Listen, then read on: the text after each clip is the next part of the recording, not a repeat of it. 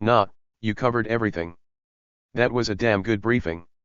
Gonna need to run it down one more time for the coroner. The roads are getting dicey. Shouldn't be more than another half hour. Biscuits looked down at Will's bandaged hand. I was wondering what happened to your pa. Will wanted to shake some urgency into the man. Mercy was dead. Her son was in the house grieving. I can take you to see the body. She'll still be dead when the rain passes and the sun comes up. Biscuits looked out at the compound again. Delilah ain't wrong about nothing to investigate. Mercy's got an ex. Dave McAlpine. Long story on how they all got the same name, but them two have been beating on each other since they were teenagers. My baby sister used to see 'em walloping on each other back in high school. What happened this time was, they took it too far and she ended up dead. Will had to take a slow breath before he responded. It sounded a hell of a lot like the sheriff was blaming Mercy for being a murder victim. My boss Wagner? Is that her name? He didn't wait for confirmation. She offered to send some of her field agents to take over, but I told her to cool her jets. Dave will show up eventually. Amanda didn't have a cool setting on her jets. We should search Mercy's room. Who's the we here, fella? Biscuits was smiling, but not really. My county, my case. Will knew he was right. I'd like to volunteer to help look for Dave. Don't waste your time. I already had my deputy swing by his trailer and all the bars he hangs out at. He ain't around.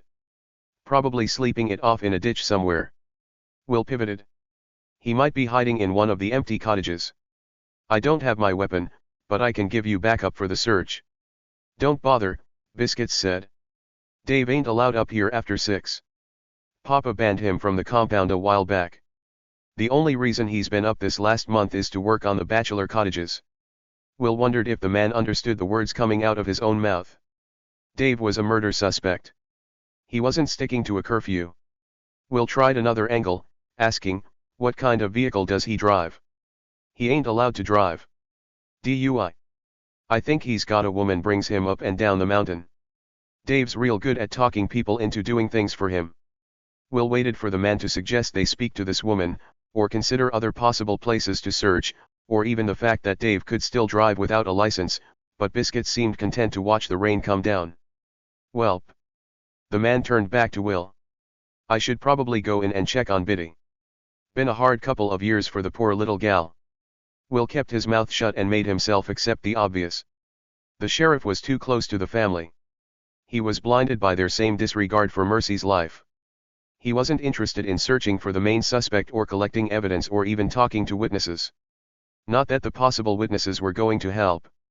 2 of them had already driven away in their Mercedes. 2 more had refused to be interviewed. 2 were acting suspicious while they walked around in their underwear. 2 of the least important ones were eager to help. 1 was an enigma wrapped up in a duck bathrobe. The victim's immediate family was behaving like a stranger had died. Add to that the fact that part of the murder weapon was missing. Their prime suspect was in the wind. The body had been partially submerged in water. The cabin had been burned to the ground. The rest of the crime scene was at this very moment being washed away. Maybe Biscuits was right about Dave showing up eventually. The sheriff was clearly relying on a rural jury's belief that cops were the good guys who only arrested people if they were guilty, but Dave wasn't a typical defendant. He would know how to manipulate the jury. He would put on a vigorous defense. Will wasn't going to let a man called Biscuits be the reason Dave got away with murder. Neither was he going to stand around with his thumb up his ass while he waited for the next bad thing to happen. Will. Sarah had opened the front door. John left a note on his bed. He ran away. January 16, 2011. Dear John. It's probably stupid to be writing you a letter I'm not even sure you're ever gonna read, but here I am doing it. People in AA say it's good to put your thoughts down on paper. I started doing that when I was 12 but I stopped cause Dave got a hold of my diary and made fun. I shouldn't have let him take that from me, but people been taking things from me my whole life. I guess what made me start back writing is I want some kind of record in case something bad ever happens to me. What I'm gonna tell you first is this. Today I filed court papers to get you back so I can start being what I should have been from the get-go. Your mama. Delilah doesn't have a lot of money, but she told me to my face that she would spend every last dime she had just to hold on to you. She's got her reasons and I won't go into them. One day you'll learn the story of my ugly face and understand why she hates me so much. Why everybody does, I guess. And you got it written down right here that I never said it ain't for no reason. I pretty much fucked up every day of my 18 years on this planet except for one, and that's the day I gave birth to you. I'm trying to unfuck my life right now by getting you back. I'm sorry for my cursing. Your grandma Biddy would be on my ass about it, but I'm talking to you like a man cause you're not gonna read this when you're still a boy. I gave you up. That's the truth. I was going through withdrawal and chained to a hospital bed cause I was under arrest for driving drunk again. Delilah was there and it don't cost me nothing to admit I was glad to see her. The doctor wouldn't give me any pain medication cause I was a junkie. The cop wouldn't loosen the handcuff, that's the kind of asshole he was. It's not like I could run off with a baby coming out of me, but this is the world you were born into. I guess you could say it's a world I created for myself, and you wouldn't be wrong. That's why I gave you up to Delilah that day. I wasn't thinking about you or how lonely I would be without you. I was thinking about where I was gonna get my drink on or find some pills to hold me over until I could score, and that's the honest truth. When I was a kid, I started drinking to drown away my demons, but what I did was create a prison for myself trapped with the demons inside. But that is over for real now. I've been a whole 6 months without anything and that's a fact. I've stopped partying and I'm even going to night classes to get my GED, so when you're in school you can't say nothing about me not finishing as an excuse for you to drop out. Your daddy's been giving me hell for spending all that time studying when I should be taking care of him, but I'm trying to change my life. I'm trying to make things better for you cause you are worth it. He'll see that one day. He just doesn't know you like I do. I guess this letter seems like I'm being hard on your daddy. I'm not gonna say anything bad about him, but one thing. I know in my heart that he's gonna take money from Delilah to turn on me in the custody case. It's just his way because there ain't never enough money or enough love in the world that are ever gonna be enough for him. And I'm pretty sure the rest of my family will turn on me, too, but not for money, just for making things easy on themselves. It's not that they for real hate me. At least I don't think so. It's just that they all tend to go to ground when things are messy, like rabbits burrowing deep into a hole. It's for survival, not out of spite. At least that's what I'm holding on to, cause if I took it personal, I don't think I'd be able to get out of bed every morning. That's what I'm doing now. Getting out of bed every morning. Showing up at the motel down the mountain to clean rooms. Same thing I've been doing at the lodge for as long as I can remember, but nobody whipping me if I do it too slow. And nobody telling me the roof over my head and food on the table is my only reward for hard work. The motel don't pay much, but if I manage to keep saving, it'll be enough one day to get us a little apartment to live in. I'm not gonna raise you in your daddy's trailer down the holler where half the world drops by every night to party. You and me are gonna live in town and you're gonna see the world. Or at least more of the world than what I did. This is the first time in my life I've had cash money in my pocket that belongs to me. I was always having to beg Papa or Biddy for change so I could buy a pack of gum or go to a movie. And then your daddy made me beg. But now I don't have to beg nobody. I just work at the motel and they pay me, and that's a honest living. Even your daddy can't take that away. Lord knows he tries. If he knew how much I was really making, I wouldn't have a dime. Like I told you, I'm not saying your daddy is a bad man, but what I will tell you is that even though he wasn't born into us, he's a McAlpine, sure enough. Maybe even worse, cause he's got different skins he slips into depending on what he needs to get out of somebody. You'll have to decide for yourself when you're grown up whether that's a problem. You're a McAlpine, too, so who knows? You might end up exactly like all the rest of them. Baby, if that's what happens, I will still love you. No matter what you do, or if Delilah wins and I have to accept that spending 2 hours with you at the community center every other weekend is all I'm ever gonna get, I will always be there. I don't even care if you end up being the worst McAlpine in the bunch. Even worse than me, a person with blood on her hands.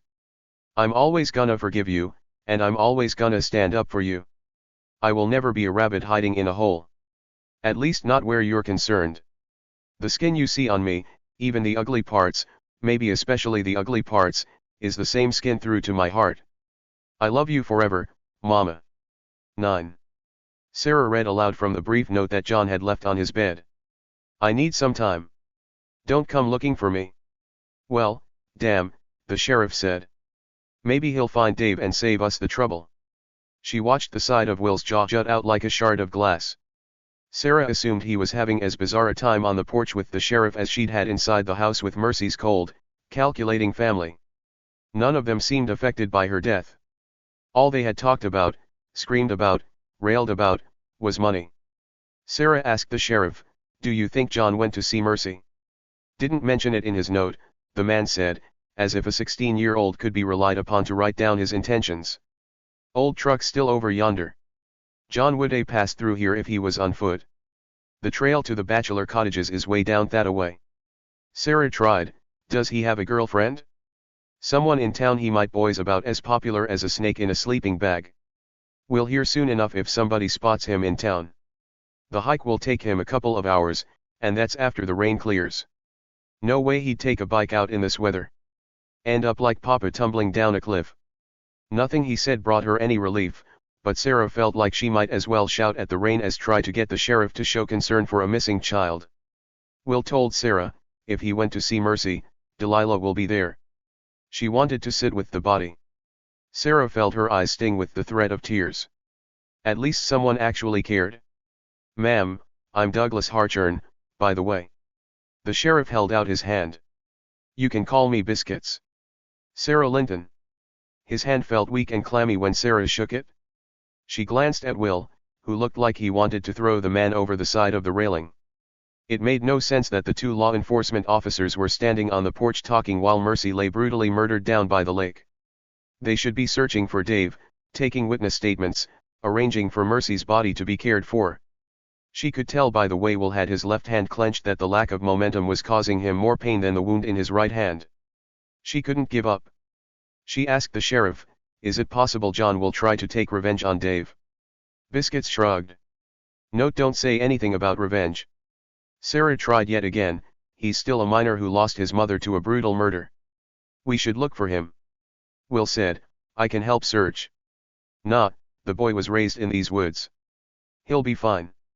Thank you kindly for the offer anyways. I got it from here on out." Biscuits started for the door, but then he seemed to remember Sarah. He tipped his hat to her. "Ma'am." Will and Sarah were both speechless as Biscuits gently closed the door behind him. Will nodded for Sarah to move toward the corner of the porch. They could only stare at each other. Neither one of them could articulate their feelings. Finally, Will said, "Come here." Sarah buried her face in his chest as his arms wrapped around her. She felt her body let go of a tiny bit of the anguish she'd been carrying since they'd left the lake. She wanted to cry for mercy, to yell at her family, to find Dave, to bring back John, to feel like she had actually done something on behalf of the dead woman lying inside an abandoned old cottage. "I'm sorry," Will said. "This isn't much of a honeymoon for you." "For us," she said, "because this was meant to be a special week for him, too. What can we do now? Tell me how to help." Will seemed reluctant to let her go. Sarah leaned against one of the posts. The late hour had suddenly caught up with her. They both stared at each other again. The only sound was the rain gushing off the roof and slapping the hard ground. Will asked, "What happened inside?" "I volunteered to make coffee so I could search the kitchen. If there's a missing knife, I couldn't tell. It looks like they've been hoarding cutlery since the lodge opened. We'll have to find the broken handle before we can try for a match. I'm sure Biscuits will get right on it." He rested his injured hand against his chest. Now that the adrenaline had burned off, the pain was probably making itself known. He asked, "When did Biddy talk to the sheriff?" Sarah felt the surprise register on her face. "I didn't see her on the phone. Probably when I was in the kitchen. There was nothing you could have done about it anyway." Will moved his hand higher, like he could put it out of reach of the burning. "I need to find Dave. He could still be on the property." The thought of him going after Dave injured and without backup sent a chill through her spine. He could have another weapon. If he's still hanging around up here, he wants to get caught. Not by you. What is it you're always saying? Life makes you pay for your personality. Sarah felt her throat tighten. "The sheriff isn't going to help," Will said. "He told me the coroner should be here in 30 minutes. Maybe they'll treat this murder with some urgency." "Did you get anything at all from the family? They were worried about the guests who are leaving and the ones who are due here on Thursday. Could they keep the deposits? Would people still come? Who was going to order the food and handle the staff and book the guides? Sarah still could not believe none of them had said anything about Mercy. Then things got really heated when they started talking about the investors. You know about the sale. I gathered the details from the screaming match over who would get John's proxy vote, particularly if Dave is arrested. She crossed her arms. She felt a strange kind of vulnerability on Mercy's behalf. Somewhere in the middle of it, John disappeared upstairs. I tried to follow him, but Biddy said to give him time. That's what his note said, that he needed time. Sarah remembered. I got onto the Wi-Fi. Open your phone so I can share the connection. Will tapped in his code with his thumb. Fortunately, he was left-handed, so at least he still had dexterity. Sarah made sure he was on the network before retrieving his shirt from the rocking chair. She started to unbutton the ridiculously tight chef's jacket. Will said, "You know I can do that." "I know." Sarah helped him out of the jacket. He made it clear he was humoring her when she held open the arms so he could dress. Her hands felt clumsy on the buttons. The events of the night had left her shaken. She did the last button, then pressed her hand to his heart. There were a lot of things she could have said to keep him from leaving, but Sarah knew above all else that Will wanted to get to work. So did Sarah.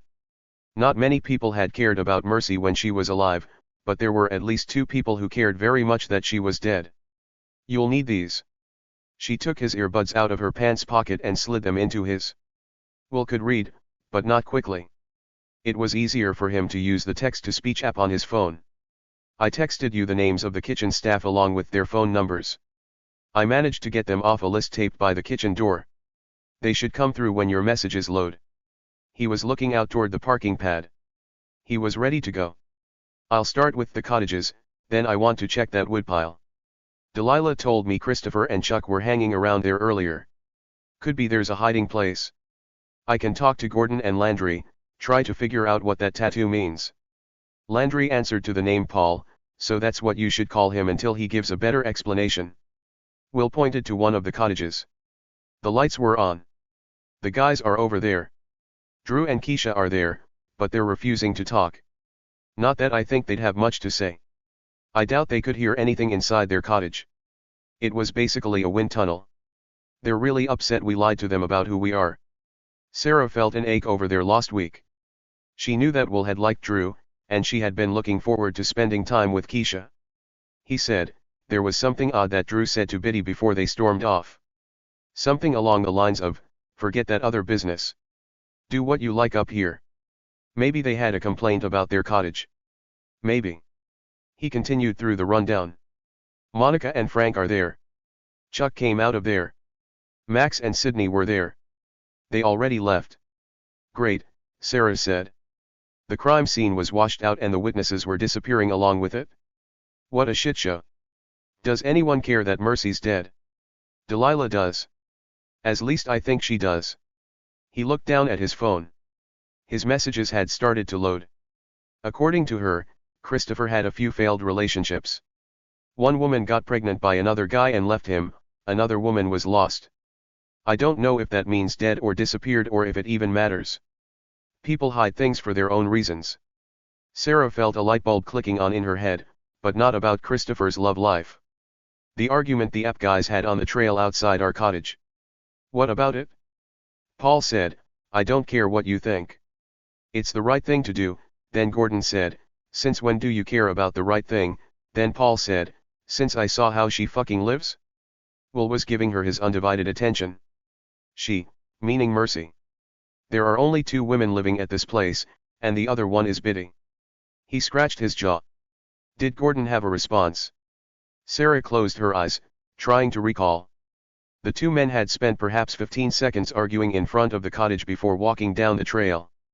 "I think Gordon said, 'You've got to let it go.' Then Paul walked down toward the lake, and I couldn't hear anything else." Why would Paul care how Mercy is living? It sounded like he resented it. The screen on Will's phone lit up. He looked down. "Faith dropped me a pin half an hour ago. She's on 75, about to hit 575. Sarah felt a total disconnect between the happy honeymooner who'd made the same car trip yesterday and the woman in the middle of a murder investigation now. She probably has 2 more hours until she gets here. My plan is to have Dave in custody by then so she can do the interrogation. You're still sure it's him? We can talk about who else it could be, or I can go find Dave and settle it once and for all. Sarah got the feeling that Will had more things to settle than he was letting on. What about the sheriff? He made it clear he doesn't want our help. Amanda wouldn't be sending Faith if she didn't have a plan. Will's phone went back into his pocket.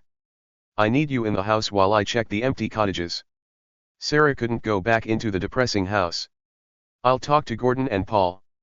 Maybe I can figure out what's going on there. Do you remember anything about the tattoo? Lots of flowers, a butterfly, a curly script, definitely a word. Arced around his chest here. He touched his hand over his heart. He put on a t-shirt before he came out. I don't know if that means he didn't want anyone else to see it, or maybe he was just putting on a shirt because that's what you do when you get out of the shower. This was the frustrating part of an investigation. People lied. They hid things. They kept their secrets. They shared others. And sometimes none of it had anything to do with the crime you were trying to solve. Sarah told him, I'll see what I can find out. Will nodded, but he didn't move. He was really going to wait until she was safely inside Cottage 5. Sarah borrowed the large umbrella leaning up against the side of the house. Her hiking boots were waterproof, but there was no stopping the rain from splashing against her legs. By the time she reached the small, covered porch, her pants were soaked from the knees down. So much for the water-resistant material. She folded the umbrella, then knocked on the door. It was hard to tell if there was any sound inside the cottage over the white noise of rain. Fortunately, Sarah didn't have to wait long before Gordon answered the door. He was wearing black briefs and fuzzy slippers. Instead of asking Sarah why she was here or what she wanted, he flung open the door, saying, "Misery loves company. Welcome to our sad little party," Paul called from his place on the couch. He was wearing boxers and a white t-shirt. His bare feet rested on the coffee table. "We're just sitting around in our underwear getting hammered." Sarah tried to play along. "Reminds me of college." Gordon laughed as he walked into the kitchen. "Grab a seat." Sarah chose one of the deep club chairs. The cottage was smaller than her own, with the same style furniture. She could see through to the bedroom. There were no suitcases laid out on the bed, which she took as a sign that they weren't planning to leave. Or maybe they had different priorities. There was an open bottle of bourbon on the coffee table. 2 empty glasses were beside it. The bottle was half full. Gordon put a third glass on the table. "What a fucking night." "Morning." "Fuck, the sun will be up soon." Sarah could feel Paul studying her. He asked, "Married to a cop, huh?" "Yes." Sarah wasn't going to lie anymore. "I work for the state, too. I'm a medical examiner. I could not touch a dead body." Gordon scooped up the bourbon from the coffee table. "This stuff tastes like turpentine, but you wouldn't know it from the price." Sarah recognized the upscale label. She couldn't remember the last time she'd had a hard drink. Will had an aversion to alcohol that dated back to his childhood. Sarah had become a teetotaler by default. Paul said, "It's the altitude, right? Changes your taste buds." "Han, that's on airplanes." Gordon sloshed doubles into all 3 glasses. "We can't be 30,000 feet up right now." Paul asked, "What's the elevation here?" He was looking at Sarah when he asked the question, so she provided, "We're about 2,300 feet above sea level. Thank God we're not going to get hit by a plane. That would be the cherry on top of this shit sundae." Gordon handed Sarah her glass. "What does a medical examiner do? Is that like what's her name who was in that show?" "What show?" Paul asked. "The one with the hair. We heard her on Mountain Stage.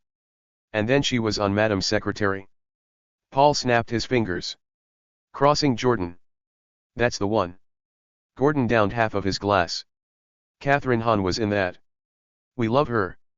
Sarah assumed their original question had gotten lost. She took a sip of bourbon and tried not to blanch. Calling it turpentine was a compliment. "Right." Paul had noticed her reaction. "You've got to hold it in your mouth to get past the gag reflex." Gordon snorted at the double entendre. "I guess there's none of that for the honeymooners tonight." "What's Agent McSexy up to?" Paul asked. "Doesn't look like anyone's interested in giving him a statement." Sarah felt a heat wash over her body as she thought about Will searching for Dave on his own. Did either of you see Mercy after dinner tonight? Oh, cop questions, Gordon said. Shouldn't you read us our Miranda rights first? Sarah had no obligation to read them anything. I'm not a police officer. I can't arrest you. She left out the part about how she could give testimony as a witness to anything they said. Gordon volunteered. Paul saw her. Sarah guessed that meant the Landry ruse was well and truly over. Where was she? Right outside our place. This was roughly around 10:30. I just happened to be looking out the window. Paul held his glass to his mouth but didn't drink. Mercy strolled along for a bit, then went up the stairs to Frank and Monica's. Monica was probably asking for more booze, Gordon supplied. Frank said she left a note on the porch. Paul said, not sure how she managed to hold a pen. That bitch was pickled. To Monica's liver, Gordon raised his glass in a toast. Sarah pretended to take another drink. She thought it was interesting that Paul knew where Mercy had gone. You couldn't see Frank and Monica's cottage from their windows. You had to actually walk onto the porch, which meant he had been tracking Mercy's progress. So, Gordon said. What did she look like? Sarah shook her head. Who? Mercy, Gordon said. She was stabbed to death, right? Pretty gruesome, Paul said. I bet she was terrified. Sarah looked down at her glass. The two men were treating this like a reality show. Paul asked, do you know if our hike is still on for tomorrow? Han, Gordon said. That's a bit ruthless. It's also valid. We paid a fuckton of money to get up here. He looked at Sarah. Any idea? You'll have to ask the family. Sarah couldn't keep up the pretense any longer. She returned her glass to the table. Paul, Will told me he saw the tattoo on your chest. Paul's laugh sounded forced. Don't worry, sweetheart. He's totally into you. Sarah wasn't worried. I've learned in my job that every tattoo has a story. What's yours? Oh, it's a stupid one, he said. A little too much tequila. A little too much melancholy. Sarah looked at Gordon. He shrugged. I'm not a tattoo person. I hate needles. What about you? Any tramp stamps you want to tell us about? None. She tried to come at this from a different angle. Have you guys been at the lodge before? First time, Gordon said. Not sure we'll be repeat customers. I dunno, Han. We could probably get a deal if we book right now. Paul reached for the bourbon as he sat up on the couch. He poured another double, then asked Sarah, you want more? She's barely touched the first one. Gordon reached out his hand. May I? Sarah watched Gordon dump her glass into his. She asked, what about Mercy? Paul slowly sat back. Gordon asked, what about her? It seemed like you knew her. Or at least knew of her. She said this to Paul. And like you weren't happy to find her living a nice life up here at the lodge. Sarah caught a flash of something in Paul's eyes, but she couldn't tell if it was anger or fear. Gordon said, she was a strange bird, don't you think? A bit rough around the edges. And what about that scar on her face? Paul asked. I bet that could tell you a story, too. I wouldn't want to hear it, Gordon said. The whole family is a bit sus if you ask me. The mother reminds me of that girl from that movie, but her hair was dark, not stringy white like a witch's pubes. Paul asked, Samara from The Ring. Yes, but with an evil child's voice. Gordon looked at Sarah. Have you seen it? Sarah wouldn't let them sidetrack her.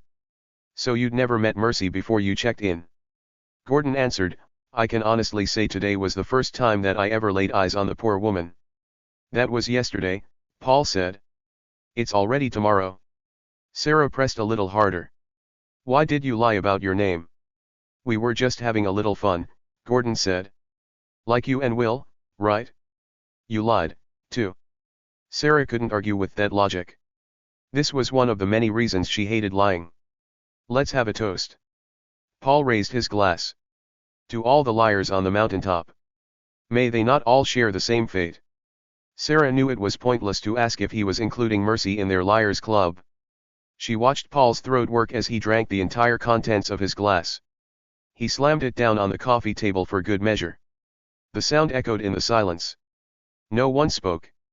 Sarah could hear a dripping sound outside. The rain had passed for now. She hoped that Will had kept his bandage dry. She hoped that he wasn't lying on his back with a knife sticking out of his chest. She was about to take her leave when Gordon broke the tension with a loud yawn. He said, "I'd better go to bed before I turn into a pumpkin." Sarah stood. "Thanks for the drink." There were no pleasant goodbyes, just a pointed silence as Sarah left the cottage. She looked up at the sky. The full moon had moved toward the ridgeline. Only a few clouds remained. Sarah left the umbrella on the porch and walked down the stairs. She scanned the compound looking for Will. The floodlights were still blazing, but there was only so far they could reach. Movement near the parking pad caught her eye. No false Bigfoot sightings this time. She recognized Will by his shape. His back was to her. Both his hands were down at his sides. She assumed his bandage was soaking wet. There was no sign of Dave, which shouldn't have brought her any relief, but it did anyway. She thought Will must have been looking at the woodpile Delilah had mentioned, but then a set of headlights broke through the darkness. Sarah put up her hand to block the light. Not a car, but a dark-colored Sprinter van. She assumed the coroner had arrived.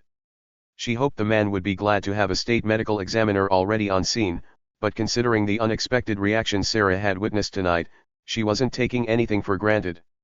At the very least, she hoped the coroner knew the limitations of his job.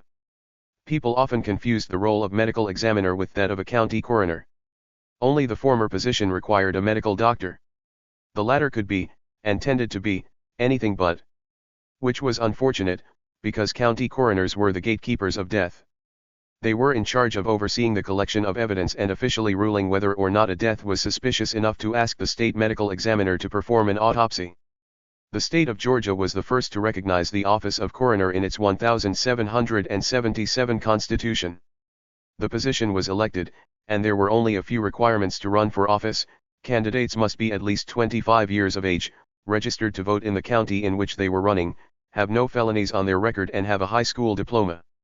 One coroner out of the state's 154 counties was an actual physician.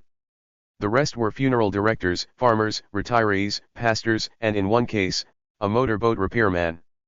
The position paid $1,200 a year and required the coroner to be on call 24/7.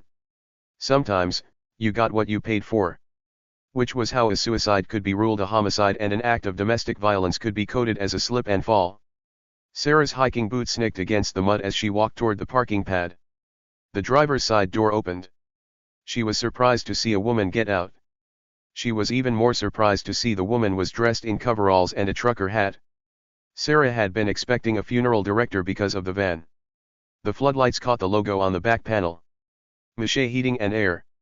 Sarah felt her stomach grip itself into a fist. "Yeah," the woman was saying to Will. "Biscuits told me y'all were trying to horn in on the case." Sarah had to bite her lip to keep her mouth closed. "Don't worry," the woman had clocked her expression. "Multiple stab wounds, right? Gonna say homicide is an easy call on that one. State's gonna get the body eventually. No harm in starting out with you here. I'm Nadine Miche, Dillon County Coroner. You're Dr. Linton." "Sarah." The woman had an uncomfortably firm grip. "What have you been told?" "Mercy was stabbed to death, probably Dave did it." "Heard it's your honeymoon, too." Sarah felt Will's surprise. He still didn't know how small towns worked. Every person within 50 miles probably knew about the murder by now. Nadine said, "That sucks big time. Though if I'm looking back at my honeymoon, probably would have been lucky if somebody had killed the bastard." Will said, "It seems like you know the victim and the main suspect." "My little brother went to school with Mercy. I knew Dave from hanging out at the Tasty Freeze. He's always been a violent prick. Mercy had her troubles, but she was okay. Not mean like the rest of 'em. Which was to her detriment, I guess. You don't want to be dropped into a snake pit unless you've got the sharpest fangs." Will asked, "Is there anyone other than Dave who would want Mercy dead?" "I was thinking on that the whole drive up," Nadine said. "I haven't run across Mercy since Papa's accident a year and a half ago, and then I only saw her once at the hospital. Town's a hard place for her. She mostly stays up the mountain. Place is real isolated. Not a lot for folks to gossip about if you're not mixing it up in town a little." Sarah asked, "What about the scar on her face?" "Car accident. Drunk driving." Hit a guardrail. Metal split up the middle, pretty much sliced off one side of her face.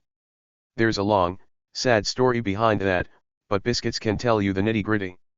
It was his pa, Sheriff Harchurn, who handled it, but Biscuits worked the scene, too. The families have always been close. Sarah wasn't surprised by the information. It helped explain why Biscuits was in no hurry. The sheriff told me Dave's license got revoked off a DUI, Will said. He mentioned that Dave has a female driver who brings him up to the lodge and back so that he can work. Nadine gave a belly laugh. That female would be Biddy. Dave's burned about every woman in the Tri-County area. Nobody would get out of bed for him. Or in bed, if you ask me. I've already raised 2 boys. Don't want to take care of another. What happened to your hand, you don't mind my asking? Will looked down at his bandaged hand. You didn't hear about the murder weapon? Sarah supplied. Will attempted CPR. He didn't realize that the knife blade was broken off inside Mercy's chest. Will said, locating the knife handle should be a priority. I didn't see anything laying around when I searched the cottages for Dave, but it's worth a more thorough search. Fuck me, that's grim. Let's head on down while we're talking. Nadine reached into her van and pulled out a flashlight and a toolbox. First light's not for another couple of 3 hours.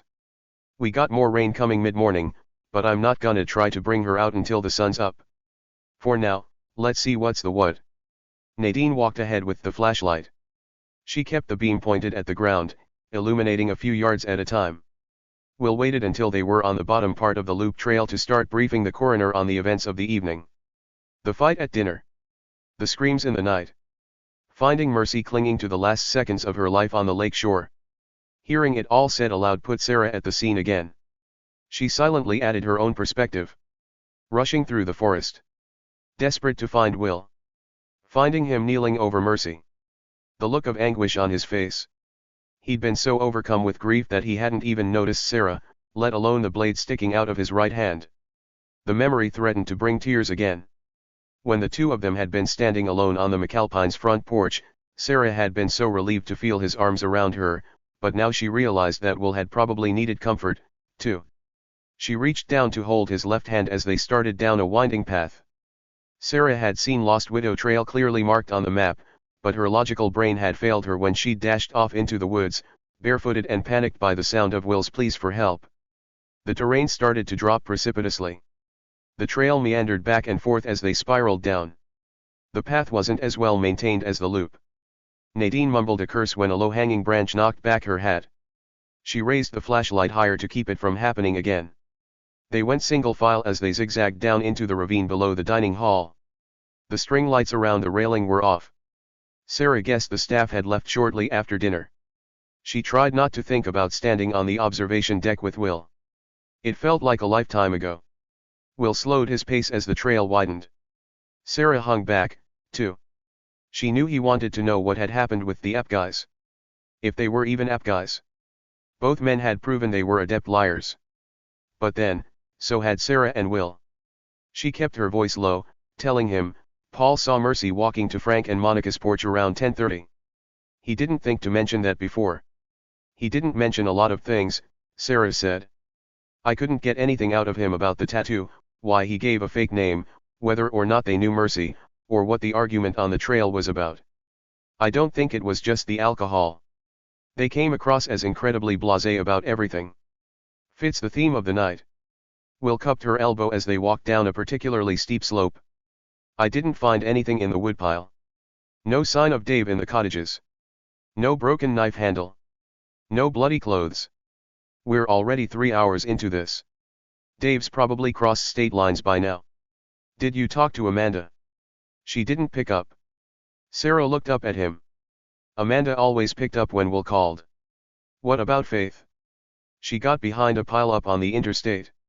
It'll be another hour minimum before they can clear out the accident and open the road back up. Sarah bit her lip so hard she tasted blood. There was no way she would be able to persuade Will to wait for Faith now. Once they turned Mercy's body over to Nadine, he was going to find a way to get a car and drive down the mountain to find Dave. Nadine, Sarah called. She couldn't change Will's mind, but she could at least do her job. How long have you been the county coroner? 3 years, Nadine said. My dad used to do it, but old guy problems caught up with him. Congestive heart failure, kidney failure, COPD. Sarah was familiar with the trio of comorbidities. I'm sorry. Don't be. He had his fun earning it. Nadine stopped to face them. Y'all are probably used to a bit of anonymity down there in Atlanta, but up here, you should know, everybody knows everybody's business. Neither Will nor Sarah told her that at least one of them knew small towns very well. Thing is, it's boring as shit up here, and when you're young, you get into things. Nadine leaned her hand against a tree. She had clearly been thinking about this on the hike down.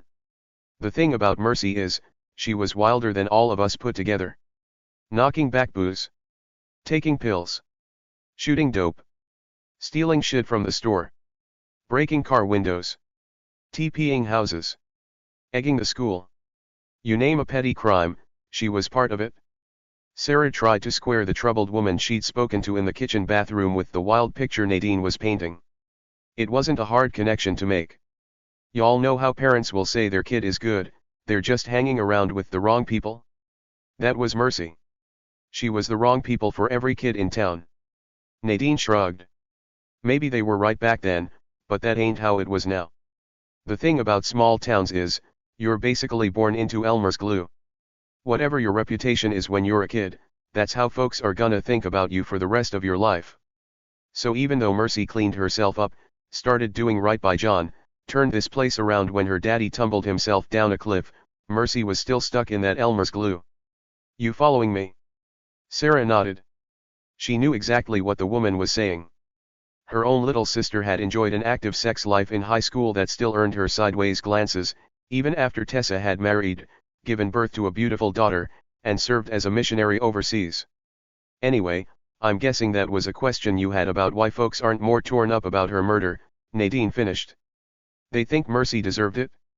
Will said, that's exactly what I picked up on from the sheriff. Yeah, well, you'd think a man who's been called biscuits for nearly 20 years of his miserable life would understand that people can change. Nadine did not sound like a fan of the sheriff. Dave gave him the nickname in high school. Poor sap was a real roly-poly back then. Dave said his belly was popping out of the top of his pants like a can of biscuits. Nadine turned back down the trail. Sarah watched her flashlight dance across the trees. They walked in silence for another 5 minutes until they reached a terraced area. Nadine went first, then turned around to offer the benefit of her flashlight. She said, "Watch out, the going's tricky." Sarah felt Will's hand at the small of her back as she carefully walked down. The wind had shifted, bringing a smoky scent from the burned-out cottage. She could feel a mist on her skin. The temperature had dropped from the rainstorm. The cooler air was pulling condensation off the surface of the lake. I heard Dave was fixing up the old cottages, Nadine said. Looks like he was doing his usual bang-up job. Sarah watched Nadine's flashlight bounce over the sawhorses and discarded tools, the empty beer cans, smoked-down joints and cigarette butts. Having learned quite a bit about Dave McAlpine, she was not surprised he'd trashed his own work site. Men like that only knew how to take. They never considered what they were leaving for others. "Hello," a tense voice called. "Who's there?" "Delilah," Will said. "It's Agent Trent. I'm here with the coroner and Nadine." Delilah had been sitting on the stairs that led up to the second cottage. She stood up when they approached, wiping dirt from the back of her pajama bottoms. "You took over for Bubba." "I'm out all hours fixing busted compressors anyway," Nadine said. "I'm real sorry about Mercy." "So am I." Delilah used a tissue to dab under her nose. She asked Will, "Have you found Dave?" "I searched the empty cottages. He's not there." Will glanced around the area. "Have you seen John?" "He ran away." "God," Delilah breathed. "Can things get any worse?" "Why did he run away?" "Did he leave a note?" "Yes," Sarah answered. "He said he needed time and that we shouldn't try to find him." Delilah shook her head. "I have no idea where he'd go." "Is Dave still living in the same trailer park?" "Yep," Nadine answered. "My granny lives across the way. I told her to keep an eye out for Dave. I'm sure she's sitting up in her chair by the window. She watches that place like it's one of her shows on TV. If she sees John, she'll call me." "Thank you." Delilah's fingers played with the collar of her pajama top. I was hoping Dave would show up here. I would gladly drown him in the water. Wouldn't be much of a loss, but you probably won't get the chance, Nadine said. Those bully bitcha types, they kill their wives, then they usually kill themselves. Am I right, doctor? Sarah couldn't say that she was completely wrong. It happens. Will didn't seem happy with the prospect of Dave committing suicide. He clearly wanted to drag him away in handcuffs. Maybe he was right. Everyone was treating it as a foregone conclusion that Dave had killed Mercy. Well, Nadine said. Might not be a good idea to yap in front of a cop about how you want to murder somebody who might wind up dead. Should we get started? Will took her down to the shore. Sarah stayed back with Delilah because they didn't need another set of footprints on the already compromised scene. She tried to conjure up any memory of what the ground had looked like when she'd first arrived. The moon had been partially obstructed by clouds, but still offered a spray of light. There had been a large pool of blood at the base of the stairs. More blood had puddled into the drag marks that made a straight line toward the shore. Blood had turned the water red as Mercy's life had drained away. Her underwear and jeans had been pulled down. She had likely been assaulted before she was stabbed. There had been too many wounds to count. Sarah mentally prepared herself for the autopsy. Mercy had been strangled earlier in the day by Dave. She had accidentally sliced open her thumb on a broken piece of glass during dinner. Sarah imagined there would be multiple signs of injuries past and present. Mercy had told Sarah that she had married her father. Sarah assumed that meant that Dave was not the first man to abuse her. She turned to look at the closed cottage door. The body had already started to decompose. There was the familiar odor of bacteria breaking down flesh. The door was still barred with the 2x4 Will had taken from a pile of lumber by the worksite. They had laid Mercy's body in the center of the room. There was nothing to cover her but Will's bloodied shirt. Sarah had resisted the need to make her more presentable, smooth back her tangled, wet hair. Close her eyelids. Straighten her clothes. Pull up her torn underwear and jeans. Mercy McAlpine had been a complicated, troubled, and vibrant woman. She deserved respect, even if it only came in death. But every centimeter of her body could bear witness to the person who'd murdered her. Delilah said, I should have fought harder to stay in her life. Sarah turned to look at the woman. Delilah gripped the tissue in her hand. Her tears flowed unabated. After I lost custody of John, I told myself that I walked away because he needed stability. I didn't want him to feel pulled between me and Mercy. Delilah looked out at the lake. In truth, it was my pride. The custody battle turned deeply personal. It stopped being about John and started being about winning. My ego couldn't accept the loss. Not to Mercy. I saw her as a worthless junkie. If I'd only given her time to prove that she was more than that, I could have been a port in the storm. Mercy needed that. She always needed that. I'm sorry that things ended badly. Sarah spoke carefully, not wanting to pick at a fresh wound. It's a lot to take on, the raising of someone else's child. You must have been close to Mercy when John was born. I was the first person to hold him, she said. Mercy was carted off to jail the day after he was born. The nurse put him in my arms and I had no idea what to do. Sarah heard no bitterness in her dry laugh. I had to stop by Walmart on my way home. I had an infant in one hand and a cart in the other. Thank God some woman saw me looking perplexed and helped me figure out what I needed. I spent the entire first night reading message boards about how to take care of a baby. I never planned on raising a child. Didn't want to. John was he is a gift. I have never loved anyone as much as I loved that boy.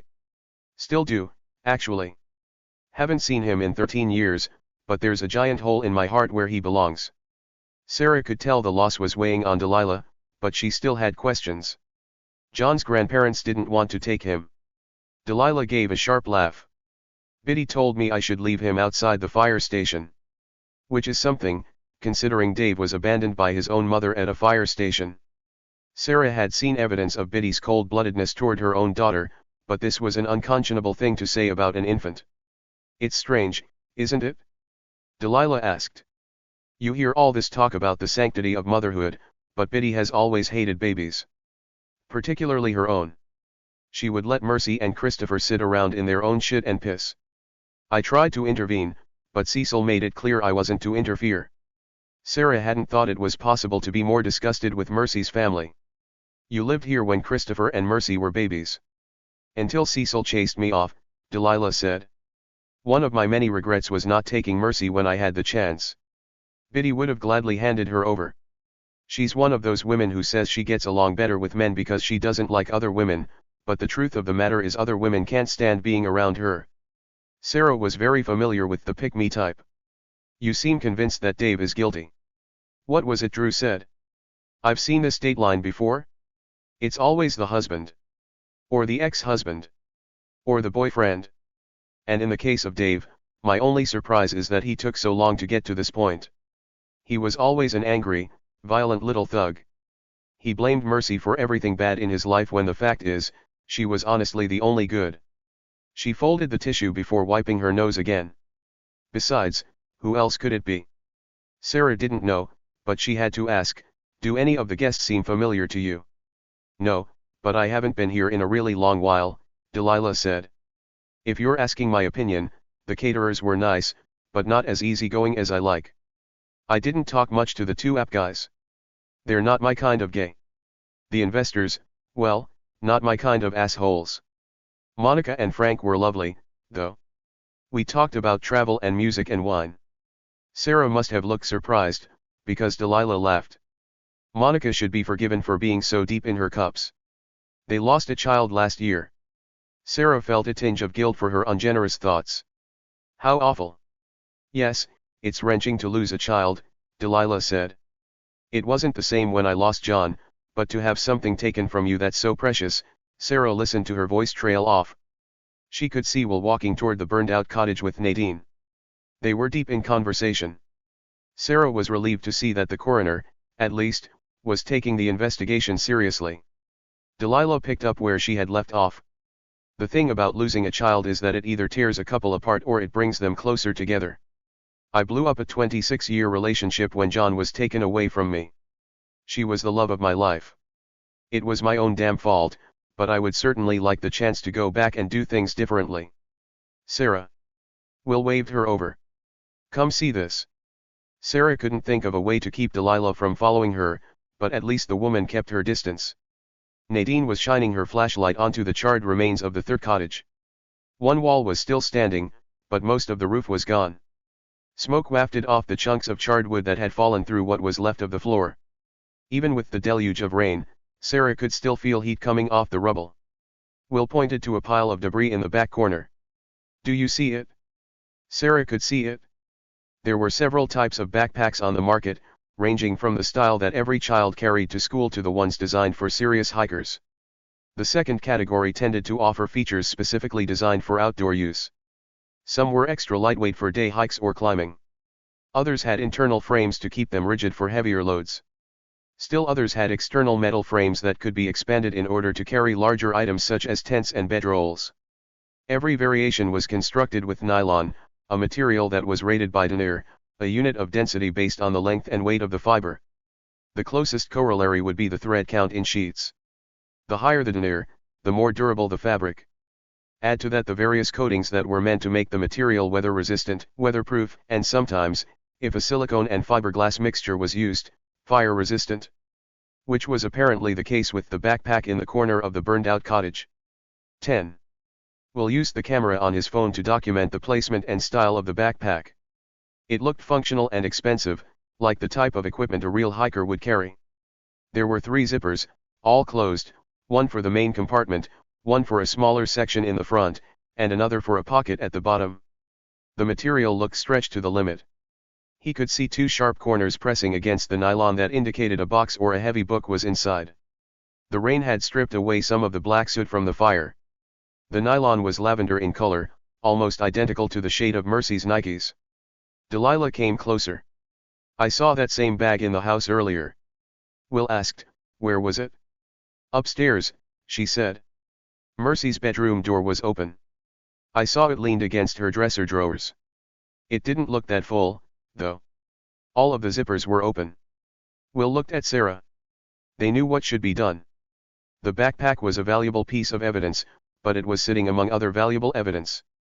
The arson investigator would want to take photos, comb through the debris, collect samples, run tests, search for accelerant, because something had clearly been used to make sure the cottage burned. Will had been inside while it was blazing. Fire didn't spread like that on its own. Nadine offered her flashlight to Will, asking, "Can you hold on to this for me?" He pointed the light downward while Nadine opened the heavy-looking toolbox she'd carried to the scene.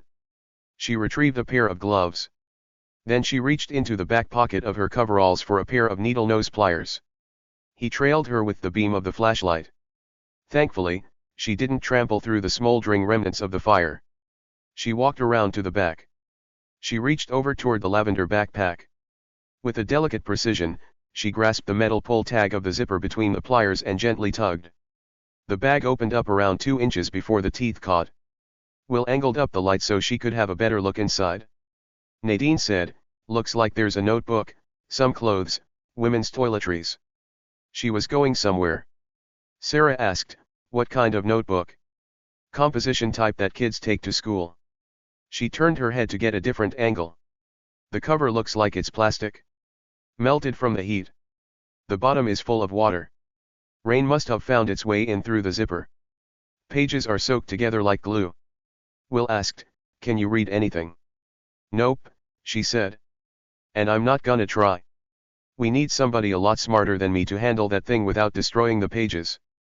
Will had dealt with this kind of evidence before. The lab would need days to process the notebook. To make matters worse, the flashlight had picked out a burned plastic and metal carcass beside the backpack.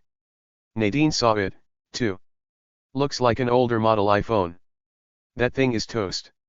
Shine the light under there." Will followed the spot she pointed to. He saw the remnants of a charred metal gas can. Dave had probably used it to fill the generator, then he'd used it to burn away the crime scene after murdering his wife. Sarah asked Delilah, "Do you know if Mercy said anything about leaving?" Biddy gave her until Sunday to get off the mountain. "I don't know where she would go, especially in the middle of the night. Mercy's an experienced hiker. This time of year, we've got young male black bears looking to establish territory. You don't want to accidentally cross one." Nadine said, "No offense, Dee, but Mercy wasn't known for her logic. Half the time she landed herself in hot water, it was because she flew off the handle and did something stupid." Sarah weighed in. Mercy wasn't angry after the fight with John. She was worried. According to Paul, she made the 10 o'clock rounds and picked up Monica's request from her front porch around 10:30. He didn't mention that she was acting strange. Even without that, I don't believe Mercy would head off in the night and leave John with things unsaid. "No," Delilah said. "I don't believe she would, either. But why come here? There's no plumbing or electricity. She might as well stay at the house." God knows those people know how to glare at each other in angry silence. They all looked at the backpack as if it could offer up an explanation. Nadine said the obvious. "This is a hotel, people. If Mercy was sick of her family, she'd stay in one of the guest cottages." Will offered, "Some of the beds were unmade when I searched the empty cottages. I figured they hadn't been cleaned from the previous guests. Penny's the cleaner. She's also the bartender. Might be worth asking her the question." Nadine looked up at Will. "You were searching the cottages for Dave."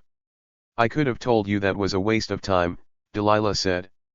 "Dave would be too afraid to stay in a cottage. My brother would tar his ass." Will didn't point out that her brother couldn't leave his own house without assistance. If Dave wanted to get out of here fast without being seen, he wouldn't go back to the main compound. He could follow the creek and eventually hit the McAlpine Trail, right? "Theoretically," Delilah said. "Lost Widow Creek is too deep to cross at the lake. You have to get past the big waterfall, and then it's still rough going.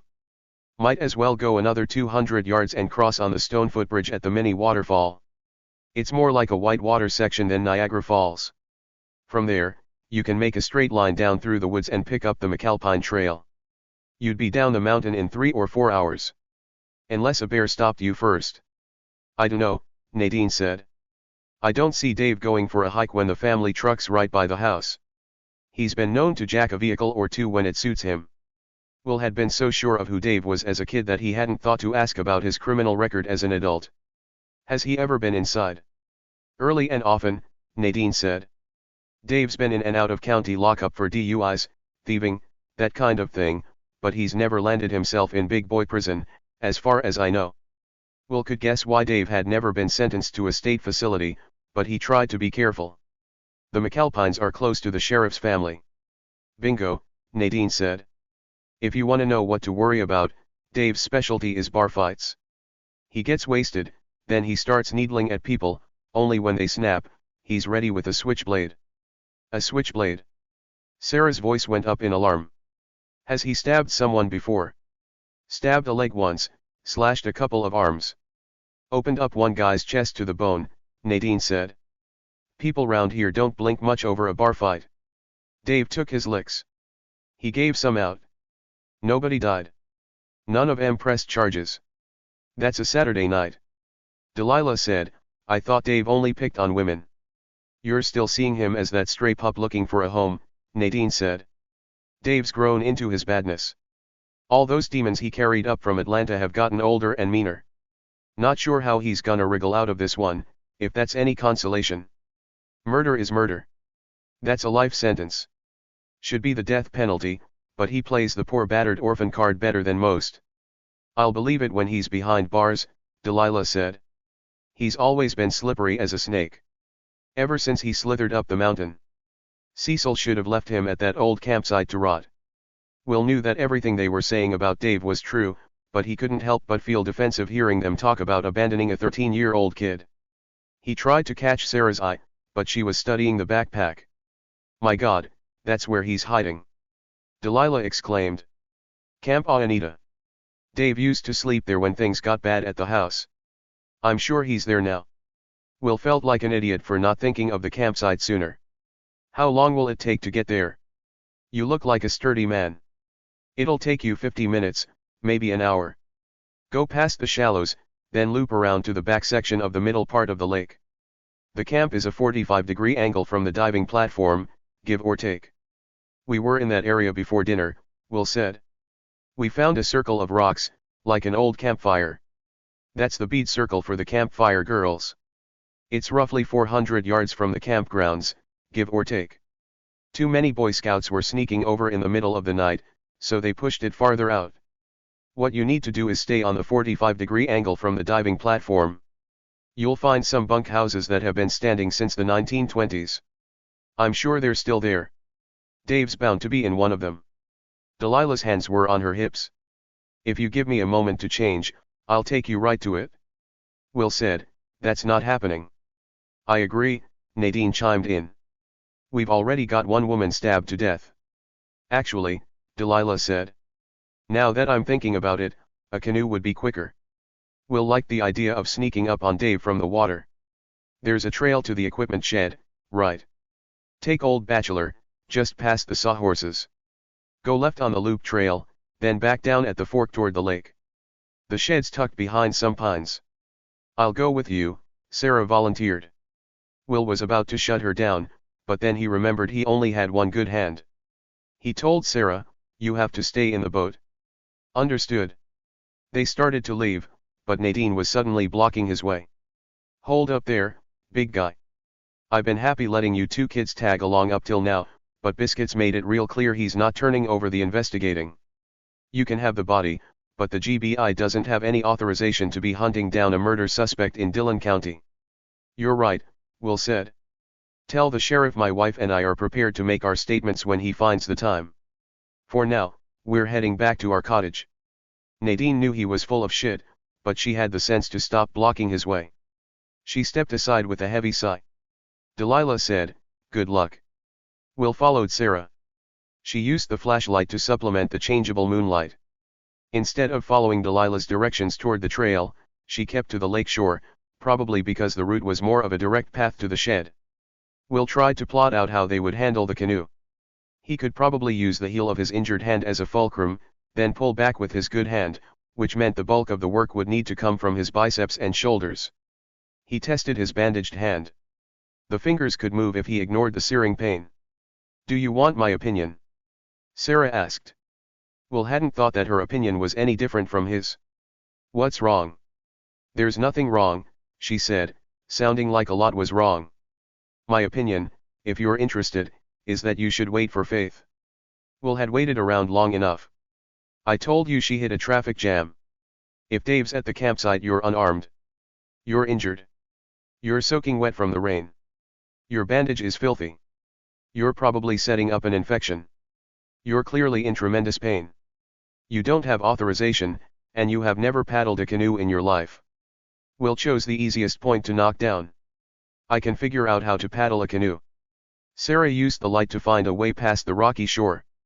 He caught the set look to her face. She was angrier than he'd thought. Sarah, what do you want me to do?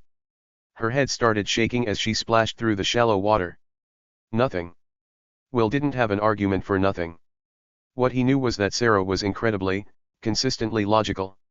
She didn't get upset without reason. He silently scrolled back through the conversation at the crime scene.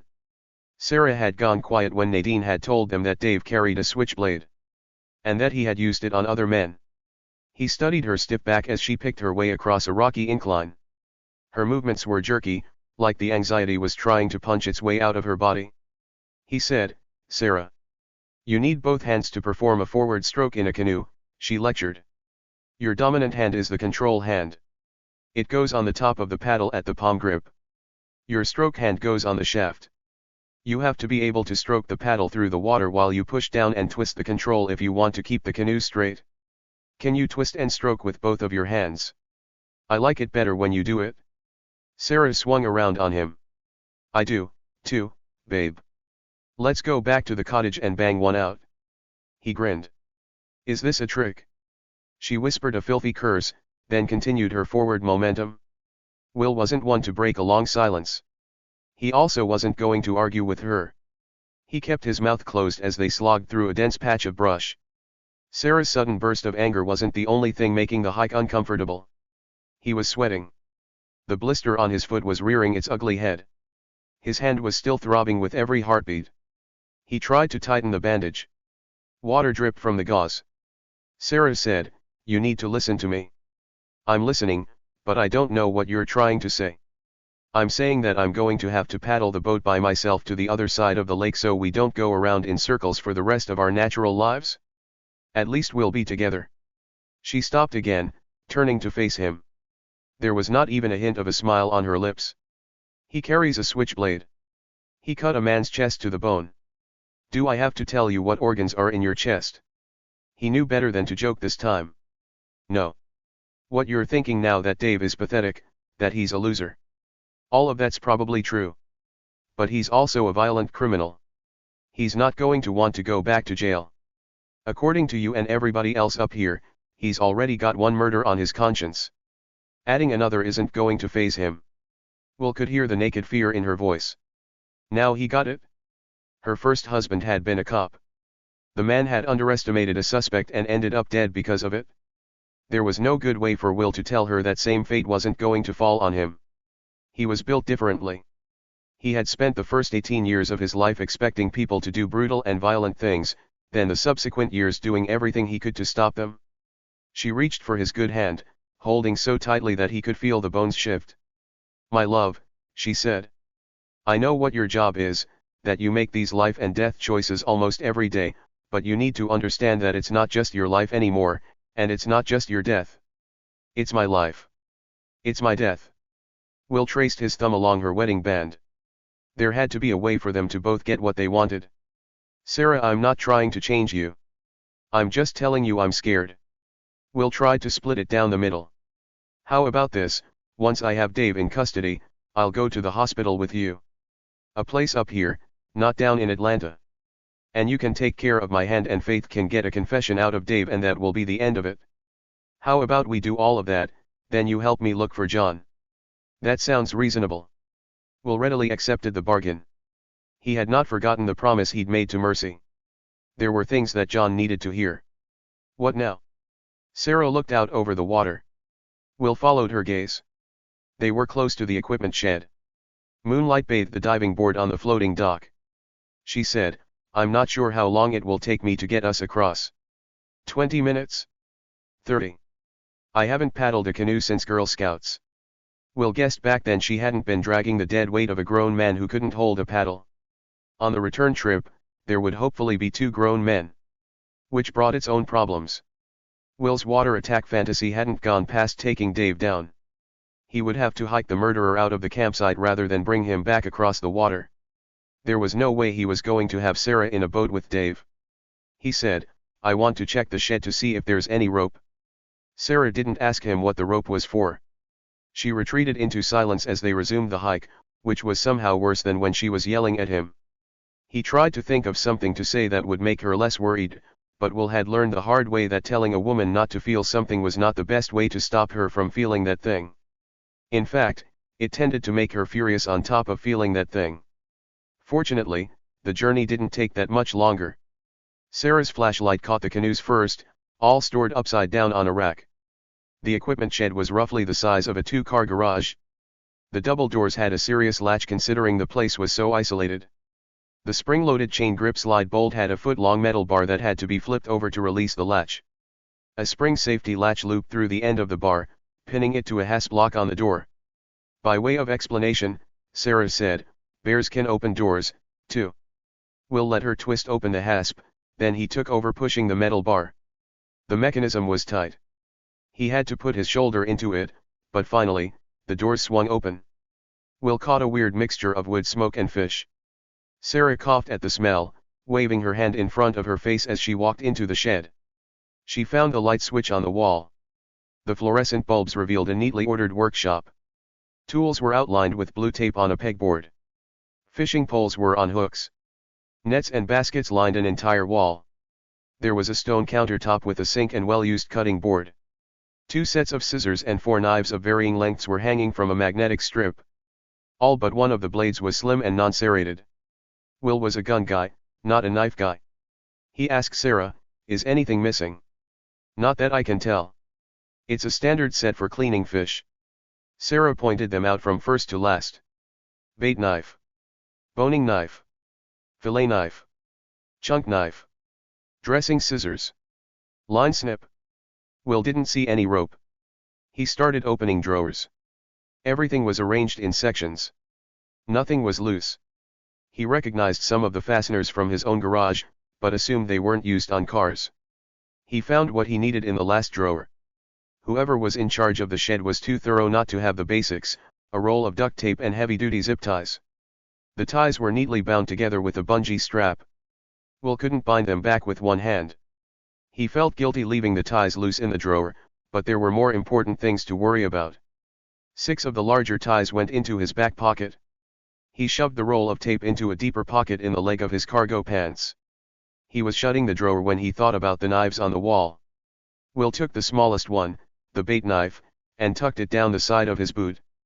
He didn't know how sharp the blade was, but anything could puncture a lung if you rammed it hard enough into a man's chest. "What's this?" Sarah asked. She had cupped her hands around her eyes as she tried to see through the slats in the back wall. "Looks mechanical. Maybe a generator. We'll check with the family." Will found a padlock underneath some hanging metal baskets. He pulled at the hasp, but it was firmly in place. "Bears. Guests, probably. There's no internet or TV. I imagine a lot of late-night drinking goes on. Help me with this." Sarah had located the paddles. They were high up to the ceiling, hanging like shotguns on a rack. The blue one looks like the right size. Will was surprised by the lightweight when he lifted the paddle off the hook. She said, "Bring 2 in case one gets lost in the water." "I'll get the life jackets." Will didn't think it was a good idea to wear bright orange as they approached the campsite, but he wasn't going to fight that battle. Outside the shed, he followed Sarah's lead, flipping one of the canoes off the rack. There was nothing for Will to do but stand by as she maneuvered the paddles into the hull and tossed in the life jackets. She pointed out the carrying handles around the gunnel, told him where to stand, how to lift. She went silent again as they carried the canoe to the lake. Will tried not to pick up on her anxiety. He had to focus his mind on one singular purpose, bringing Dave to justice. Sarah kept the splashing to a minimum as she walked into the shallow water. Will lowered the boat when she told him to. She lined up the back end so that it was anchored in the mud. He was about to get in when Sarah stopped him. "Hold still." She helped him into one of the life jackets, then made sure the clips were secure. Then she leaned down and held the boat steady so that he could get in. Will felt needlessly fussed over, but climbing in with one hand was harder than he'd anticipated. He sat on the bench at the rear of the boat. His weight lifted up the bow. Sarah's weight only brought it down slightly when she climbed in. She didn't sit on the other bench. She got on her knees and used the paddle to push them out onto the water. She started off using shallow strokes until they'd put some distance between themselves and the shore. By the time they reached open water, Sarah had established a steady rhythm. When it came time to leave the shallows and navigate into the larger part of the lake, she shifted from one side of the canoe to the other to make the turn. Will tried to keep an idea of where the diving platform was as the boat glided across the expanse. The equipment shed disappeared from sight. Then the shoreline. Soon, all he could see was darkness and all he could hear was the paddle working and the sound of Sarah's breathing. The moon peered around the clouds as they reached the middle of the lake. Will took the opportunity to check the bandage around his hand. Sarah was right that the gauze was dirty, and probably also right about the infection. If someone had told Will there was a chunk of white-hot coal inside the web between his finger and thumb, he would have believed them. The burning slightly lessened when he lifted his hand to chest level, resting it on the edge of the life vest. He reached down to his boot, checking on the bait knife. The handle was thick enough to keep the blade from sliding down to his ankle. He pulled out the knife, testing the motion. He hoped like hell Dave wasn't tracking their progress across the water. Will wanted the knife to be a surprise if things went sideways. The neon orange vests felt like they were glowing. He scanned the horizon, searching for the shore. It came into view slowly. First some lighter patches among the blackness, then he could make out rocks, then eventually what looked like a sandy beach. Sarah glanced back at him. She didn't have to say it. A sandy beach meant they had found the campgrounds. It was in bad shape. Will saw the remnants of a rotted-out dock, a partially submerged boat launch. A rope dangled from a towering oak tree, but the wooden seat that had turned it into a swing had dropped into the water long ago. There was something haunting about the place. Will wasn't one to believe in ghosts, but he had always trusted his gut, and his gut was telling him that bad things had happened here. The canoe started to slow. Sarah reversed the strokes as they approached the beach. Up close, he could see weeds growing through the sand. Broken bottles. Cigarette butts. The edge of the boat made a grinding sound as it banked onto the shore. Will unclipped his life vest and let it drop. Again, he thought about the bait knife in his boot, but this time it was in relation to leaving Sarah unprotected. The best thing to do was send her back to the shed. He could hike to the lodge with or without Dave.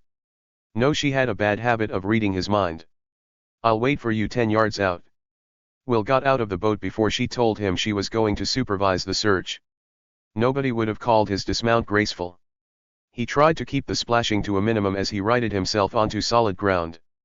Then he used the steel toe of his boot to give Sarah a firm push back onto the water. He waited until she started working the paddle before he scanned the forest.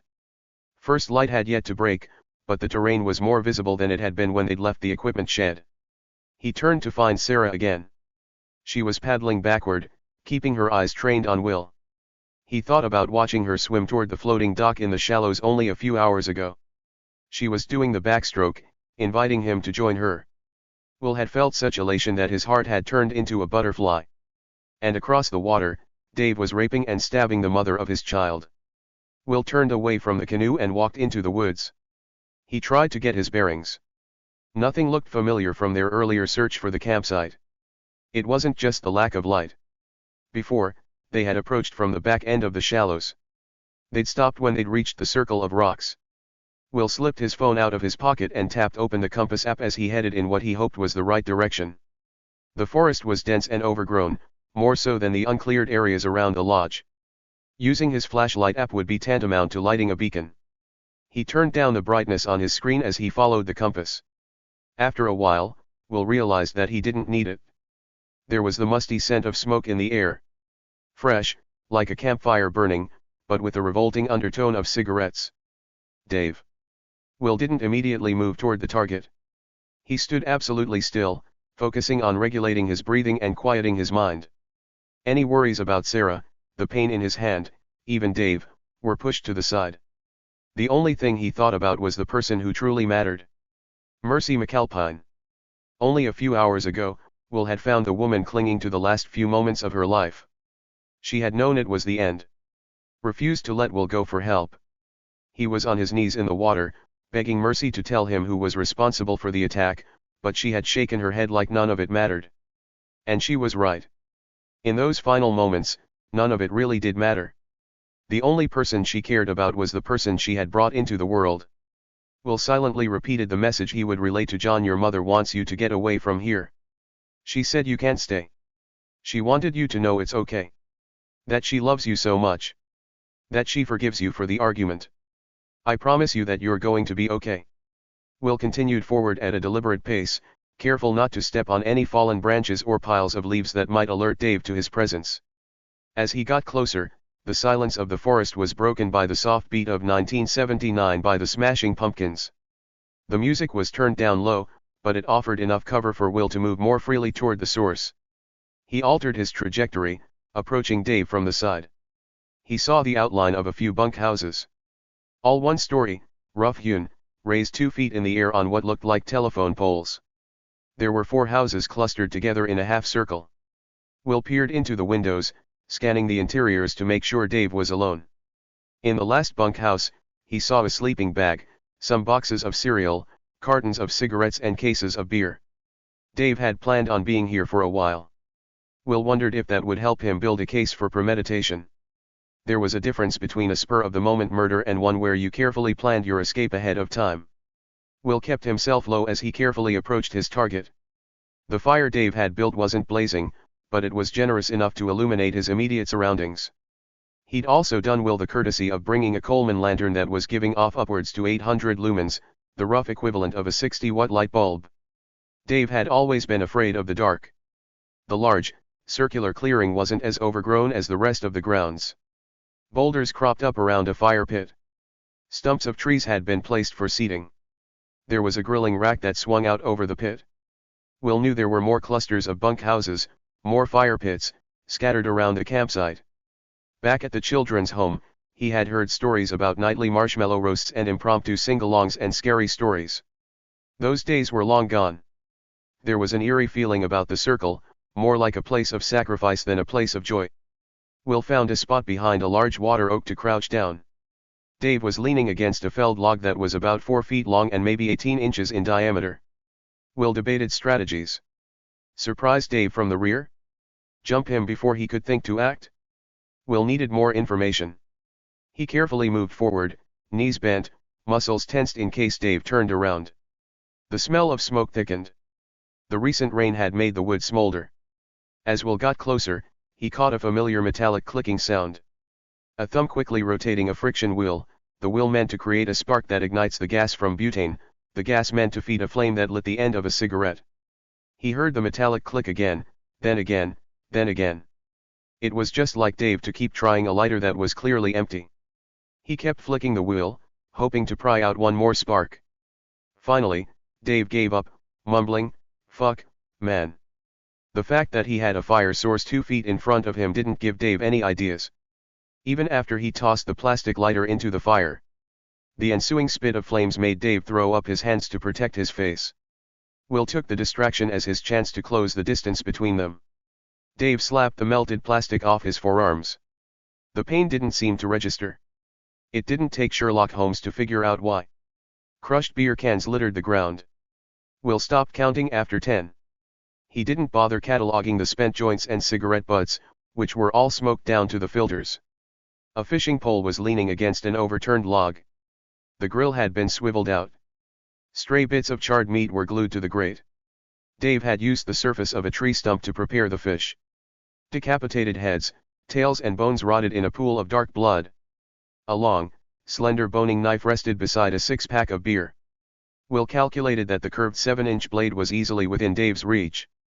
If the man heard a twig snap or the rustling of leaves or even got a bad feeling that someone was coming up behind him, all he had to do was reach out to the tree stump and he was armed with a lethal weapon. The question was, did Will meet him with his own knife? Will had the element of surprise. He wasn't drunk or stoned.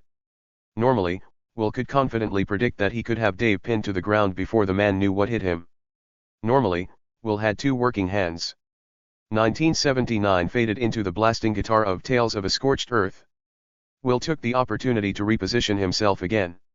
He wasn't going to sneak up on Dave. He was going to approach from the front like he'd followed the trail around the shallows and ended up here. Hopefully, Dave was too wasted to realize that the meeting wasn't a coincidence. The time for being stealthy had passed. Will spotted a downed branch on the forest floor. He lifted his foot and stepped on it. The steel-toe boot sounded like an aluminum bat cracking open a gourd. For good measure, Will let out a loud curse. Then he tapped his phone to turn on the flashlight. By the time Will looked back up, Dave already had the boning knife in his hand. He tapped his phone to pause the song. He stood slowly, scanning the forest with beady eyes. Will took a few more noisy steps, waving around his phone like he was a caveman who didn't understand how light worked. "Who's there?" Dave brandished the knife. He'd changed clothes since Will had seen him on the loop trail. His jeans were bleach-stained and torn. A bloody hand had swiped across his yellow t-shirt. He slashed the sharp blade through the air, demanding, "Show yourself." "Shit." Will filled his tone with disgust. "What the fuck are you doing out here, Dave?" Dave smirked, but he kept the knife raised. "What are you doing here, trash can?" "Looking for the campsite." "Not that it's your fucking business." Dave huffed a laugh. He finally lowered the knife. "You're fucking pathetic, man."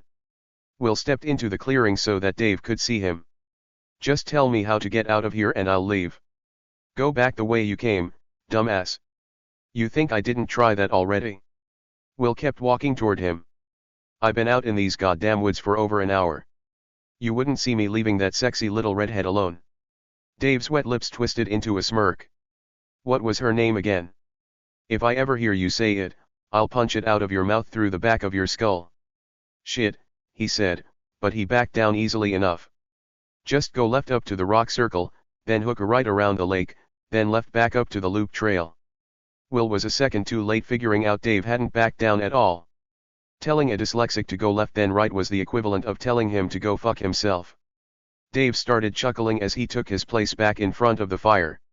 He leaned against the felled log, returned the boning knife to its place on the tree stump. Will could tell he expected that to be the end of it. Dave had spent a lifetime getting things wrong. The only question was, at what point did Will tell the man that he was a special agent with the GBI? Technically, nothing that Dave said before that moment, even if he outright confessed to killing Mercy, could be used against him in court. If Will was going to do this right, he had to establish a rapport, then slowly lead Dave into the truth. He asked, "You got any beer left?" Dave raised an eyebrow in surprise. The Will he knew from his childhood wasn't a drinker. "When do you get hair on your balls?" Will knew how to play this game. "After your mom sucked them dry." Dave laughed, reaching back to twist a beer off the six-pack. "Pull up a chair." Will wanted to keep some distance between them. Rather than sitting in front of the fire alongside Dave, he leaned his back against a boulder. He rested his phone beside his bad hand. He bent his knee to keep the bait knife in his boot close to his good hand. He had to be prepared if Dave decided to put up a fight. Dave didn't seem like he was thinking about fighting. He was too busy looking for ways to be an asshole. He could have tossed the can of beer to Will, but he spiraled it like a football. Will caught it in one hand. He opened it one-handed, too, making sure the spray hit the fire. Dave nodded, clearly impressed. "What happened to your hand? You get a little too rough with your lady? She looks like a biter." Will held back the response that wanted to come. He had to put it all aside, the sense of betrayal and fury that still festered from their childhoods. The disgust over what kind of man Dave had turned out to be. The brutal way he had murdered his wife. The fact that he had abandoned his son to pick up the pieces. Instead, Will held up his bandaged hand, saying, "Cut it on a piece of broken glass at dinner." "Who patched you up? Was it Papa?" Dave clearly enjoyed the cruelty of the joke. He stared into the fire with a smug grin on his face. His hand went under his shirt as he scratched his belly. Will could see deep gouges where someone had scratched him. There was another scratch on the side of his neck. By all evidence, he had recently been in a violent altercation. Will placed the can of beer on the ground beside his boot. He rested his hand beside it, making sure the bait knife was in reach. The best case scenario would leave it tucked inside his sock. A lot of cops thought the way you met violence was with violence. Will wasn't one of those cops. He wasn't here to punish Dave. He was going to do far worse than that. He wanted to arrest him. To put him in jail. To make him suffer through the stress and helplessness of being a defendant in a criminal trial. To let him have that boundless sense of hope that he might possibly get away with it? To see the crushing look on his face when he realized that he hadn't? To know that he would have to scramble and claw every day for the rest of his life because inside the prison walls, men like Dave were always at the bottom of the pyramid. And none of that took into account the death penalty. Dave let out a pained sigh to fill the silence. He picked up a stick. Stoked the fire. He kept glancing over at Will, waiting for him to say something. Will wasn't going to say something. Dave waited less than a minute before he let out another pained sigh. You keep up with anybody from back then? Will shook his head, though he knew a lot of their former housemates had ended up in prison or in the ground. What happened to Angie? I don't know. Will felt his hands wanting to clench into fists, but he kept both of them resting on the ground. We were married a few years. Didn't work out. She fuck around on you. Will knew Dave already had the answer. What about you and Mercy? Shit. Dave poked at the fire until it sparked. She never ran around on me. Had it too good at home. Will forced out a laugh. Sure.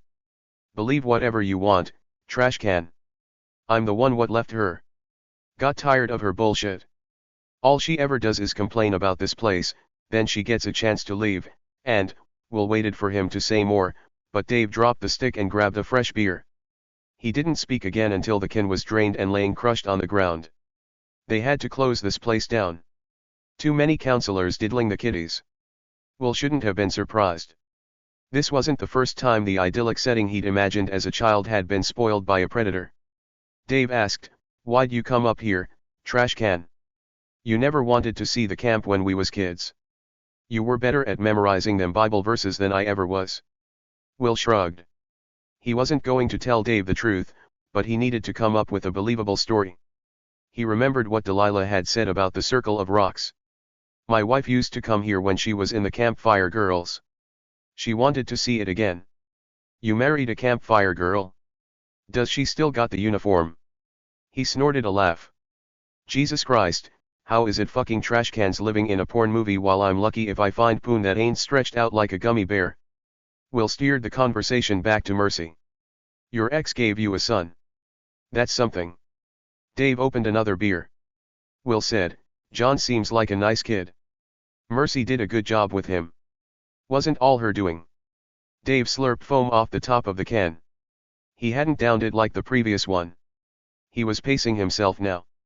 John always knows where to find me. He's gonna make a fine man one day. Good looking too. Probably catching up like his daddy at that age. Will ignored the dig, which was clearly meant to invoke Angie. You ever think you'd end up married? Shit no. Dave's laugh was filled with a tinge of bitterness. Being honest, I thought I'd be dead by now. It's dumb luck I made it up here from Atlanta without some pervert picking me up on the side of the road and trafficking me to Florida. Will knew he was trying to brag about running away. You hitched. Sure did. It's not a bad place to hide out. Will made a show of looking around the campsite. When you disappeared, I told them this was where you'd go. Yeah, well. Dave cocked back his elbow on the log. Will tried not to react. Dave had managed to position his hand closer to the knife. Whether this was intentional or not remained to be seen. Dave said, I knew who I was the first time I came up here on that church bus, you know? Like, I could fish and hunt and feed myself. Didn't need nobody looking after me. I wasn't built for living in a city. I was a rat down there. I'm a mountain lion up here. Do what I want. Say what I want. Smoke what I want. Drink what I want. Nobody can fuck with me. It sounded great until you understood his freedom came at a price that Mercy had paid. You were lucky the McAlpines took you in. There were good days and bad days, Dave said, always teasing out a bad story. Biddy, she's an angel. But Papa? Shit, he's a mean motherfucker. Used to beat the hell out of me with his leather belt. Will was not surprised to hear that Cecil McAlpine had been physically abusive. He didn't care if the belt slipped and I got whacked with the buckle. I used to get these big welts all over my ass and down my legs. Couldn't wear shorts cause I didn't want the teachers to see. All I needed was them dragging me back to Atlanta. They could have placed you up here. Didn't want it, he said. Biddy needed the money from the state just to put food on the table. I couldn't abandon her, especially to him.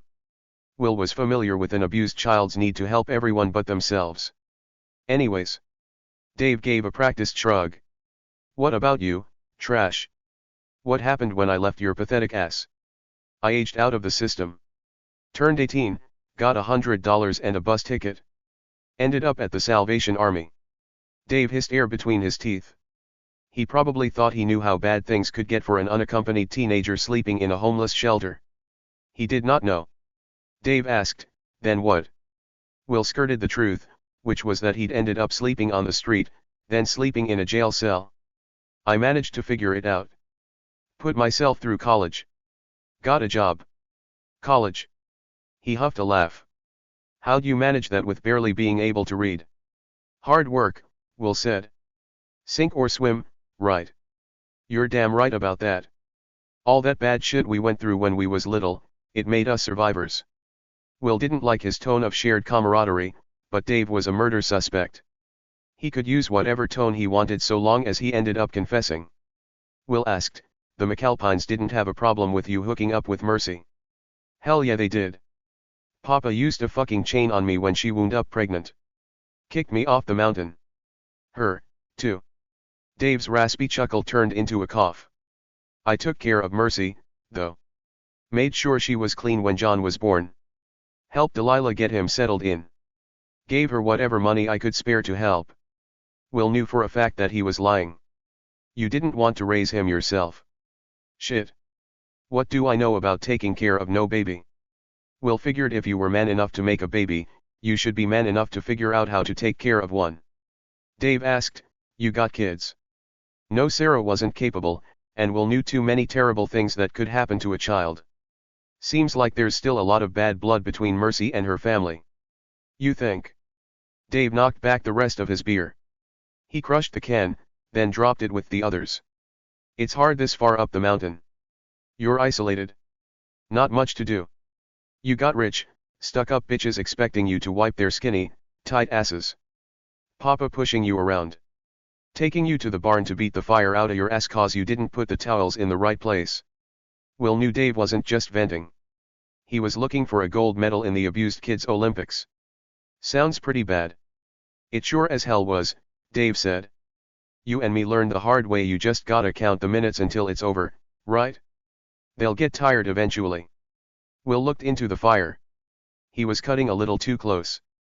This is why we lie, Dave said. You tell this shit to a normal person, they can't take it. Will kept his eyes on the flames. He couldn't find the words to change the subject.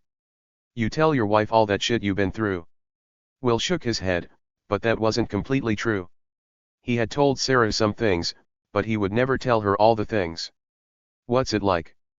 Dave waited for Will to look up. Your wife, she's normal, right? What's that like?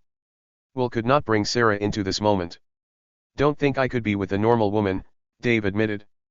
Mercy, she came to me damaged. I knew what to do with that. But fuck, a campfire girl? And a school teacher? How the hell do you even make that work? Will shook his head again, but in truth, things had been hard with Sarah at first. He'd kept waiting for the games, the emotional manipulation. He couldn't accept that she would listen to him and try to understand instead of collecting his secrets like razor blades she could use to slice him open later on. She's smoking hot. I'll give you that. But hell, I couldn't be with somebody that perfect. Does she even fart? Will couldn't stop himself from laughing, but he didn't answer. Gotta be a gentleman, huh? Dave reached for his pack of cigarettes. That's the other part I couldn't swing. I need a gal knows how to scream when I grab her by the hair. Will pretended to drink from his can of beer. His words had put Will back at the lakeshore by the bachelor cottages. The way Mercy's hair had spread out in the water. Blood had swirled around her body like dye. She had clutched Will's shirt collar, keeping him beside her instead of letting him find help. John. Will put both his hands back on the ground, anchoring himself. Why'd you come find me on the trail yesterday? Dave shrugged as he dug around for another lighter in his pocket. I don't know, man. I do shit and I look back at it and I can't tell you why. You asked me if I was still carrying around a grudge against you. And I honestly never thought about you after you ran away. That's good, trash, 'Cause I never thought about you, neither. To be honest, I would have totally forgotten about you again. Will tested the waters. Except for what you did to Mercy. Dave didn't react at first. He shook the lighter. The flame caught. He touched it to the tip of the cigarette. He blew a jet of smoke in Will's direction. He asked, "Did you follow me?" Will had only seen Dave once before Mercy's death. He was waiting for Will on the loop trail. Will had given him to the count of 10 to leave. "You mean, did I follow you after you ran off with your tail between your legs?" "I didn't run off, dumbfuck. I chose to walk away." Will said nothing, but it made sense that Dave would slink away from Will, then find Mercy to take out his anger on. "Shit, I know you followed me, you pathetic asshole," Dave said. "I sure as hell know Mercy didn't tell nobody. She's a lot of things, but she ain't no snitch." Will noticed he was still talking about Mercy in the present tense. "You sure about that?" "Hell yeah, I'm sure." Dave smoked. He was nervous.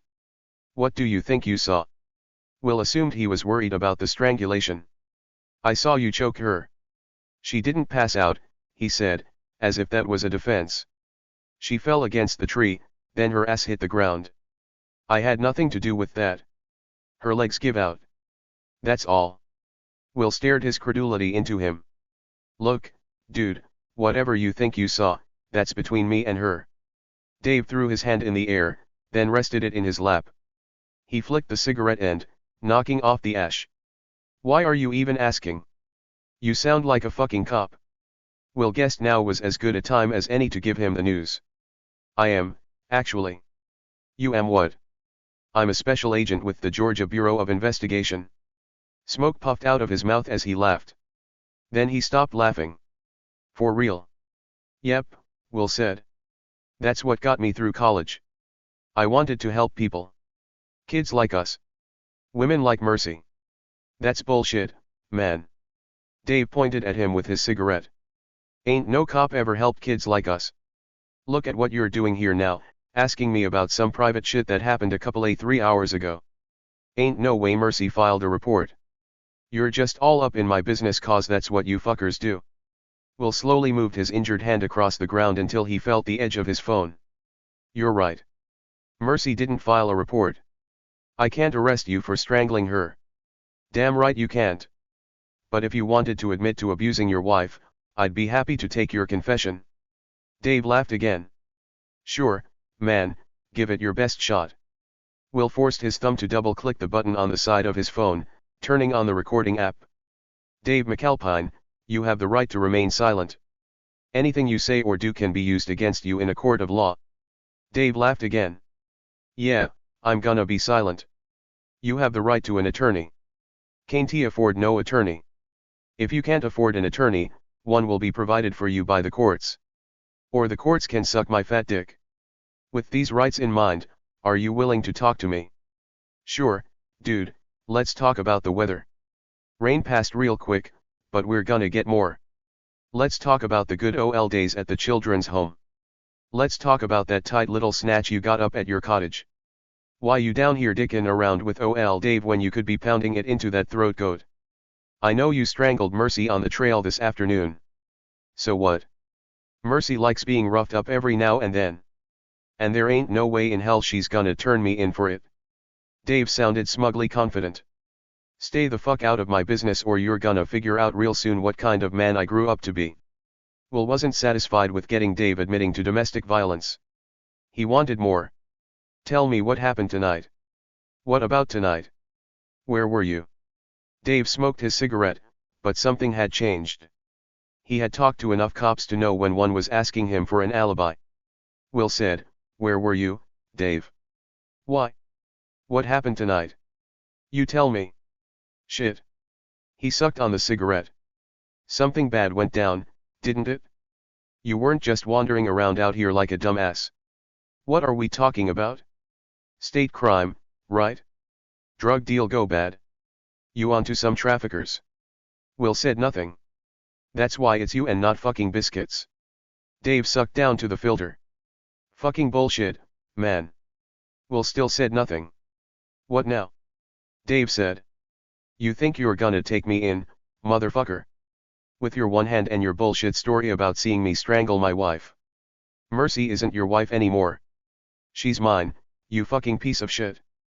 Mercy belongs to me. I can do whatever the fuck I want to her. What'd you do to her, Dave? None of your goddamn business. This is some bullshit. He flicked his cigarette into the fire. He didn't yank another beer off the pack. He didn't rest his hand in his lap. He leaned back again, resting his elbow on the log, putting the boning knife within easy reach. This time, the movement was clearly deliberate. Dave tried to pretend that it wasn't. Get out of here with your bullshit. Why don't you get out of here with me? Dave snorted again. He wiped his nose with his arm, but it was only an excuse to put himself closer to the boning knife. Will ignored the searing pain in his injured hand as he gripped it into a fist. He used his good hand to push up the leg of his pants so the handle of the bait knife was out in the open. Dave said nothing. He just licked his lips, eager to get things started. This was what he'd been wanting from the second he'd spotted Will on the loop trail. In truth, maybe Will had wanted it, too. They both stood up at the same time. The first mistake people made in a knife fight was that they worried too much about the knife. Which was fair. Being stabbed hurt like hell. Belly wounds could put a clock over your grave. A straight shot to the heart could send you there quicker. The second mistake people made in a knife fight was the same mistake most people made in any type of fight. They assumed it would be fair. Or at least that the other person would play fair. Dave had been in his share of knife fights. He clearly knew the two mistakes. He kept the boning knife straight out in front of him while he reached for the switchblade in his back pocket. His plan was clever enough. Distract Will with one knife while he plunged in the other. Fortunately, Will had his own clever plan. He knew that Dave's primary concern was the bait knife. He wasn't thinking about Will's injured hand. He hadn't noticed that Will had grabbed a handful of dirt. Which was why he was so surprised when Will slashed it into his face. Fuck. Dave staggered back. He dropped the boning knife, but muscle memory kept his dominant hand in play. Nadine had been wrong about the switchblade, which only required the push of a button to release the blade. Dave carried a butterfly knife. It served as both a lethal weapon and a distraction. Two metal handles folded like a clamshell around a sharp, narrow blade. Opening it with one hand required a quick figure-8 movement of the wrist. You pinched the safe handle with your thumb and fingers while you flipped the latched handle over your knuckles. Then you rotated the safe handle, swung the latch handle over your knuckles again, flipped it back home, and you ended up wielding a 10-inch long knife. Will didn't give a shit about the knife. He swung back his leg and drove his steel-toe boot straight up into Dave's groin. January 16, 2014. Dear John. I've had you back with me for 3 years now, which means there are gonna be more years of us being together than years that we were apart. I know it's been a long time since I wrote you a letter, but maybe it'll be easier if I tell myself it's only going to be once a year, especially since it seems like January is the month my life always gets turned upside down. I'm choosing January 16th because that's what I think of as your gotcha day. I'm gonna be honest and tell you I got that phrase from Aunt Delilah. She's got a ton of dogs and who knows when their actual birthdays are, but she calls the day they came to live with her their gotcha day. So 3 years ago is your gotcha day, the day I brought you back to the mountaintop to live with me so I could be your full-time mother. Not that you're a stray dog, but I was just thinking about it because this morning I was missing her. I know that's stupid to say since Delilah's the one that took you from me to begin with, and I had to fight something fierce to get you back, but Delilah was always the one I ran to when things got bad. And things are really bad now. The truth is, not a day goes by that I don't think about drinking and drugging, but then I think about you and our lives together and I don't do it. The thing is, something bad happened with your daddy over the holidays and before I knew it, I was at the liquor store buying a bottle of Jack. Couldn't even wait to get home. I just popped the top in the parking lot and nearly downed the whole thing in a couple of gulps. It's funny how you don't even taste it after a while. You just feel the burn and then your head swims, and I'm not ashamed to say it's been so long since I got my drink on that I threw it right back up. There was a time maybe when things were bad enough that I'd get that alcohol back in me one way or another, but that wasn't this time. I threw the bottle in the trash. Then I sat in the car a long while and thought about what brought me there. Your daddy almost killed me is the plain way of saying it. It was New Year's Eve and he threw himself a big party and smoked a lot of meth, which he's done before, but this must have been a bad batch. He was like a possessed devil and it scared the shit out of me. He was tearing around trashing the trailer and I was yelling back at him, which I probably shouldn't have done, but baby I'm so damn tired. Your daddy isn't a bad man, but he can do some bad things. He'll get a little money in his pocket and bet it on a Hail Mary or party all week and then it's gone. Then he'll blame me for not stopping him from blowing through all his money. Then he'll bug me until I give up whatever cash I got stashed away, even if it means we can't buy groceries or keep the power turned on, and none of this is the worst of it, cause on top of it all he's been cheating on me. I mean he's cheated on me before, but this time he chose a girl I work with. Who I thought was my friend. Not a friend like Gabby, but a friend anyway that I could talk to and pass the time with. The both of them thought they were so damn clever sneaking around right under my nose, but I could tell something was going on. I just held my tongue because your daddy was only doing it to hurt me, and God knows we've been here before, but I wasn't up for going through the same thing again where he cheats on me then begs me to come back and then once I'm back he cheats again. What he did this time was, he made sure he was fucking her in one of the motel rooms I was assigned to clean. The schedule is on our fridge he sees every time he gets himself a beer, is how I know he knew. She knew, too, because her name is on the damn schedule. And there they both were fucking up a storm in that very room when I walked in with a bunch of towels and sheets in my hands. I know your daddy was expecting me to blow my top, but I didn't. I just didn't have it in me to say anything. I ain't never seen him so shocked as when I just backed out of that room and shut the door like it didn't matter. And being honest, it didn't. I told you this has happened before with the cheating, but it was only this time that I could see things had changed. And when I say changed, I mean inside me. You'll see that as you get older sometimes you can look back and see a pattern. The pattern with your daddy was, he cheats, I find out, there's a blow up and a beat down and then he turns sweet in case I get any ideas about leaving. This time, we skipped the blow up and the beating and went straight to your daddy being sweet. Taking out the trash, picking his clothes up off the floor, even cranking my car in the morning so it'd be warmed up for me. One day I caught him singing to you and it was real pretty but it stopped as soon as I left the room. See, I didn't give him the reaction he wanted, which was to throw myself at his feet and beg him to stay. I don't know what it is about your daddy that's so broken inside, and it's hard to explain, but what he wants most in the world is for people to get desperate enough that all they got left is to cling to him. And then when they're clinging, he hates them for it. What kept me going this time was I promised myself that you and me would be out of that godforsaken trailer by the end of January. But I wasn't gonna be a sneak about it. Sneaking is your daddy's territory. I thought about this a lot, and I had it set in my mind that the right thing to do was to tell him we were leaving instead of packing up all our shit and moving out while he was gone. Anyway, it wasn't like I could really get away from him since we live in the same damn town. Also, there's you. I can't stand being around him anymore, but Dave is still your daddy, and I'm not gonna take you away from him no matter what terrible things he does to me. Anyway, he'll tell you I was a bitch for leaving him, but I want you to know I didn't plan on being a bitch. I wanted to keep it civil. So I brought him a beer and sat him down on the couch and said that he needed to listen to me cause I had something important to say.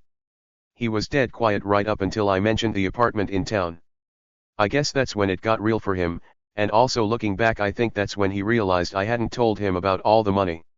He asked me how much the deposit was, did it come furnished, where I'd park, did you have your own room, that kind of thing. Which I stupidly at the time took to mean he wanted to make sure it was safe for you and me. I made a point of promising him that he could come by and see you whenever he wanted. I said a couple or 3 times how important he is to you, that I always want you to have your daddy in your life. Which is true, because I'm saying the same thing to you in this letter. What he wanted to know next was about child support and that kind of thing, which honest to God I hadn't even considered. Ain't no judge alive who can get money out of Dave's pocket. He'll either go to prison or his grave before he parts with a penny, even for somebody he loves. Even if that somebody is you. Anyway, he was real calm through all of it, smoking and nodding and drinking and not saying much more than those questions. Then when I went quiet, he asked me if I was finished talking. I said yes. He put out his cigarette. And then he went fucking nuts. I'm not gonna lie. I was expecting him to punish me, so I was prepared for the beatdown that was coming. Your daddy ain't creative when it comes to hurting me, but there are a couple things he's never done before that he did that night. One was he pulled out his knife. The other was he choked me. Now when I read back through that, it makes it sound like he was gonna use his knife on me. That ain't true. He was gonna use it on himself. And while I sure as hell don't want to be married to him anymore, I don't want your daddy to die, especially by his own hand. The Lord turned his back on me a long while ago, but I know for damn sure he doesn't forgive people who take their own lives, and I would never wish eternal hell on your daddy. That's why I nearly lost it when I saw that blade draw blood from his neck. I was on my knees on the floor begging him not to do it.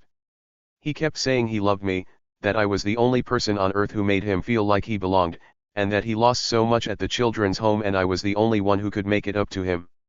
I don't know if any of this is true, but what I do know is we were both crying our eyes out by the time he finally put the knife down on the coffee table. All we could do was hold each other for a good long while. I would have said anything to stop him from killing himself. I kept telling him I loved him, that I would never leave him, that we would always be a family.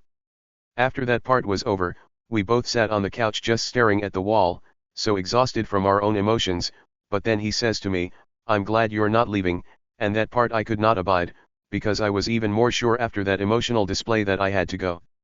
What I said was I would always be there for him. That I will always love him, and that I just wanted him to be happy.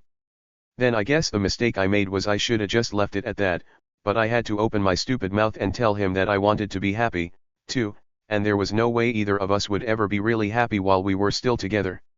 I have never seen your daddy move as fast as he did then. Both his hands went around my neck. The scary thing was, he wasn't even yelling. I've never heard him be so quiet. He was just watching me, his eyes all bugged out as he strangled me. I felt like he wanted to kill me. And maybe he thought he did kill me. I don't wanna be woo-woo about this, cause I'm not psychic or anything, but I would swear to you on a stack of Bibles that even after I passed out, I knew what was going on.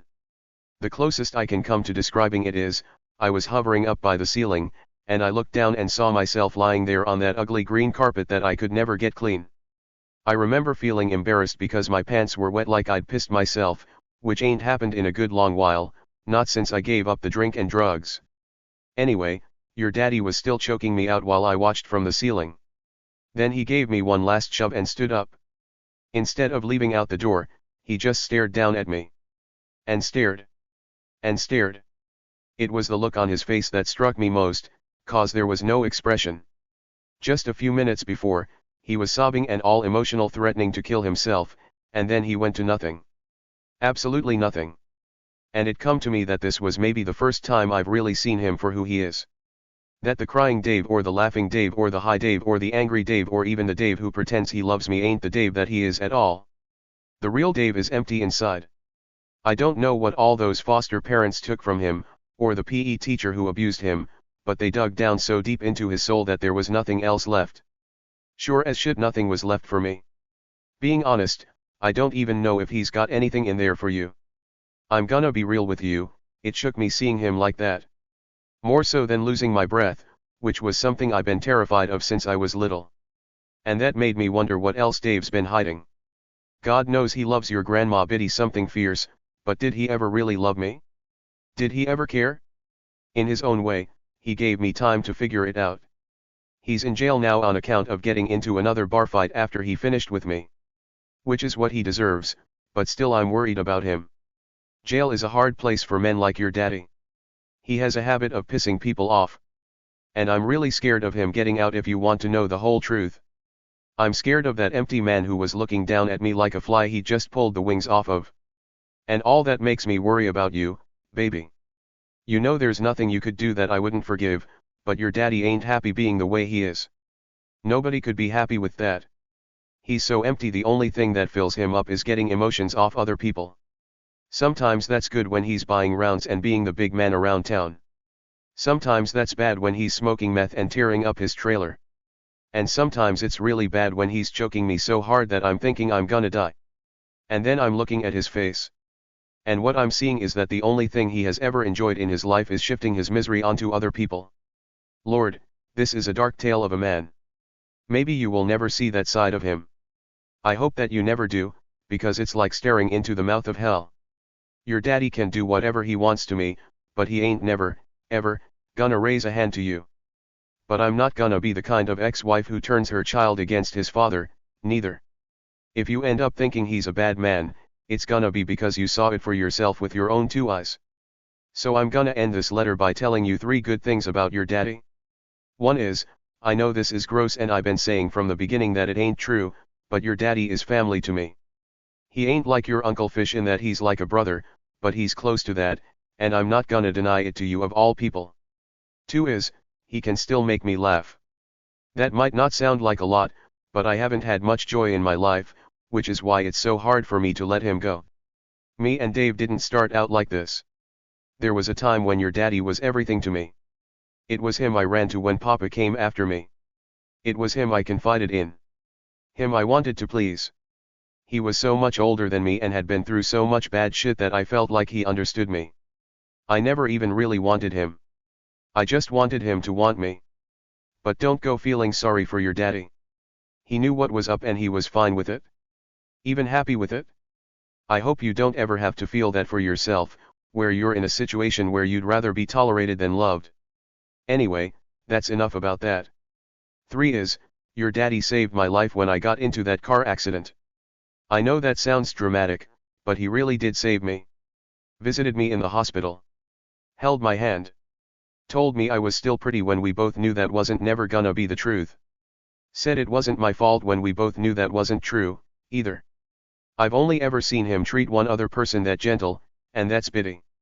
Honestly, I think I've been chasing that version of Dave ever since. Anyway, I don't want to dig too far into that part in my misery, but let's just say your daddy stepped up. So that's what I want you to know about him, especially that third thing. And that's probably why a part of me will always love him, even though I'm pretty sure that one day he's gonna kill me. I love you forever, Mama. 11. Faith Mitchell stared at the clock on the wall. 5:54 in the morning. Exhaustion had slammed into her body like a tank that was on fire. She had been fueled by a sense of urgency as she'd battled her way through horrendous traffic to get here, but all of that had come to a screeching halt inside the waiting room of the Dillon County Sheriff's Office. The front door had been unlocked, but no one was at reception. No one had answered her knock on the locked glass partition or appeared when she rang the bell. No cruisers were parked in the empty lot. No one was answering the phone. For the millionth time, she looked at her watch, which was 22 seconds ahead of the clock on the wall. Faith stood on the chair to move the second hand forward. If someone was watching her through the security camera in the corner, she hoped that they would call the police. No such luck. Douglas Biscuits Harchern had told Faith to meet him at the station, but that had been 23 minutes ago. He hadn't returned multiple calls and texts. Will's phone was either out of range or his battery had died. Sarah's went straight to voicemail. No one was answering the phone at the McAlpine Family Lodge. According to their website, the only way into the place was to hike up a mountain, which sounded like a punishment that was meted out to the Von Trapp children before Maria showed up with her guitar. All that Faith could do was pace back and forth across the room.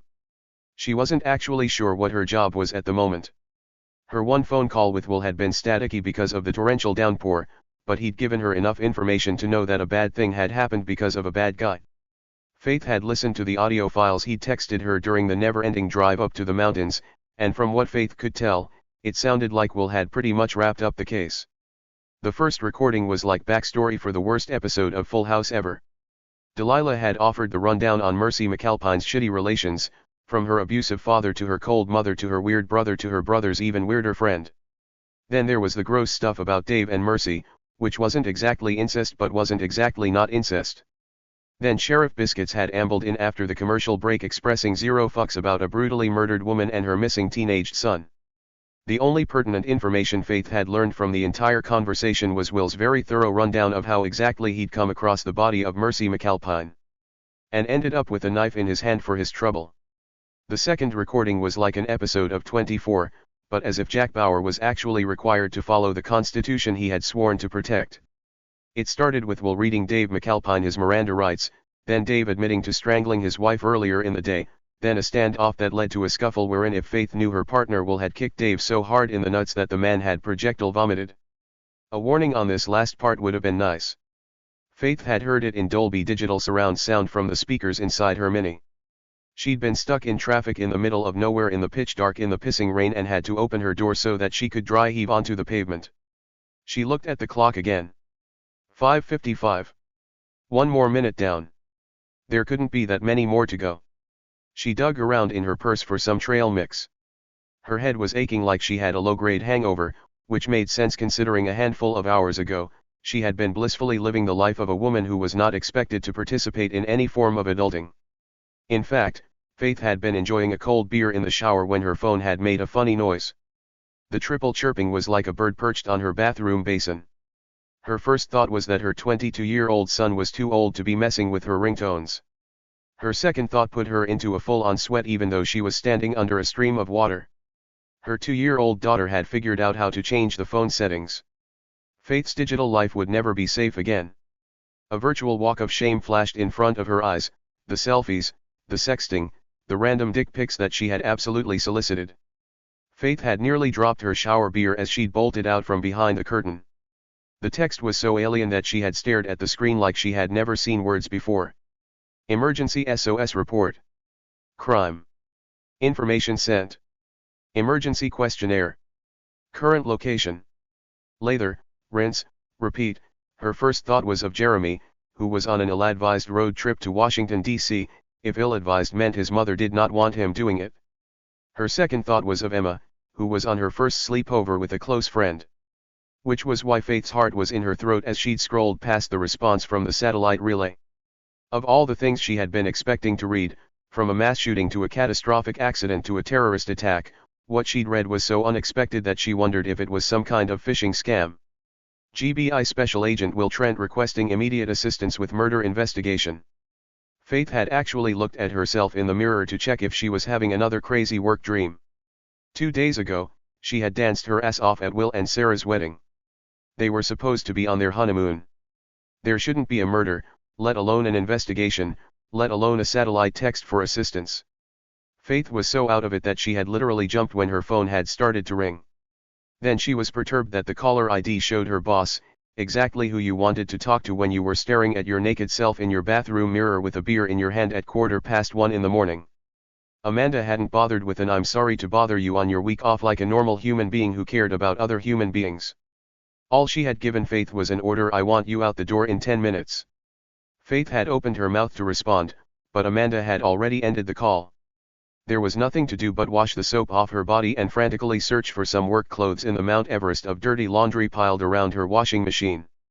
And here she was 5 hours later doing fuck all. Faith looked at the clock again. She'd shaved off another minute. She thought of all the things she could be doing right now. Laundry, for one, because her shirt was gamey. Drinking another shower beer. Rearranging her spice cabinet while she listened to NSYNC as loud as she wanted.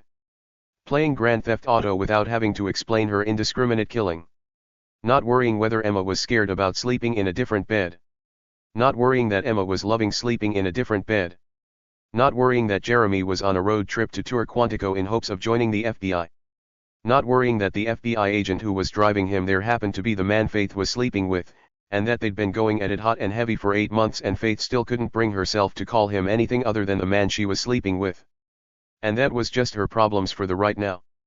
Faith had planned on using her week-long holiday to give her sainted mother a break from babysitting Emma. And to remind her daughter that she actually had a mother. Faith had overscheduled the time like she was cramming for a test, booking an afternoon tea at the Four Seasons, signing up for face painting lessons and pottery painting lessons, buying tickets to the Center for the Puppetry Arts, downloading a kid's audio tour of the Botanical Gardens, looking into trapeze lessons, trying to find her phone started to ring. "Thank God," Faith shouted into the empty room. This was not a good time to be trapped with her own thoughts. "Mitchell. Why are you at the sheriff's office?" Amanda demanded. Faith suppressed a curse. She wasn't happy that Amanda could track her phone. "The sheriff told me to meet him at the station. He's at the hospital with the suspect." Amanda's tone of voice indicated this was a well-known fact. "It's directly across the street. Why are you dawdling?" Yet again Faith opened her mouth to respond just as Amanda ended the call. She grabbed her purse and left the cramped waiting room. Pink clouds tinted the sky. Twilight had finally broken. The street lights were powering down. She took a deep breath of morning air as she picked her way across the railroad tracks that bisected the small downtown area. The city of Ridgeville was not much to write home about. A one-story, 1950s strip mall stretched from one end of the block to the other and was filled with tourist-trappy businesses like antique shops and candle stores. Ridgeville Medical was 2 stories of cinder block and glass, the tallest building as far as the eye could see. The parking lot was filled with pickup trucks and cars that were older than Faith's son. She spotted the sheriff's cruiser by the front door. Faith. Fuck. Faith jumped so hard she almost dropped her purse. Amanda had come out of nowhere. Watch your language, Amanda said. It's not professional. Faith guessed this was her origin story for saying fuck the rest of her life. What took you so long? I was trapped behind an accident for 2 hours. How did you get past? How did you not? Amanda's phone buzzed. She showed Faith the top of her head as she looked down at the screen. Her perfectly coiffed salt and pepper hair was spiraled into its usual helmet. There was nary a wrinkle on her skirt and matching blazer. Her thumbs were a blur as she responded to a text that would be one of the thousands she received today. Amanda was a deputy director at the GBI, responsible for hundreds of employees, 15 regional offices, 6 drug enforcement offices, and over a half-dozen specialized units that were active in all 159 of Georgia's counties. Which begged the question from Faith, what are you doing here? You know I can handle this. Amanda's phone went into her jacket pocket. The sheriff's name is Douglas Harchern. His father was on the job for 50 years until a stroke forced him into retirement 4 years ago. Junior ran unopposed for the office. He seems to have inherited his father's dislike of the agency. I was given a hard no when I offered to take over the case. They call him Biscuits, Faith supplied. Which is good, because I keep wanting to say Doug laughed like Mr. Dink. Do I look like a person who would enjoy that reference? Amanda looked like a person who was walking into the hospital. Faith followed her into the waiting room, which was packed with misery. All of the chairs were filled. People were leaning against the walls as they silently prayed for their names to be called. Faith had a flashback to her own early morning jaunts to the emergency department with her children. Jeremy had been the type of baby who could scream his way into a high fever. Fortunately, Emma had come along around the time Will had met Sarah. There was something to be said for having a pediatrician as a close friend. Which reminded Faith, where's Sarah? She's in lockstep with Will, as usual. Not exactly an answer, but Faith was over trying to poke that bear. Plus, Amanda was already opening the door to the back, despite the sign that warned staff only. They were met with even more misery. Patients were parked on gurneys along the hallway, but Faith didn't see any nurses or doctors. They were probably behind the closed-off curtained areas that served as rooms. She could hear Amanda's kitten heels stabbing the laminate tiles over the staccato of heart monitors and respirators. Faith silently tried to puzzle out why Amanda had driven 2 hours at dark 30 to come to a podunk town for an already solved murder case that was well below her pay grade. Hell, it was even below Faith's paltry pay grade.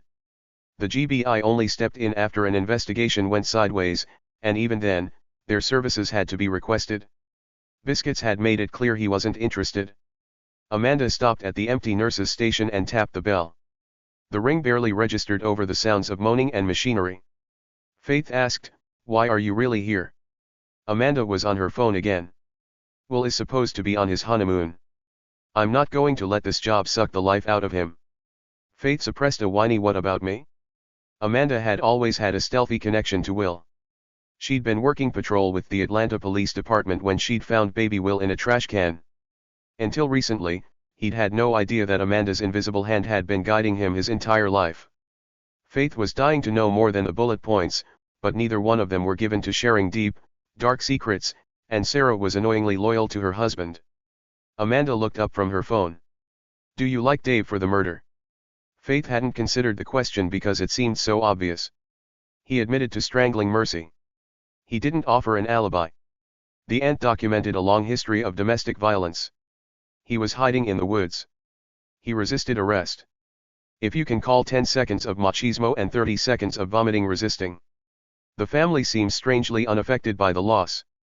Faith guessed that meant Amanda had listened to Will's audio files, too. Faith had spent so much time listening to them in the car that she'd practically memorized some of Delilah's observations. The aunt says there's a solid money motivation. She described Mercy's brother as serial killer collecting women's panties reclusive. She called her own brother an abusive asshole.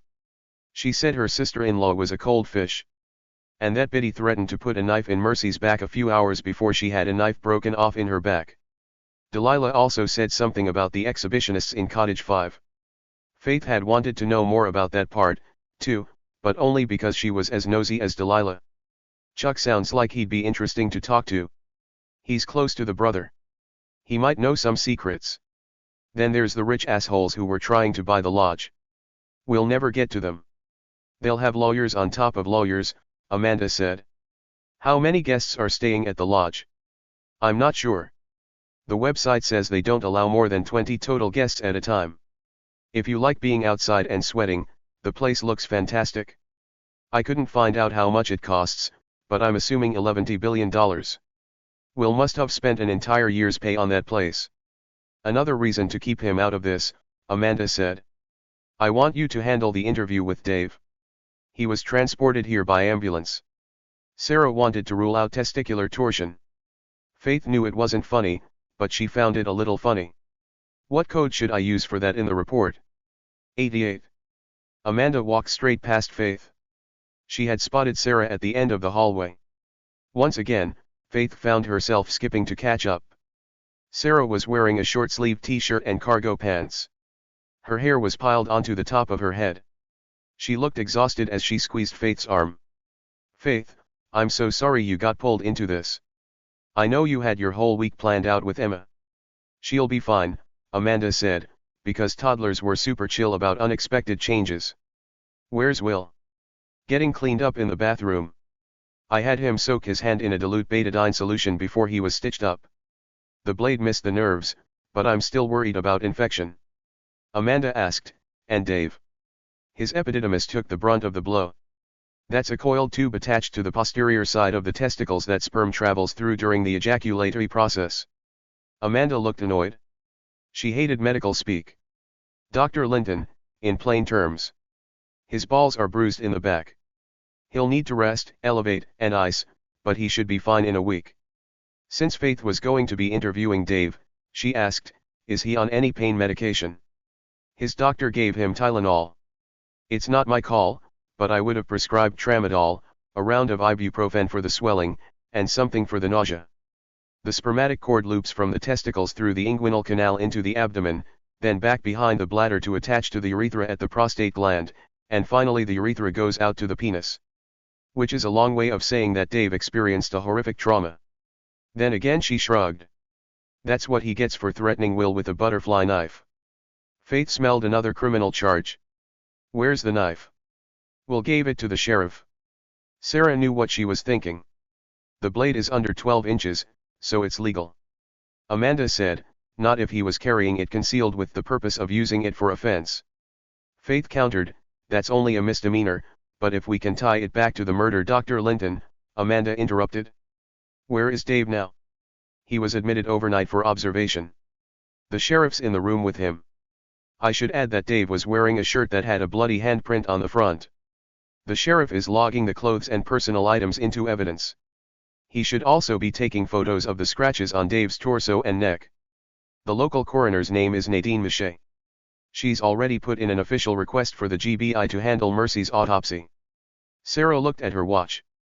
Nadine should be retrieving Mercy's body from the cottage soon.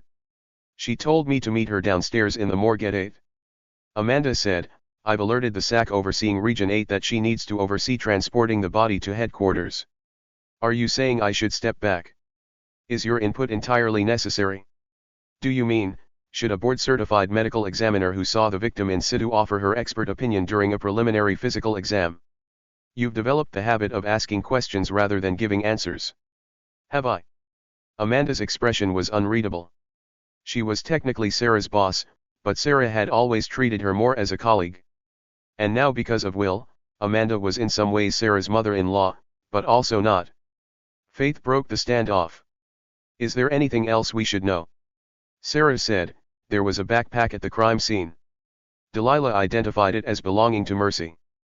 Fortunately, the nylon was coated with a fire-resistant chemical. The contents could be interesting. Mercy packed some toiletries and clothes, plus a notebook. Faith's second wind stirred. What kind of notebook? Composition, something a kid would take to school. Did you read it? The pages were soaked, so it'll have to go to the lab for processing. I'm more interested in where Mercy was going. It was the middle of the night. She'd had a very public blow-up with her son earlier in the evening. Why was she leaving? Where was she going? How did she end up at the lake? Nadine pointed out that there were plenty of empty cottages if Mercy needed a break from her family. How many? Faith asked. The number is irrelevant, Amanda said. Focus on getting a confession out of Dave. That's how we wrap this up quickly. Correct, Dr. Linton. The Dave part, at least. Sarah looked at her watch again. Delilah should be outside by now. We're going to look for John. Amanda asked, does that seem like a good way to spend your honeymoon? Yes. Amanda kept her eyes on Sarah for a moment longer, then turned and walked away. Faith. Faith guessed that was her cue that they were leaving. She pumped her fist in solidarity with Sarah before jogging to catch up again. She told Amanda, you have to know Sarah's not going to let a teenager who just lost his mother disappear off the grid. Jeremy was self-sufficient by the age of 16. Jeremy had eaten so much cheese at the age of 16 that Faith had been forced to seek medical intervention. Teenage boys aren't as resilient as you think. Amanda bypassed the elevators and took the stairs. Her mouth was set in a tight line. Faith wondered if she was thinking about Will at that age, but then she reminded herself there was no use trying to get inside Amanda's head. She tried to focus her brain on interviewing Dave instead. During the 2 hours she'd been parked on the interstate, Faith had taken the time to look up David Harold McAlpine's criminal record. His juvenile file was sealed, but there were plenty of charges on his adult sheet, all of them the types of crimes you'd expect from an addict who beats his wife. Dave had been in and out of jail for various offenses, from bar fights to stealing cars to boosting baby formula to drunk driving to domestic violence. Very few of the charges had stuck, which was curious, but unsurprising. Like Amanda, like Faith's own mother, Faith had started her career as a beat cop with the Atlanta Police Department. She knew how to read between the lines of a rap sheet. The explanation behind the repeated failures to prosecute DV charges successfully was obvious. Mercy had refused to testify. The curious lack of serious consequences on the other offenses pointed to a man who indiscriminately snitched on his fellow inmates in order to get his ass out of jail or keep himself from going to big boy prison. That's where the unsurprising part came in. A lot of men who beat on their wives were remarkably petty cowards. Amanda pushed open the door at the top of the stairs. Faith joined her a few seconds later.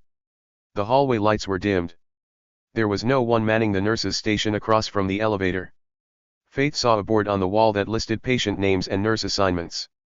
There were 10 rooms, all full, but only one nurse. Dave McAlpine, Faith read. Roommate. What are the odds? They both turned when the elevator doors opened. Will was wearing a button-down plaid shirt and a pair of scrubs that were too short for his long legs. Faith could see his black socks peeking out of the tops of his boots. He was cradling his bandaged right hand to his chest. There were tiny scrapes on his neck and face. Amanda gave him her usual warm welcome. Why are you dressed like a surgeon in a ska band? Will said, Dave vomited all over my pants. Yeah, he did. Faith saved the high five for later. Sarah told us you smashed his balls into his bladder. Amanda gave a short sigh. I'll go inform the sheriff that he will welcome our assistance on this investigation. Good luck, Will said. He's been adamant about keeping the case. I imagine he's also adamant about not wanting every business in his county scrutinized for undocumented workers and child labor violations. Faith watched Amanda walk away, which was the theme of her morning. She told Will, I'm handling the interrogation. Anything I should know? I placed him under arrest for assault and resisting. Biscuits agreed not to say anything about the murder, so as far as I know, Dave doesn't know we found the body. His biggest concern is he thinks I saw him strangle Mercy on the trail yesterday. Dude thinks you'd just stand there while he strangled a woman. Faith liked a gullible suspect. Sounds like I might be home in time to drive Emma to clown camp. I wouldn't count on it, Will said. Don't underestimate Dave. He puts on a stupid hillbilly act, but he's manipulative, cunning, and cruel. Faith was having a hard time getting a read off what Will was trying to tell her. His sheet is littered with idiot crimes. The worst sentence he ever got was half a nickel in county lockup for grand theft auto. The judge gave him work release. He's a snitch. Exactly. Snitches don't tend to be criminal masterminds, and he's gotten caught a lot of times for somebody you're calling cunning. What am I missing? That I know him. Will looked down at his bandaged hand. Dave was at the children's home when I was there. He ran away when he was 13. He came up here. There's an old campground. It's a long story, but Dave will probably bring it up that we have a history, so you should be ready for it. Faith felt like her eyebrows were going to disappear into her scalp. Now it was making sense. What else? He used to bully me, Will said. Nothing physical, but he was an asshole. We called him the Jackal. Faith couldn't imagine Will being bullied. Setting aside that he was a giant, there was the age difference. Dave's 4 years younger than you. How did that work? He's not 4 years younger than me. Where did you get that? His criminal sheet. His birthday's all over the place. Will shook his head with something like disgust. He's 2 years younger than me. The McAlpines must have aged him down. What does that mean? It's not as easy to do now because everything's digitized, but back then, not every kid showed up with a valid birth certificate. Foster parents could petition the court to change a kid's age. If the kid was shitty, they'd age him up so he'd be out of the system sooner. If he was easy, or if he was receiving enhanced benefits, then they would age him down so the money kept rolling in. Faith felt sick to her stomach. What's an enhanced benefit? More problems, more money. Maybe the kid's got emotional issues or he's experienced sexual assault and needs therapy, which means you've got to drive him to appointments, and maybe he's more of a handful at home, so the state gives you more money for your trouble. Jesus Christ. Faith couldn't keep the catch out of her voice. She had no idea whether any of this had happened to Will. Just the thought of it made her incredibly sad. So Dave was a troubled kid. He was sexually assaulted by a PE teacher in elementary school. It lasted a few years. Will shrugged it off, but the violation was horrifying. He'll try to use it for pity. Let him talk, but just be aware that he knows what it's like to be helpless, and he grew up to be the type of man who beat his wife for years and eventually raped and murdered her. Faith could hear the anger in his voice. He really hated this guy. Does Amanda know that you know Dave? Will's jaw clenched, which was his way of saying yes. It also went a long way toward explaining why Amanda had driven 2 hours to get here. And why she wanted Will as far away from this case as possible. For Faith's part, she had more questions. Dave's a grown man. Why did he stay up here with the McAlpines if they exploited his troubled childhood for money? Will shrugged again.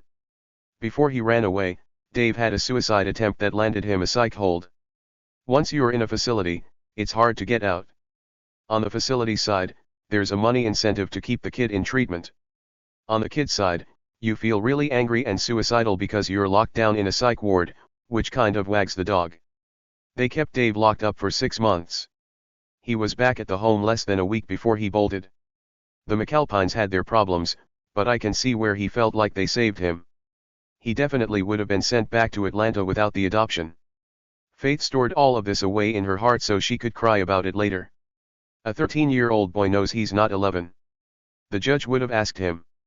I told you he's sneaky, Will said. Dave was always lying about stupid things. Stealing people's stuff or breaking it because he was jealous you had something he didn't.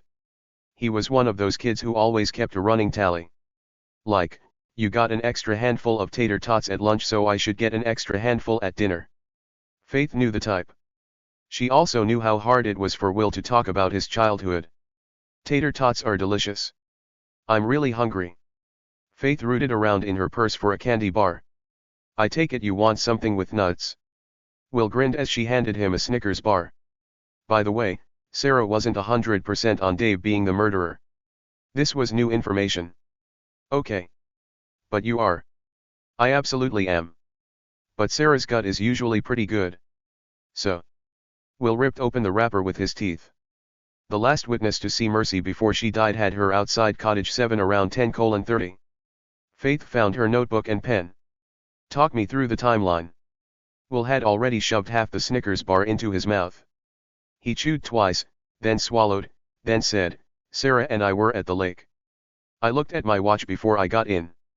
It was 11:06. I'd guess it was around 11:30 that we heard the first scream. More like a howl. Correct, Will said.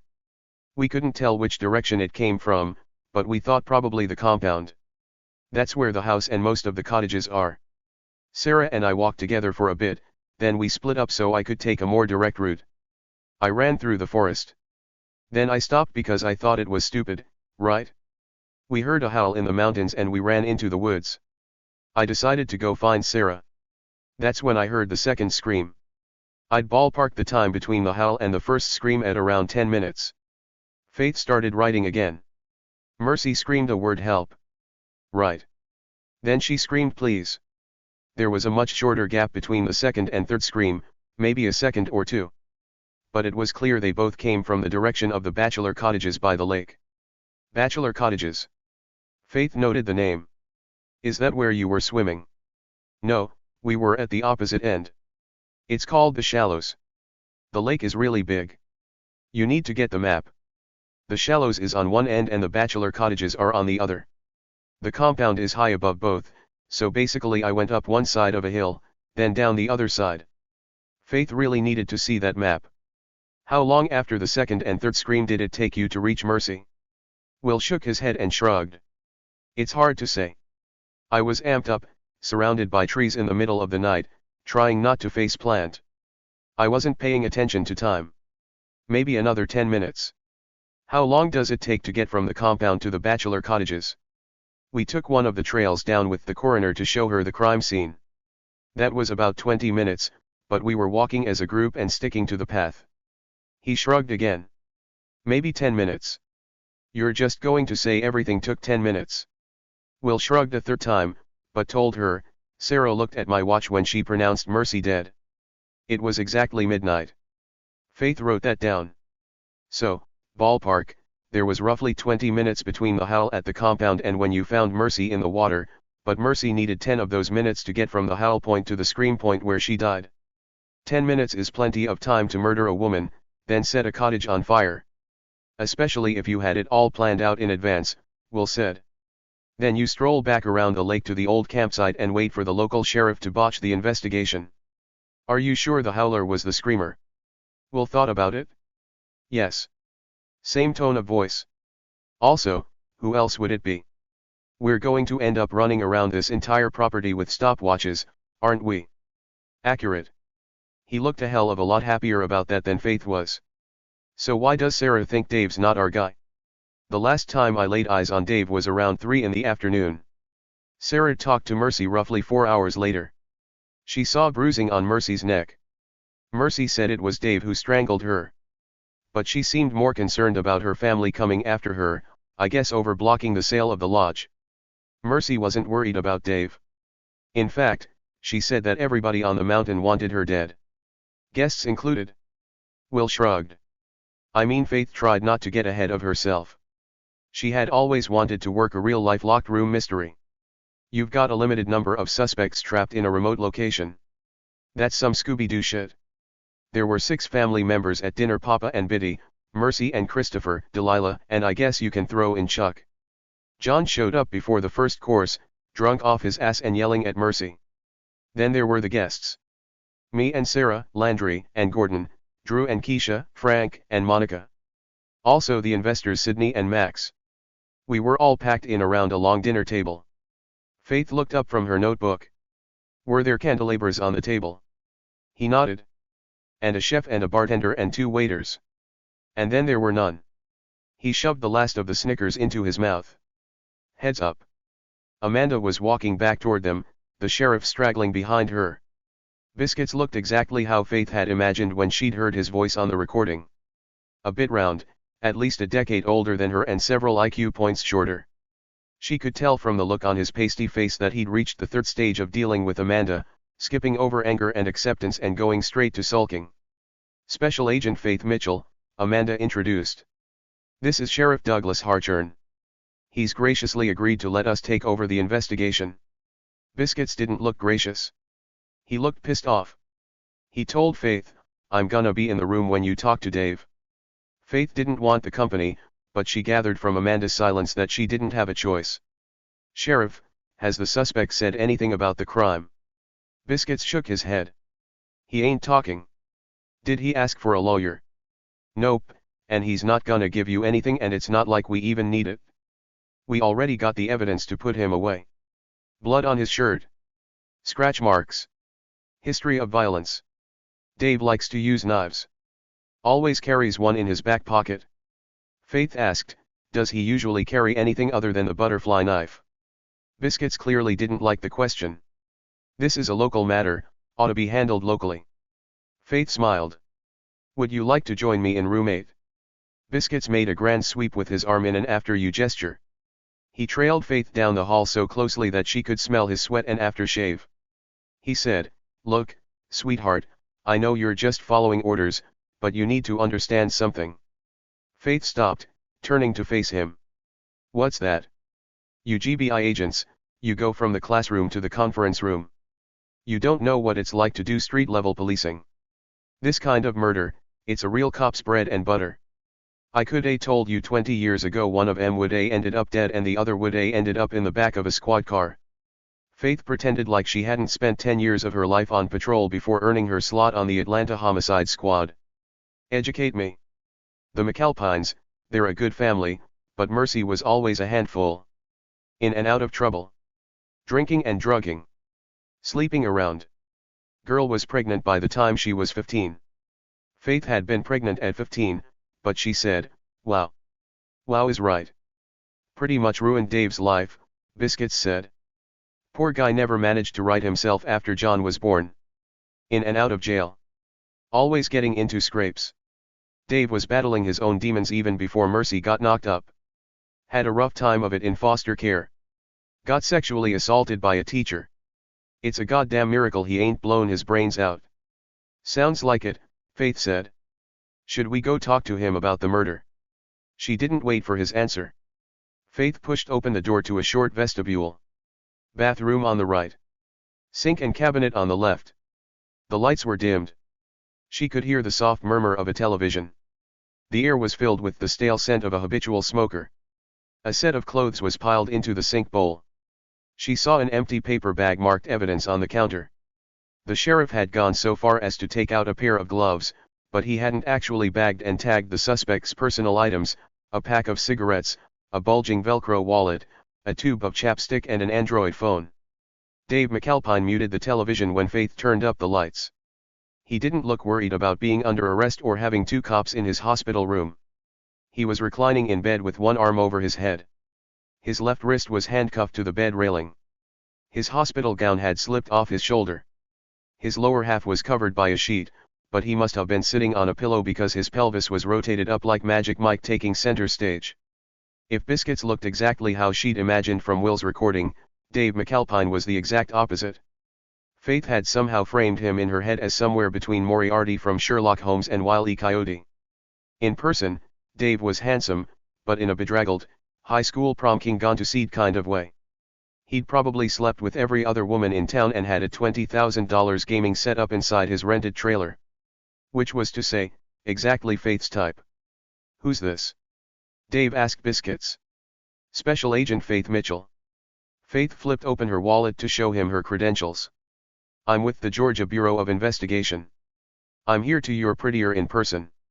He nodded toward Faith's work photo. I like your hair longer. He's right. Biscuits had craned his neck to look at the picture. Faith flipped the wallet closed as she resisted the urge to shave her head. Mr. McAlpine, I know my partner has already read you your rights. Shit, did Trashcan tell you we go way back? Faith chewed the tip of her tongue. She'd heard Will called this name before. The nastiness didn't lessen with repetition. She said, Special Agent Trent told me you were both at the children's home together. Dave stuck his tongue into his cheek as he studied her. Why's the GBI care about this anyway? Faith put the question back on him. Tell me what this is. He gave a husky, smoker's laugh. Have you talked to Mercy yet? 'Cause there's no way in hell she dimed me out. Faith let him lead the conversation. You admitted to strangling her. Prove it, he said. Trashcan's a shit witness. He's always had it out for me.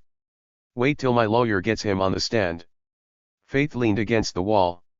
Tell me about Mercy. What about her? She was 15 when she got pregnant. How old were you? Dave's eyes cut to Biscuits, then back to Faith. 18. Check my birth certificate. Which one? Faith asked, because that math wasn't mathing. Dave had been 20 when he impregnated a 15-year-old, which meant that he'd committed statutory rape. You know that everything is digitized now, right? All the old records are in the cloud. Dave nervously scratched his chest. The gown slipped farther down his shoulder. Faith could see deep gouges where he'd been scratched. Dave said, "Biscuits, go fetch that nurse for me. Tell her I need some goddamn pain medication. My balls are on fucking fire." Biscuits seemed confused. "I thought you wanted me to stay." "Well, now I don't." Biscuits huffed out his exasperation before taking his leave. Faith waited for the door to close. "Must be nice having the local sheriff on a leash." "Sure is." Dave reached under the bedsheet. He hissed air between his teeth as he pulled out an ice pack and dropped it on the bedside table. "What are you looking for, darlin'? You tell me. I got no idea what happened last night." He pushed up the shoulder of his gown. "You let me outta here, I can ask around. I know a lot of people. Whatever went down that's big enough for the GBI to be interested, I figure that should be worth something." "What would it be worth?" "Well, 1, taking this fucking handcuff off my wrist." He made the chain rattle against the bed rail. "And 2, maybe you parting with some money. I figure 1,000 to start. More if I can bring you a big arrest." Faith asked, "What about Mercy?" "Shit," he said. "Mercy doesn't know about anything that happens outside the lodge, and she's not going to talk to you anyway." Faith noted the improvement in his grammar. The stupid hillbilly was gone. "It's hard for a woman to talk when she's been strangled." "Is that what this is about?" he asked. "Is Mercy in the hospital?" "Why would she be at the hospital?" He sucked his teeth. "That's why you're here?" "Trashcan threw a shit fit after seeing me on the trail. 'Cause what happened was, I left Mercy exactly where she landed. That was around 3 in the afternoon. Talk to Trashcan. He can confirm it." "What happened after you strangled Mercy?" "Nothing," he said. "She was fine. Even told me to go fuck myself. That's how she talks to me. Always trying to push my buttons. But I left her alone. I didn't go back. So whatever happened to Mercy after that, she did it to herself." "What do you think happened to her?" "Hell, I don't know. Maybe she fell when she was walking back to the trail. She's done that before. Tripped and fell face down in the woods. Caught her neck on a log so hard that she bruised her esophagus. Took a few hours for it to swell up, but she ended up driving herself to the emergency room saying she couldn't breathe. Ask the doctors. They'll have a record." Faith's only surprise was that he couldn't come up with a better story.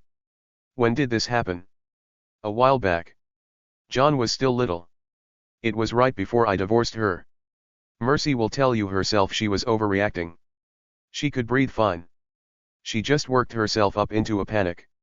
The doctors said she had some swelling in her throat. Like I said, she fell really hard on that log. It was an accident. Had nothing to do with me." Dave shrugged.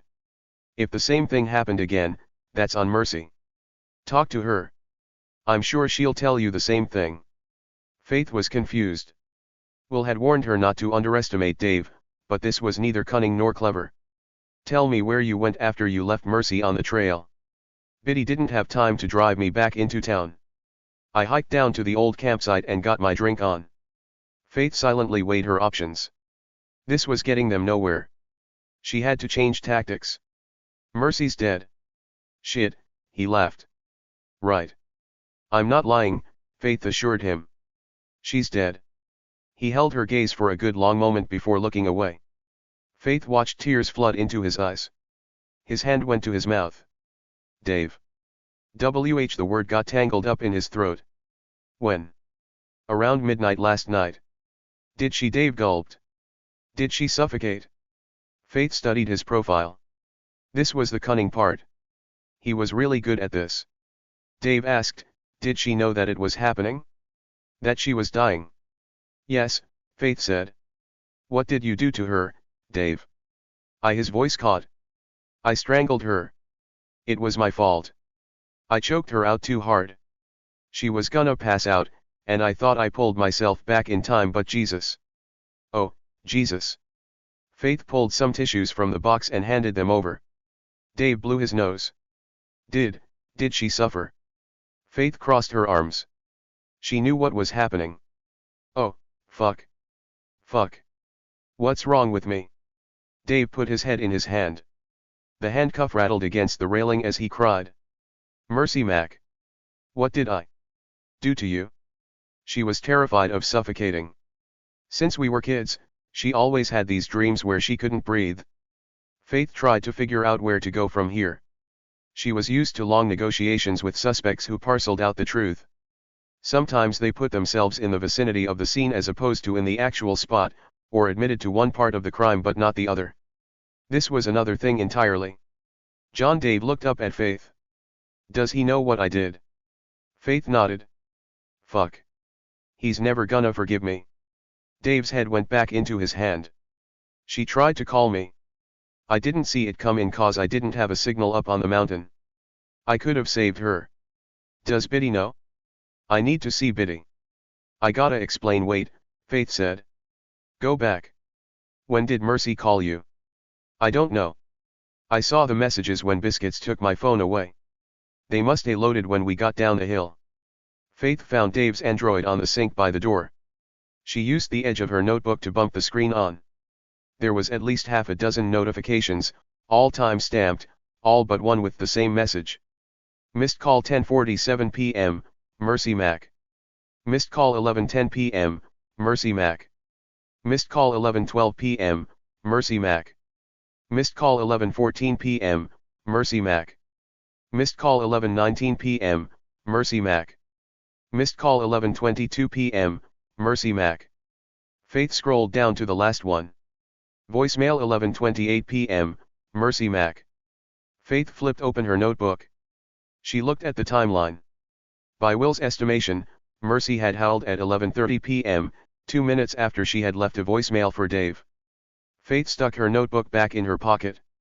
She slipped on the sheriff's gloves before picking up Dave's phone and walking back to his bed. She asked him, "You couldn't get a signal on your phone, but Mercy could.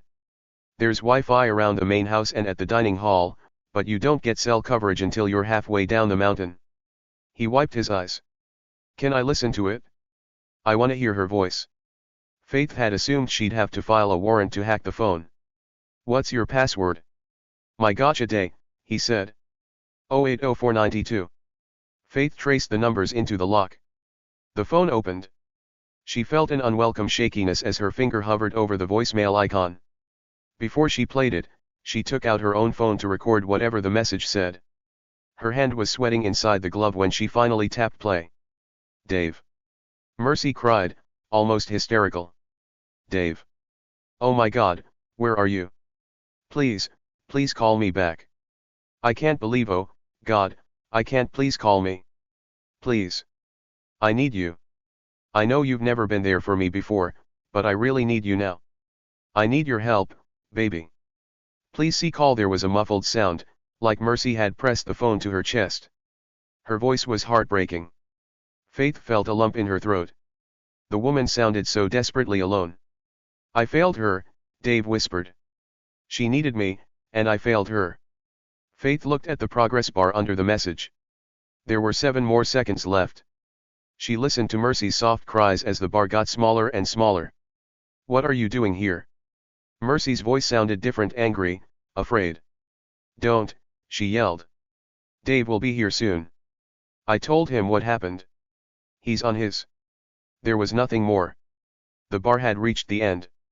"What happened?" Dave asked. "Did Mercy say what happened? Is there another message? A text?" Faith stared at the phone. There was no other message. There was no other text. There was only the time-stamped notifications and Mercy's last known recorded words. "Please," Dave begged. "Tell me what this means." Faith thought about what Delilah had told Will. The money motive. Her asshole brother. Her nasty sister-in-law. Mercy's serial killer vibes brother. His creepy friend. The guests. The chef. The bartender. The 2 waiters. The locked room mystery. She told Dave, "It means you didn't kill her." 12. Sarah stood on the edge of the loading dock in the bowels of the hospital as she watched the rain pour down. The search for John had turned up nothing. They had checked his school, the trailer park where Dave lived, and a few hangouts that Delilah remembered from her days as a teenager. They were heading back up the mountain to check the lodge and search the old bunkhouses when black clouds started rolling in. Sarah could only hope John had found a warm, dry place to shelter before the sky had broken open. Both she and Delilah had been adamant that they wouldn't let the weather stop them from searching, but then visibility had dropped, and thunder had shaken the air, and they had both decided to go back into town because it would do John no good if one or both of them were struck dead by lightning. The weather app on Sarah's phone was predicting the rain would not let up for another 2 hours. The deluge was unrelenting, sending creek water over the banks, spilling out of gutters, and turning the downtown corridor into a river. Delilah had gone home to feed her animals, but there was no telling whether she would make it back into town. Sarah looked at her watch. Mercy would be ready for her soon. The hospital's X-ray tech had told them it would take at least an hour to get through the backlog of living patients. Nadine had gone on a call to fix an air conditioner while Biscuit stayed with the body. Sarah had been relieved when the sheriff had turned down her offer to spell him. She needed time to prepare herself mentally for the exam. The thought of seeing Mercy McAlpine lying on a table filled her with a familiar sense of dread. In her previous life, Sarah had been the county coroner for her small hometown. The morgue had been inside the basement of the local hospital, much as the one the Dillon County coroner used. Back in Sarah's coroner days, the victims had been familiar if not personally known to her. That was how small towns worked. Everyone either knew each other or knew someone who did. The job of coroner was one of tremendous responsibility but could also be one of great sadness. Working for the state, Sarah had lost sight of what it felt like to be personally connected to a victim. A few hours ago, she had been stitching together Mercy's wounded thumb inside the bathroom at the back of the kitchen. The woman had looked washed out and beaten down. She had been worried about the argument with her son. She had been troubled by what was going on with her family. The last thing on her mind had been her ex-husband. Which made sense, considering what Faith had discovered. Sarah wondered what Mercy would have thought to know that one of her last acts on earth was to give her abusive ex an alibi. "You were right. I was." Sarah turned to look at Will. She could tell from his expression that he was already beating himself up over the mistake. She wasn't going to pile on. It wouldn't have changed anything. You still had to find Dave. He was the most obvious suspect. He checked the most boxes. "You're being a lot nicer about it than Amanda was," he said. "The access road to the lodge is washed out. We can't get any cars in or out until the creek goes back into the bank. We need an off-road vehicle that can make it through the mud." Sarah caught the irritation in his voice. Will hated standing around. She saw his jawbone sticking out as he clenched his teeth. He moved his freshly bandaged hand to his chest. Elevating it above his heart would stop the throbbing, but the pain would continue to gnaw at him because Will refused to take anything stronger than Tylenol. She asked, "How's the hand?" "Better," he said, though the tightness in his shoulders told her otherwise. "Faith gave me a Snickers bar." Sarah hooked her arm through his. Her hand brushed against the gun under his shirt. He was well and truly back on the job. She knew what was coming next. "How are you going to get back to the lodge?" "We're waiting on the field office to bring some UTVs. That's the only way we can get up there." Sarah tried not to think of all the patients she'd seen with traumatic brain injuries from flipping their UTVs. "Are the phones and internet still working at the lodge?" "For now," he said. "We've got satellite phones coming just in case. It's good that everybody's still stuck up there, though. No one knows that Dave has an alibi. Whoever killed Mercy is thinking that they got away with it." "Who's still at the lodge?" "Frank, for one. I'm not sure why, but he's taken it on himself to answer the main phone in the commercial kitchen. Drew and Keisha didn't make it out before the storm hit. Apparently, they're not too happy about that. The app guys don't seem interested in leaving. It sounds like Monica is sleeping it off. Chuck and the family are still there. Except for Delilah. The chef and the 2 waiters arrived at 5 this morning, which is their usual time. The bartender doesn't come in until noon. She's also the cleaner, so I want to talk to her about those unmade beds in the vacant cottages. Faith went to find her while we are waiting for the UTVs. She lives on the outskirts of town." Sarah wasn't surprised Faith had slipped out. She hated autopsies. "You didn't go with her." "Amanda told me to stay here and run background checks." How do you feel about that? About how you'd think? He shrugged, but he was clearly annoyed. Will wasn't one to idle around while other people did things. What about the forensics on Dave? The presumptive test on the stain across the front of his shirt came back as non-human. I'm guessing from the smell that Dave used it to wipe his hand when he was cleaning fish. The scratch marks on his chest could have come from the earlier attack on Mercy. He admitted to strangling her. She would have fought back. He claims the scratch on his neck was self-inflicted. Mosquito bite.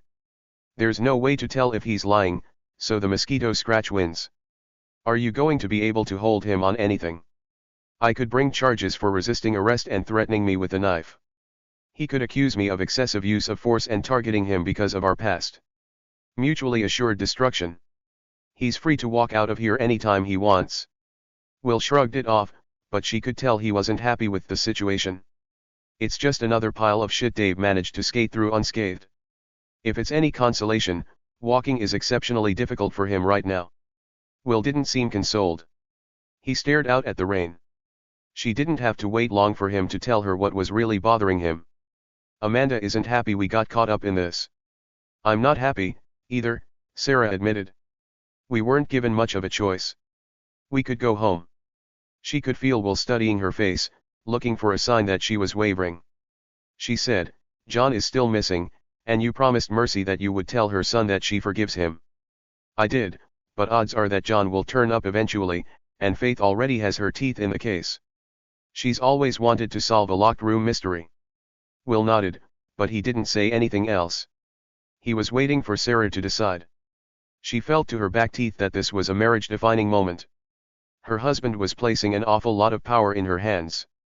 Sarah was not going to be the type of wife who abused it.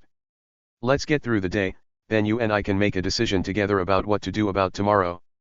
He nodded, then asked, tell me why you didn't think it was Dave. Sarah wasn't sure if there was exactly one thing. Watching how Mercy's family treated her at dinner, I don't know. Looking back, it seems like they all had it in for her. They certainly didn't appear to be upset that she'd been murdered. Then there's the thing Mercy said about how some of the guests might have it out for her, too. Which guests do you think she was talking about? It's weird that Landry gave a fake name, but who knows if there was a sinister reason. You and I lied about our occupations. Sometimes people lie because they want to lie. You didn't pick up Chuck's last name, did you? She shook her head. Sarah had avoided talking to Chuck as much as possible. There was something Drew said before he and Keisha lawyered up, Will told her. He was talking to Biddy and Cecil, and he said something like, forget about that other business. Do what you want up here. What other business? No idea, and he made it clear he's not talking to me. Sarah couldn't see either Keisha or Drew murdering anybody. But that was the thing about murderers. They didn't tend to announce themselves. Mercy wasn't just stabbed once. She had multiple wounds. Her body is a classic example of overkill. The attacker must have known her very well. Drew and Keisha have stayed at the lodge twice before. Will shrugged. Keisha pissed off Mercy at dinner asking for a new glass. That's hardly something you'd murder over. Sarah added, then again, there are multiple crime documentaries about women who snap. I'll take that as a warning. Will was joking, but not for long. Dave made the most sense. There must have been something that made you look in a different direction. I can't explain it other than a gut feeling. In my experience, someone who has been abused for any length of time knows when their lives are most at risk. When Mercy and I talked, Dave was barely a blip on her radar. His credit check didn't have a lot of surprises. His bank account is overdrawn by $60, he's got 2 credit cards in collections, his truck was repossessed, and he's drowning in medical debt. I'm sure everyone up here has medical debt. Not Mercy, he said. As far as I can tell, she's never had a credit card, a car loan, a bank account. There's no record of her ever filing a tax return. She doesn't have a driver's license. She's never voted. She doesn't have a cell phone account or phone number in her name. No Facebook, Insta, TikTok or other social media accounts. She's not even on the website for the lodge.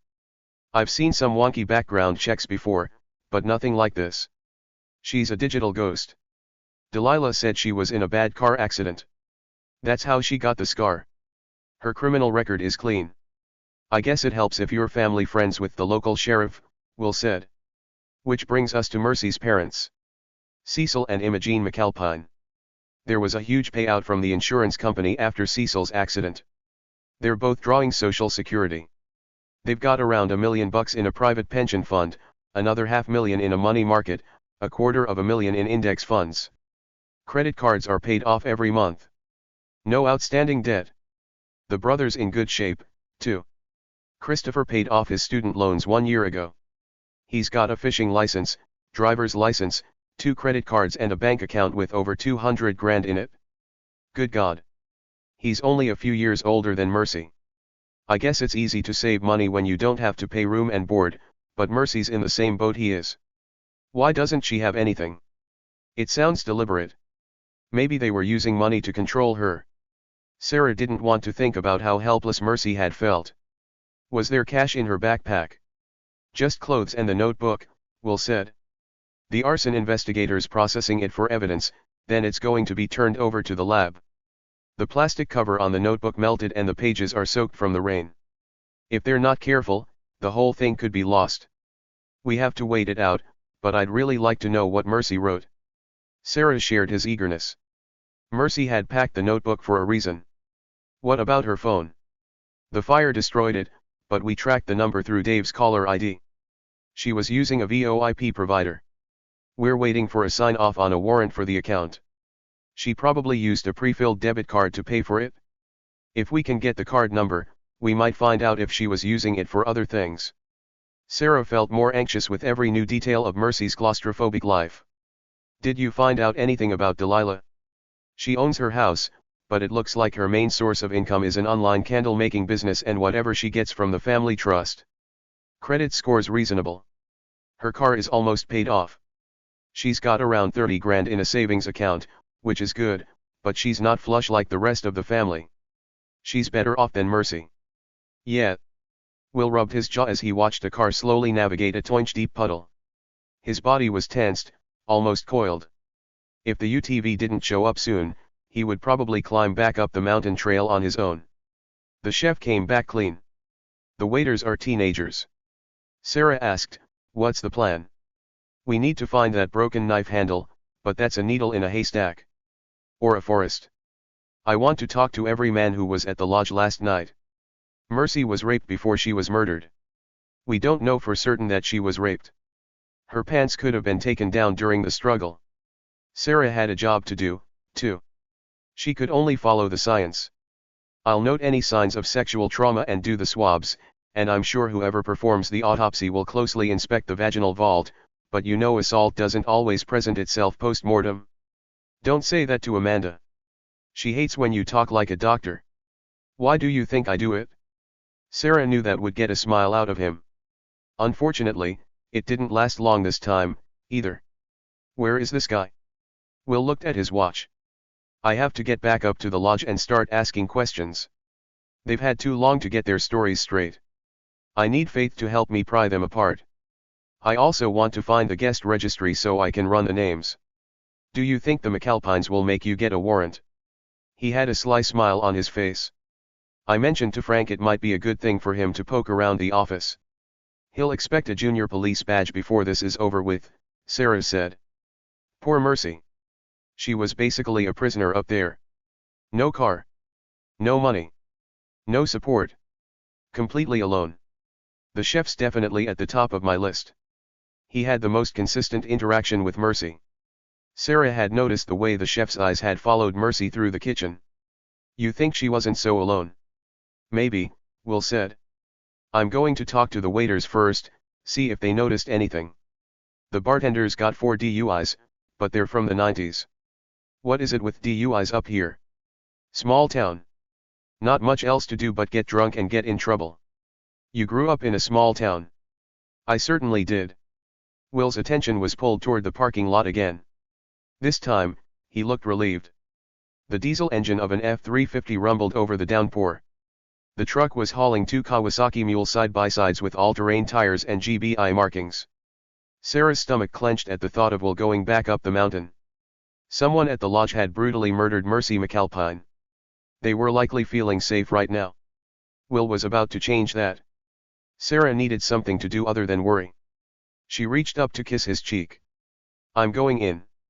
Nadine is probably ready for me. Call me if anything comes up.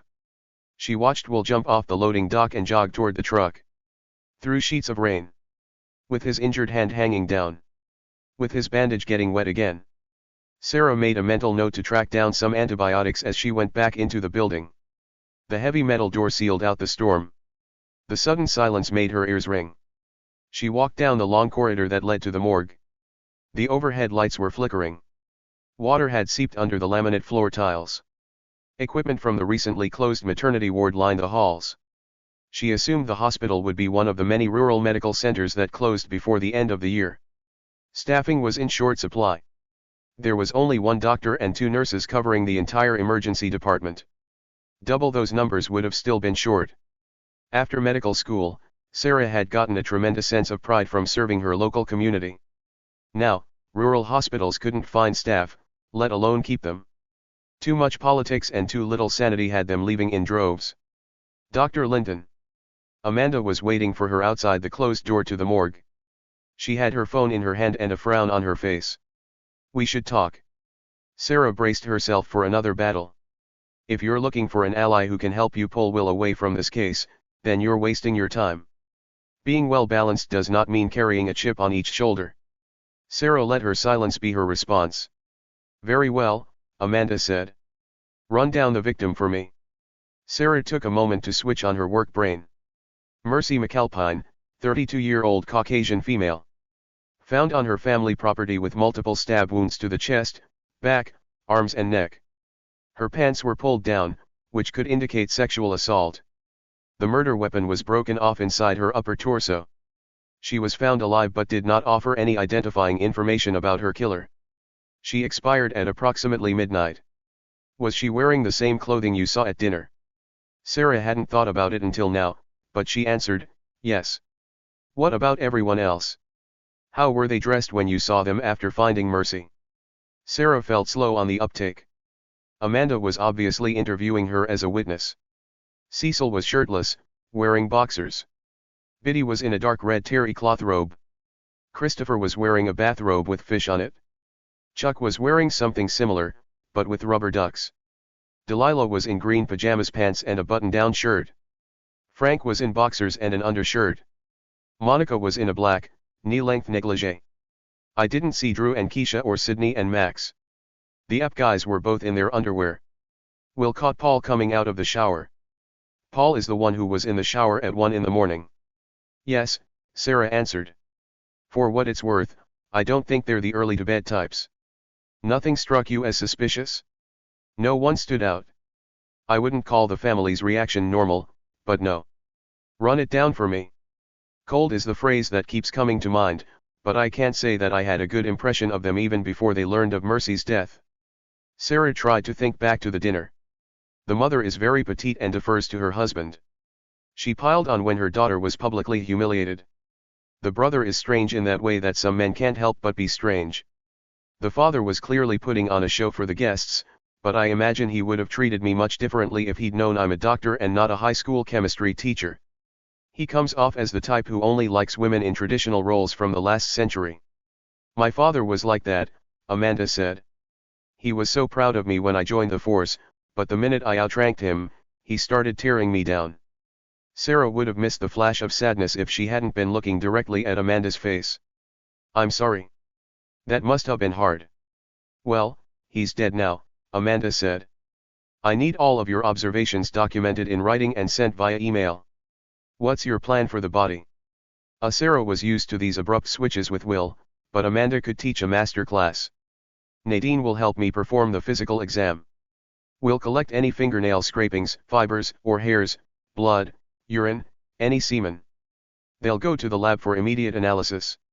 The full autopsy will happen at headquarters tomorrow afternoon. The scheduling was moved up when I notified them that we no longer have a suspect in custody.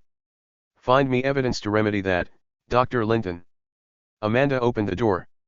Sarah felt her eyes sting from the bright fluorescent lights. The morgue looked like every small-town hospital morgue built after the Second World War. Low ceilings. Yellow and brown tiles on the floors and walls. Light boxes on the wall. Adjustable exam lights over the porcelain autopsy table. Stainless steel sink with a long, attached counter. A computer and keyboard on a wooden school desk. A rolling stool and a mayo tray laid out with various tools for the physical exam. A cold room with 12 total refrigerated mortuary cabinets stacked 4 across and 3 high. Sarah checked to make sure she had everything she needed for the physical exam: safety gear, camera, specimen tubes, collection bags, nail scrapers, tweezers, scissors, scalpels, slides, rape kit. Amanda asked, "No luck finding the son?" Sarah shook her head. "John's probably hung over, sleeping it off. I'm going back out with the aunt after the exam to look for him. Tell him he's going to have to make a statement at some point. He could be valuable pinning down timeline, figuring out who was the last person to see Mercy alive," Amanda said. "John was with you when you heard the second and third scream, correct?" "Correct," Sarah said. "I saw him walk out of the house with a backpack. I imagine he was planning on running away. The fight with Mercy at dinner was intense. See what you can get out of the aunt while you're searching," Amanda said. "Delilah knows something. About the murder. About the family," Amanda said. "You're not the only one on the team who gets gut feelings." Before Sarah could press her for more, the gears on the freight elevator started to make an ominous grinding sound. Water seeped under the bottom of the sliding doors. Amanda said, "If you had to guess right now, who would be your prime suspect?" Sarah didn't need time to think. "Someone in the family. Mercy was blocking their payday from the sale." "You sound like Will," Amanda said. "He loves a money motive. For good reasons. Outside of the family, I'd say it's Chuck. He's profoundly discomforting. The brother too, for that matter." Amanda nodded before looking down at her phone. Sarah realized that she had been slow on the uptake again. Only now did it occur to her how strange it was that the deputy director was attending a preliminary external exam. The full autopsy where the body was opened up for examination would take place at headquarters and be performed by someone else on the team. Nothing probative would likely be found during Sarah's external exam. She was only doing it to get a head start on collecting blood, urine, and trace evidence that would be sent to the lab for processing. Mercy's body had been found partially submerged in water. The likelihood that Sarah would find any information this morning that required immediate action was close to zero. So why was the boss here? The elevator doors groaned open before she had time to ask the question. More water poured out. Nadine stood on one side of a hospital gurney. Biscuits was on the other. Sarah's gaze found the post-mortem bag. White vinyl, heat-sealed edges, a reinforced zipper with thick plastic teeth. The outline of Mercy's body was slight, as if she had managed to do in death what people had been trying to do to her for seemingly her entire life, make her disappear. Sarah let everything else fade away. She thought about the last time she'd seen Mercy alive. The woman had been embarrassed, but proud. She was used to doing everything for herself. Mercy had let Sarah take care of her injured thumb. Now, Sarah would help take care of her body. Amanda said, "Sheriff Hartshorn, thank you for joining us." Her pseudo-gracious tone didn't completely disarm him. "I have a right to be here. And you are welcome to exercise that right." Sarah ignored the dumbstruck look on the sheriff's face. She took the foot of the gurney and helped Nadine steer the body into the morgue. They worked together silently, shifting the body bag onto the porcelain table, rolling away the gurney. Next, they each geared up in gowns, respirators, face shields, safety glasses and exam gloves. Sarah wasn't going to do a full autopsy, but Mercy had lain in the heat and humidity for hours. Her body had turned into a toxic brew of pathogens. "Maybe we should put on masks, too," Biscuits said. "Lot of fentanyl up here. Mercy's got a long history of addiction. We could die just from breathing the fumes." Sarah looked at him. "That's not how fentanyl works." He narrowed his eyes. "I've seen grown men taken down by that stuff. I've seen nurses accidentally spill it on their hands and laugh." Sarah looked at Nadine. "Ready?" Nadine gave her a nod before starting on the zipper. In Sarah's first years working as a coroner, body bags had been similar in design to sleeping bags with a gusset at the bottom. They were always made of black plastic and the zippers had been metal. Now, the bags were white and came in various materials and shapes depending on the application. Unlike the previous version, The industrial zippers formed a complete seal. The upgrades were well worth the extra cost. The white color helped in the visual identification of evidence. The waterproof aspect kept fluids from escaping. Both were needed in the case of Mercy McAlpine's corpse. She had been stabbed multiple times. Her bowel had been pierced. Some of her hollow organs had been opened. The body had entered the state of putrefaction where fluids had started to leak from every opening. Fuck. Biscuits cupped both hands over his nose and mouth to block the smell. Jesus Christ. Sarah helped Nadine free the top half of the bag. Biscuits opened the door and stood with his feet on the threshold. Amanda hadn't moved, but she started typing on her phone. Sarah steeled her composure before she turned her attention to the body. Mercy had been left inside the bag and fully dressed for X-rays. It could be dangerous handling a corpse. Clothing could conceal weapons, needles, and other sharp objects. Or, in the case of Mercy, a knife lodged inside of her chest. Will's shirt was still draped across her upper torso.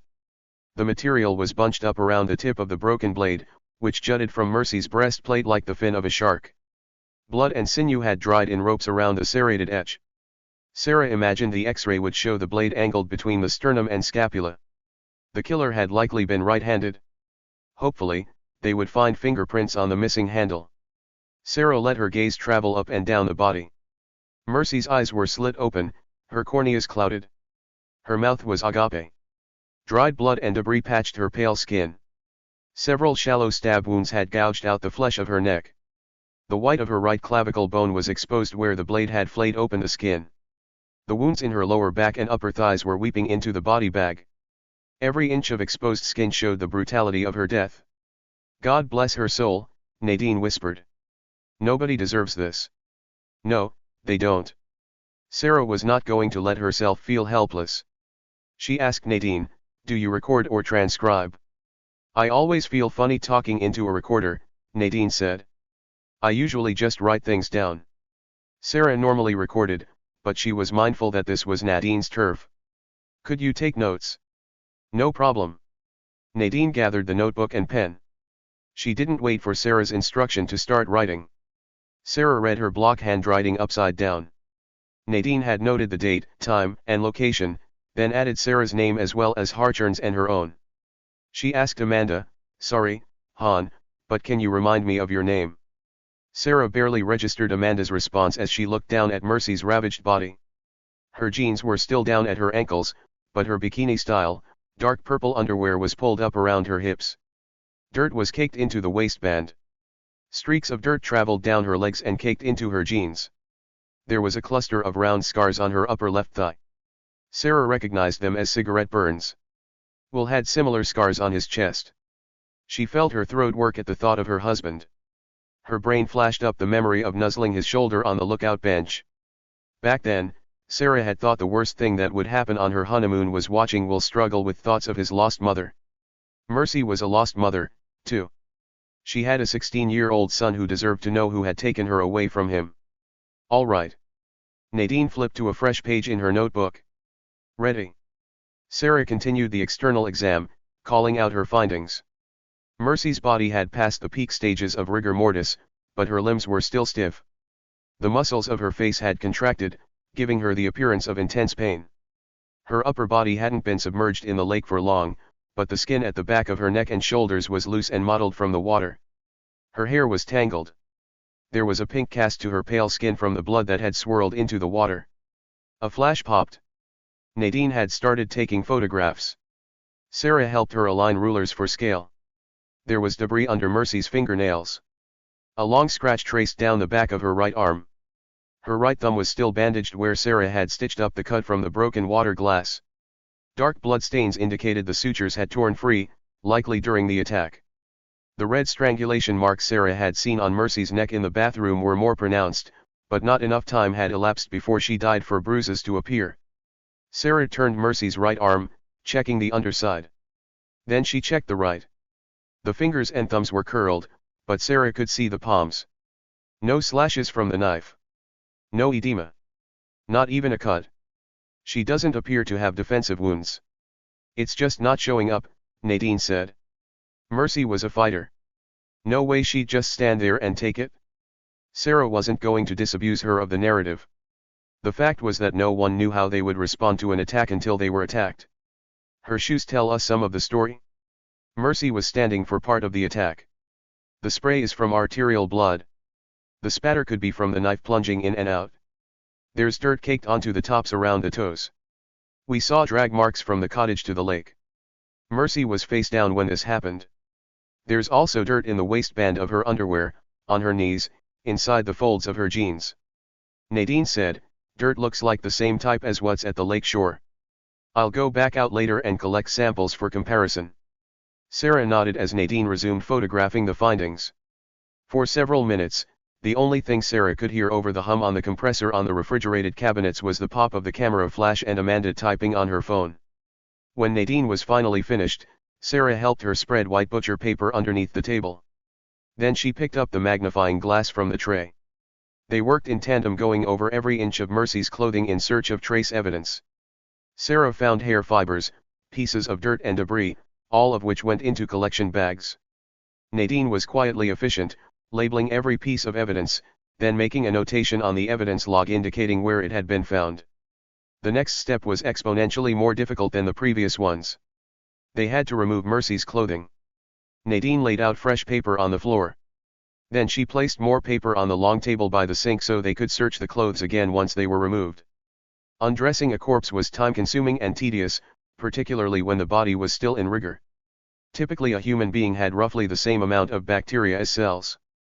Most of the bacteria was in the intestines, where it was used to process nutrients.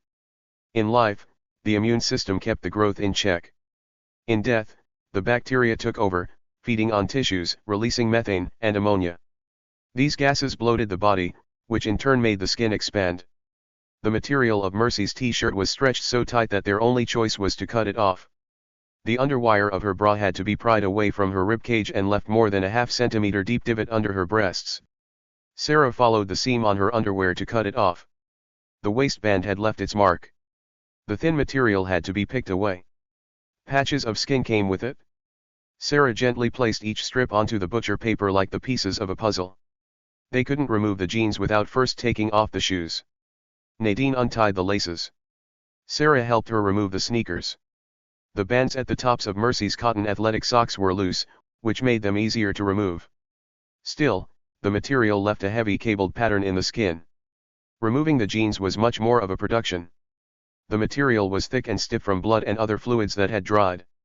Sarah carefully cut first one side, then the other, to take them off like a clamshell.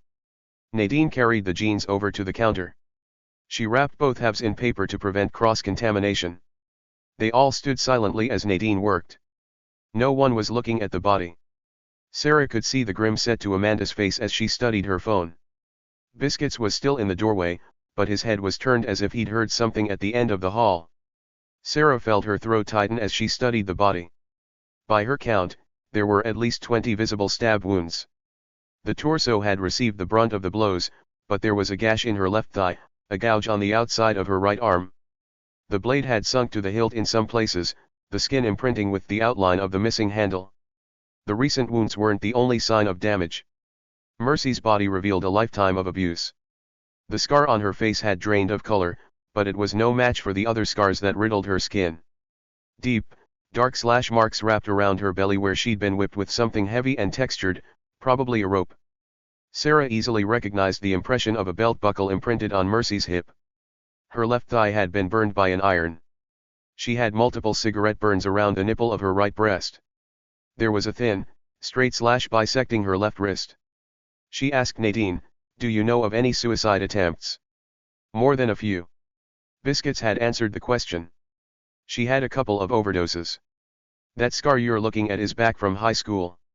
Got into another knockdown with Dave. Cut her wrist open in the supply closet off the gym. Coach found her or she would have bled out." Sarah looked to Nadine for confirmation. The woman had tears in her eyes. She nodded once, then picked up the camera to document the damage. Again, Sarah aligned the ruler for scale. She wondered how long it would take to stab a woman this many times. 20 seconds. 30. There were more stab wounds on the back and legs. Whoever had murdered Mercy McAlpine had well and truly wanted her dead. That he hadn't completely succeeded, that Mercy had still been alive after the cottage had been set on fire, after Will had run through the forest to find her, was a testament to her grit. Nadine finally put down the camera. She took another deep breath to brace herself. She knew what was coming next. The rape kit. Nadine unsealed the cardboard box that contained everything needed to collect evidence from a sexual assault: sterile containers, swabs, syringes, glass slides, self-sealing envelopes, nail picks, labels, sterile water and saline, a plastic speculum, a comb. Sarah could see her hands shaking as she laid each item out on the tray. Nadine used the back of her arm to wipe tears under her safety glasses. Sarah's heart went out to the woman. She had been in Nadine's position many times before. Sarah asked, "Should we take a break?" Nadine shook her head. "I'm not going to fail her this time." Sarah was carrying her own guilt about Mercy. Her brain kept taking her back to that moment in the bathroom off the kitchen. Mercy had told Sarah that almost everyone on the mountain wanted to kill her. Sarah had tried to press her, but when Mercy had pushed back, Sarah had easily let it go. Sarah told Nadine, "Let's begin." Because Mercy was still in rigor, they had to force her thighs apart. Sarah took one leg. Nadine took the other. They pulled until the hip joints gave way with a terrible popping sound. In the doorway, Biscuits cleared his throat. Sarah held a white square of cardboard below Mercy's pubis. She used the comb first, carefully pulling the teeth through pubic hair. Stray hairs, dirt, and other debris fell onto the paper. Sarah was glad to see roots on some of the hairs. Roots meant DNA. She passed the card and comb to Nadine so that she could seal both in a collection bag. Next, Sarah used several different lengths of swabs to check for semen on the insides of Mercy's thighs. Her rectum. Her lips. Nadine helped her force open the mouth. Again, there was a loud pop from the joint breaking apart. Sarah adjusted the overhead light. She didn't see any contusions inside the mouth. She swabbed inside the cheeks, the tongue, the back of the throat. The plastic speculum was sealed inside a wrapper. Nadine peeled the edges apart, offering the instrument to Sarah. Again, Sarah adjusted the overhead light. She had to force the speculum into the canal. Nadine handed her swabs. Sarah said, "It looks like there's a trace amount of seminal fluid." Biscuits cleared his throat again. "So she was raped. The fluid suggests sexual intercourse. I don't see any signs of edema or contusions." Sarah handed Nadine the last of the swabs to process. While she waited, Sarah changed into fresh gloves. Her thoughts were on all of the men who'd been at the lodge last night. The chef. The two young waiters. Chuck. Frank. Drew. Gordon and Paul. Max, the investor. Even Mercy's brother, Christopher. Sarah had sat at the dinner table surrounded by them. Any one of them could be the killer. Nadine came back to the table. Sarah drew blood from the heart into a large syringe. She used a 25-gauge needle to take urine from the bladder. She handed the syringes over to Nadine for labeling.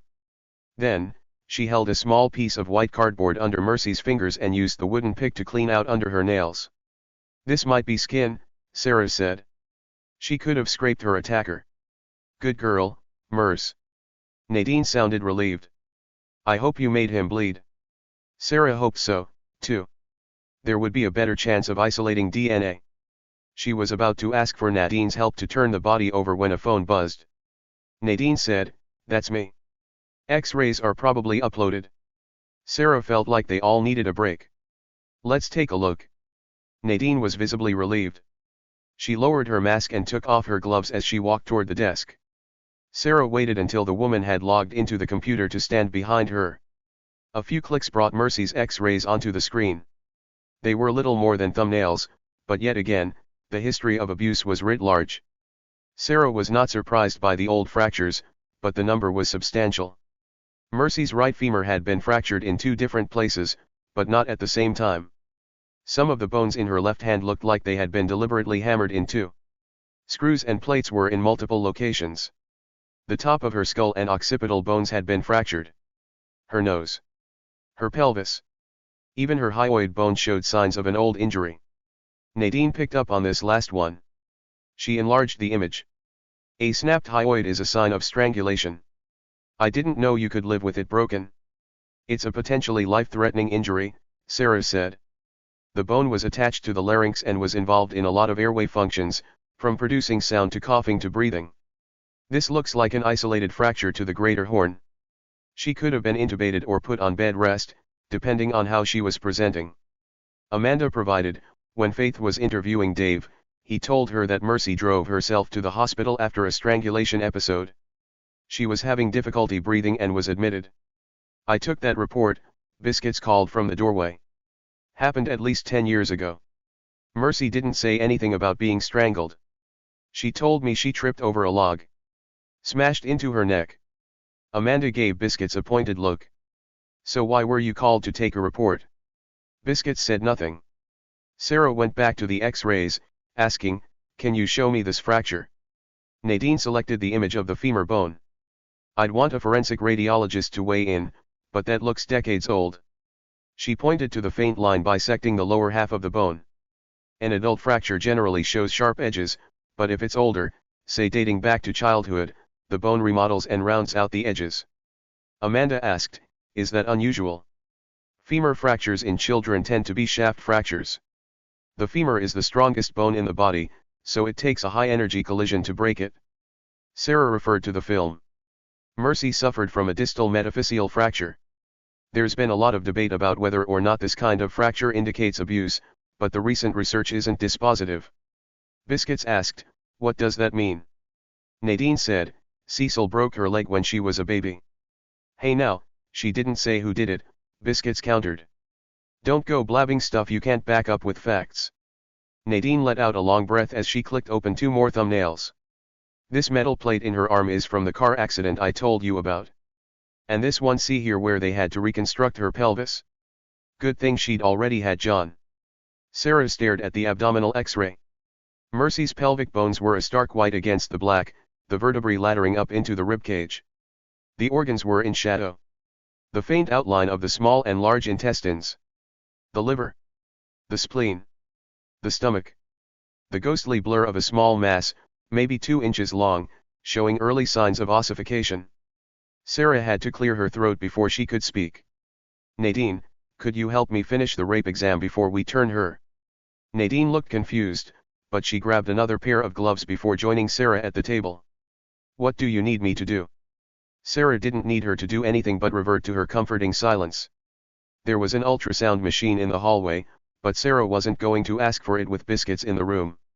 Nadine had delivered a short lecture on Old Bachelor Trail about the glue that fixed life in a small town, but she had forgotten one very important lesson: there was no such thing as a secret. Sarah would have to use a pelvic exam to confirm what she had seen on the x-ray. Mercy was pregnant. 13. Fuckity fuck. Faith tried not to bang her head against the steering wheel of her Mini. The storm had finally passed, but the gravel road had turned into a muddy nightmare. Rocks kept dinging into the side panels. The steering felt slippery. She looked up at the sky. The sun was brutal, like it wanted to suck back up as much water into the clouds as possible. She had shot herself in the foot by volunteering to interview Penny Danvers, the cleaner and bartender at the lodge, but Faith hated autopsies. She attended them because it was her job, but every single part of the examination grossed her the hell out. She had never been able to get used to being around dead bodies. Which was how she'd ended up driving through the back roads of bumfuck, North Georgia, instead of taking a victory lap for her excellent detective work interviewing Dave McAlpine. She silently chastised herself.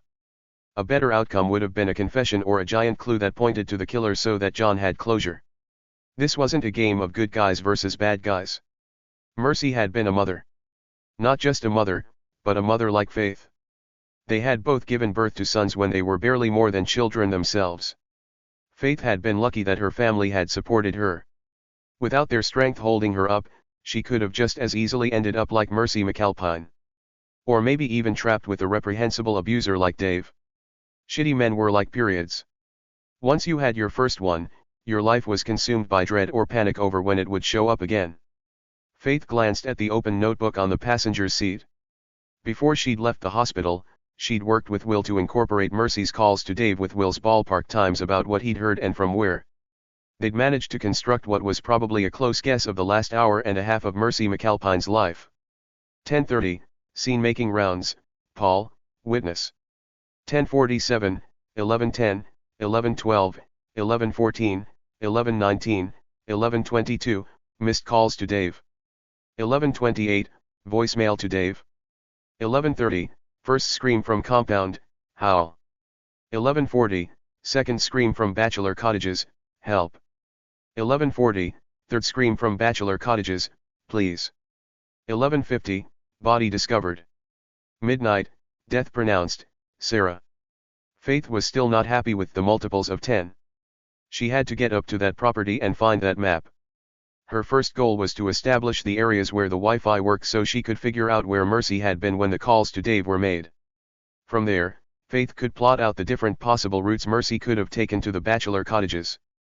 Will might be off by as much as 5 minutes on either side, which didn't seem like a lot, but when you were building a murder case, every minute mattered. At least Mercy had done them the favor of making so many calls. The voicemail had already been sent to the lab for sound analysis, but that would take at least a week to get back. Faith picked up her phone from the cup holder. She tapped the recording she'd made of Mercy's last message to Dave. The woman's voice sounded desperate as it echoed inside the Mini.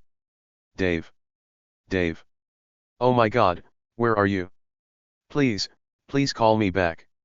I can't believe, oh, God, I can't, please call me. Please. I need you. I know you've never been there for me before, but I really need you now. I need your help, baby. Please see call. Faith hadn't noticed before, but Mercy had started sobbing when she'd muffled the phone. In the car, Faith silently counted down the 7 seconds of the woman's soft cries. What are you doing here? Don't. Dave will be here soon. I told him what happened. He's on his. Faith glanced down at her timeline. 32 minutes later, Mercy was pronounced dead. What happened to you, Mercy? Faith asked the empty car. What was it that you couldn't believe? The woman had seen or heard something that terrified her enough to shove her clothes and notebook into the backpack to flee. She hadn't taken John, which meant whatever happened was only threatening to Mercy. Threatening enough that she needed Dave to show up for her after years of not being there. Threatening enough that she didn't go to her own family for help. Faith's bet was that the bad thing had kicked off during the 13-minute gap between the first call to Dave and the frantic 5 missed calls that had started at the 11:10 mark. Mercy would have been inside the house at some point to pack her backpack. Faith wasn't sure what items she would take if she had to leave her house forever, but chief among them would be the letter that her father had written to her before he died of pancreatic cancer. There was no way Mercy had taken the notebook unless it had incredible value. And there was no way the lab would be done with the analysis in less than a week. Dave will be here soon. I told him what happened. Faith thought about all the times she had told a man that another man was on the way. Usually it happened when she was trying to enjoy a night out alone. There was always some dude who would sidle up to flirt. The only way to get rid of him was to make it clear that another man had already pissed on the fire hydrant he was sniffing. Which brought Faith back to the locked room mystery of it all. One of the tenets of the genre was that the person you didn't think did it had actually done it. Dave was so obvious that he practically had a neon arrow pointing at his head. The most dangerous time for a domestic abuse survivor was when she was leaving her abuser. The strangulation was a textbook sign of an escalation in violence. But being a reprehensible shitslug didn't make you a murderer. And Faith kept coming back to the voicemail. Mercy wasn't telling Dave that Dave was on the way. There were only a handful of men at the lodge who could have caused Mercy to invoke his name. Chuck. Frank. Drew. Max, the investor. Alejandro, the chef. Greg and Ezra, the 2 waiters from town. Gordon and Paul, because you never knew. Christopher, because he and Mercy were basically raised inside of E.C. Andrews' novel in the North Georgia mountains. Faith let out a heavy sigh. She needed more information. Hopefully, Penny Danvers, the bartender and cleaner at the lodge, would be as insightful and talkative as Delilah had been on Will's recording. Hotel cleaners saw your character in its harshest light, and God only knew Faith had dropped a few truth bombs on unsuspecting bartenders in her day. Which was probably not a rabbit hole she needed to go down right now. Instead, Faith focused on the never-ending gravel road. She glanced into her rear-view mirror. Then at the road. Then out the side windows. Everything looked the same. Fuck me. She was completely and totally lost. She slowed her car to look for signs of civilization. All she had seen in the last 15 minutes were fields and cows and the occasional low-flying bird. Her GPS had told her to take a left at the fork in the road, but she was beginning to think it had lied. She checked her phone. No signal. Faith performed a three-point turn and headed back the way she'd come. Somehow, the fields and cows and the occasional bird looked different on her way back. She rolled down both windows and listened for cars or a tractor or some indication that she was not the last woman on earth. All she heard was a stupid bird cawing. She turned the dial on the radio, expecting to hear either alien voices or the farm report, but she was rewarded with Dolly Parton singing Purple Rain. Thank God, Faith whispered. At least something was still good in the world. The wind blew into the car, drying some of the sweat on her back. She heard her phone chirp. Faith looked down at the screen. The signal was back. She had 2 text messages. Faith tapped in her code, telling herself it was okay to text and drive because the only person she could kill was herself. Which she almost did when she saw the text from her son. He was at Quantico. He loved it there. Faith had secretly been hoping that Jeremy would hate it. She did not want her son to be a cop. She did not want him to be an FBI agent. She did not want him to be a GBI agent. She wanted him to use his fancy degree from Georgia Tech and work in an office and wear a suit and make lots of money so when his mother crashed her car on the side of the road from texting and driving, she would wind up in a nice facility. The other text was only marginally better. Faith's mother had sent a photo of Emma with her face painted like Pennywise, the clown from It. Faith would figure out later whether the homage was intentional. She sent back a bunch of hearts before dropping her phone in the cup holder. Fuck, she screamed. A bird had nearly flown straight into her windshield. Faith turned the wheel and ended up bumping along the shoulder. She overcorrected. The car started to hydroplane. Everything slowed down. She knew that you turned into a skid when you were on ice, but did you do the same with mud? Did you wrench the wheel in the opposite direction or would that jackknife you into a ditch? The answer came soon enough. The Mini morphed into Christy Yamaguchi, twisting into a 360, lifting up on 2 wheels, and gliding across the road until it landed in the opposite ditch. The car gave a violent shudder as it settled into the gully. Faith was too breathless to utter a curse, but she promised herself she would as soon as her asshole unclenched. There weren't a lot of ways this day could get any worse. Then she got out of the car and saw her back wheel buried in 2 inches of mud. Mother Faith put her fist to her mouth. She could handle this. She'd worked as a patrol officer. Her shifts had been routinely filled with helping dumbasses extricate their vehicles from ditches. She found her emergency kit in the trunk, which had blankets, food, water, an emergency radio, a flashlight, and a collapsible shovel. Purple Rain had reached its crescendo. She had to think Dolly Parton would appreciate an exasperated mother of 2 digging herself out of the mud in the middle of nowhere while she listened to the Prince cover. Faith's hands started to ache as she dug. She suffered through an entire Nickelback song clearing a path. For good measure, she grabbed handfuls of gravel and packed them at the base of the tire. She was splattered in mud by the time she was finished. She wiped her hands on her pants before getting back into the car. She tapped the gas, praying for traction.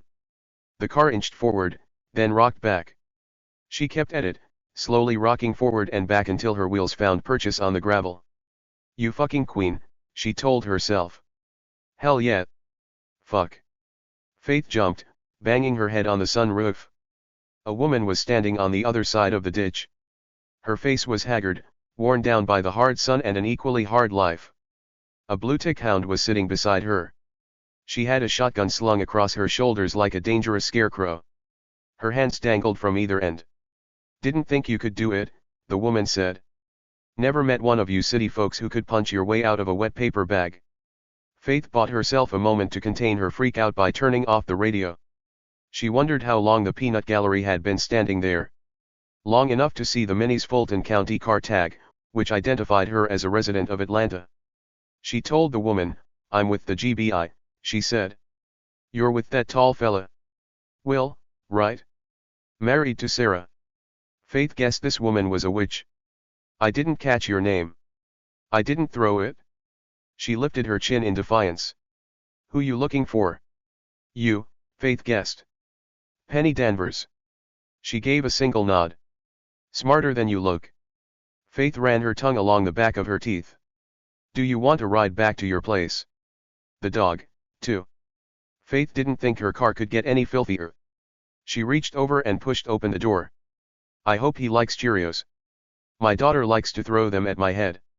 The dog waited for Penny to click her tongue before he jumped through the 2 front seats with his muddy paws, then promptly started hoovering the floor, which was the only good thing that had happened today. Penny got in the front. The door slammed. She braced the shotgun between her legs, the muzzle pointed at the roof. Another good thing. She could have pointed it at Faith. I'm 2 miles up on the left.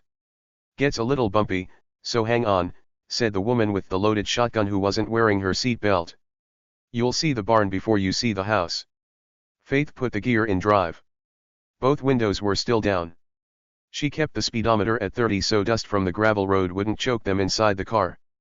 And also because the dog smelled like a dog. So, Faith said. Out hunting or had a coyote take one of my chickens? Penny nodded at the radio. Did you hear her cover of Stairway to Heaven? Dolly Parton. The universal icebreaker. And a giant clue that Penny had been standing alongside the ditch for a hell of a lot longer than Faith had realized. She tried not to show her unease when she asked, from Halos and Horns or from Rockstar? Penny chuckled. Which one do you think? Faith couldn't begin to guess, and Penny didn't seem interested in volunteering. She had taken some bacon out of her pocket and was offering it to the dog. She saw Faith looking and offered her some bacon, too. I'm good, Faith said. Suit yourself. Penny took a bite, staring silently at the road as she chewed. Faith was struggling to think of random facts about Dolly Parton to break the ice when she silently reminded herself that sometimes, it was better to keep your mouth shut. She let the empty fields roll by. The cows. The occasional, low-flying, murder bird. As promised, the road turned bumpy. Faith had to fight with the steering wheel to keep from going into the ditch again. There were potholes in the city, but these were more like crevasses. She was grateful when she finally spotted the barn in the distance. The thing was huge, bright red, and probably new because she hadn't seen it on Google Earth. An American flag was painted on the side that faced the road. 2 horses swung up their heads to watch the mini pass. Penny said, "We're patriots here.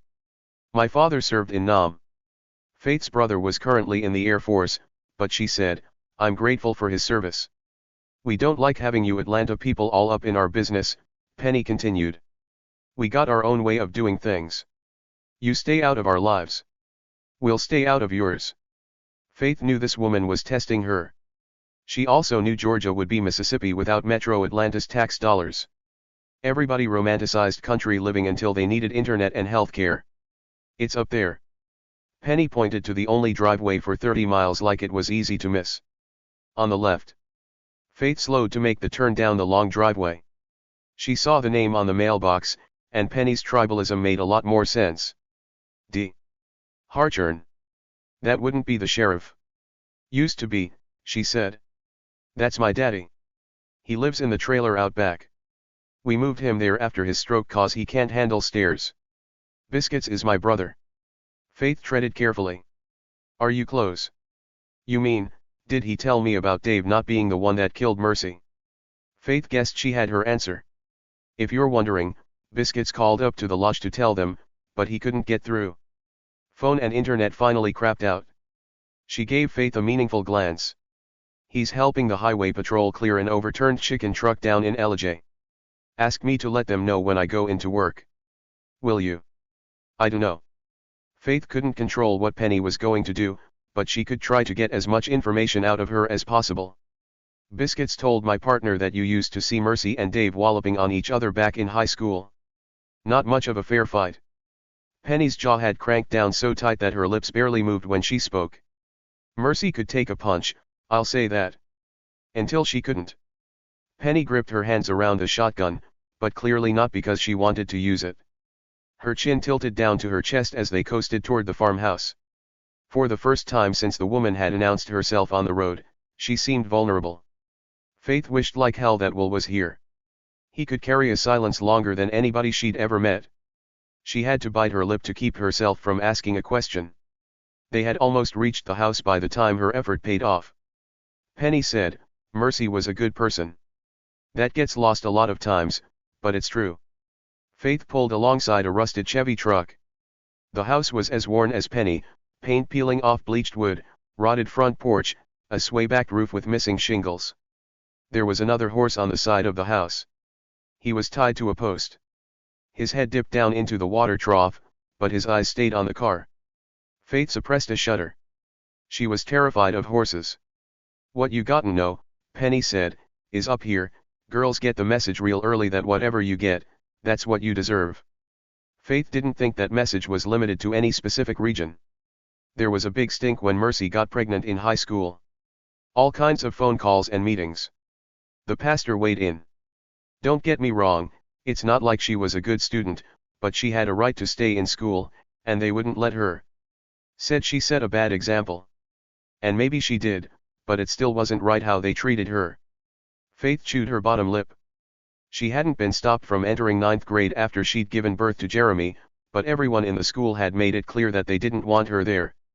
She'd had to eat lunch in the library. Mercy was always wild, but the way that aunt stole her baby away was wrong. "She's a lesbian. Did you hear?" "I heard. Delilah's a wicked bitch. Got nothing to do with what she does in the bedroom. She's just wicked." Penny strangled the shotgun again. She made Mercy jump through all kinds of hoops just to have visitation with her own child. It was wrong. Nobody stood up for Mercy. They all thought she was gonna fail, but she stayed off the liquor and heroin so she could get John back. That took real grit. Gotta admire her for battling those demons. Especially since she didn't get a lick of help. "What about Dave?" "Shit," Penny muttered. "He was working at the blue jean factory. That was a good job before they moved the whole thing to Mexico. He was rolling in dough, buying drinks down at the bar, living it up. What was Mercy doing? Sucking dick on the corner so she could pay for a lawyer to get custody of John." Penny studied Faith carefully, looking for a reaction. Faith didn't give her one. There wasn't one thing she would not do for her own children. The only job Mercy could get was at the motel, and the only reason that happened is the owner wanted to piss off Papa. Nobody else would hire her. She was poisoned down here. Papa made sure of that. "You mean Cecil?" "Yeah, her own damn daddy. All he ever did was punish her and punish her all of her damn life. I watched it happen. I've been cleaning rooms at the lodge since I was 16. Let me tell you this." Penny pointed her finger at Faith like this part was important. "Mercy took over the place after Papa had that bike accident, all right? And all I know is before Mercy was in charge, they could just about make payroll. Then she's running the place and they're hiring a fancy chef from Atlanta and another waiter from town, and then Mercy tells me I can go to full-time cause they need a bartender for cocktail hour before supper. What do you think of that? You tell me." Papa never understood that people want to drink when they're on vacation. He served one glass each of that cheap-ass mulberry wine, and if guests wanted more, they had to pony up $5 cash right then and there. She snorted a laugh. Mercy brought in the top-shelf liquor, started advertising special cocktails, letting people run tabs. Some of those corporate retreats, they'll pay cash cause they don't want their bosses seeing they're basically alcoholics. Just do the math. At full capacity, they got 20 adults ordering enough hooch every night to justify a bartender. Faith was excellent at math. Restaurants generally doubled the shelf price of liquor, but they bought it at wholesale pricing. 2 cocktails a night times 20 people could net anywhere between $400 and $600 profit in a single day. And that didn't include wine sales and whatever they took back to their cottages. Mercy raised the rack rate 20% and nobody blinked an eye. She fixed up the bathroom so you didn't get a fungus from taking a shower. She was bringing up high-dollar guests from Atlanta. Papa couldn't stand it. Penny looked back at the house. Any other daddy would have been proud, but Papa fucking hated her for it. Faith wondered if Penny was offering up another suspect. Cecil was badly injured after the bike accident, right? Yeah, he can't get around no more, but he sure does run that hateful mouth of his. Penny's anger had leveled out. She let the shotgun rest against the dashboard. "I'm gonna be real with you, mostly cause you probably already run my record, but my license was permanently pulled." Faith knew what she was really saying. Penny had gotten so many DUIs that a judge had passed down a lifetime ban. "I know what you're thinking. Makes sense that an old drunk like me is a bartender. I've been sober for 12 years, so you can get off your high horse." "That's not what I was thinking," Faith said. Your father was still the sheriff 12 years ago. He had a lot of power. It must have been hard for him to not pull any strings to help you. You'd think so, right? But he loved it. Made sure I couldn't go anywhere without his permission. Had to beg him to take me to work. To the store. Or the doctor. Hell, I should thank him. Made me learn how to ride a horse. Faith read between the lines again. The only job you could get was at the lodge. You got it, Penny said. Daddy had me up there so he could keep me under his thumb. He's friends with Cecil. Those two bastards are cut from the same cloth. Her tone had turned bitter. All him and Cecil ever cared about was being the motherfuckers in charge. Everybody thinks they're so great. Pillars of the community. But I'll tell you what, they get you under their thumb and, Faith waited for her to finish the end. They see a woman with high spirits, maybe she likes a drink, maybe she wants a little fun, and they tear her down to the ground.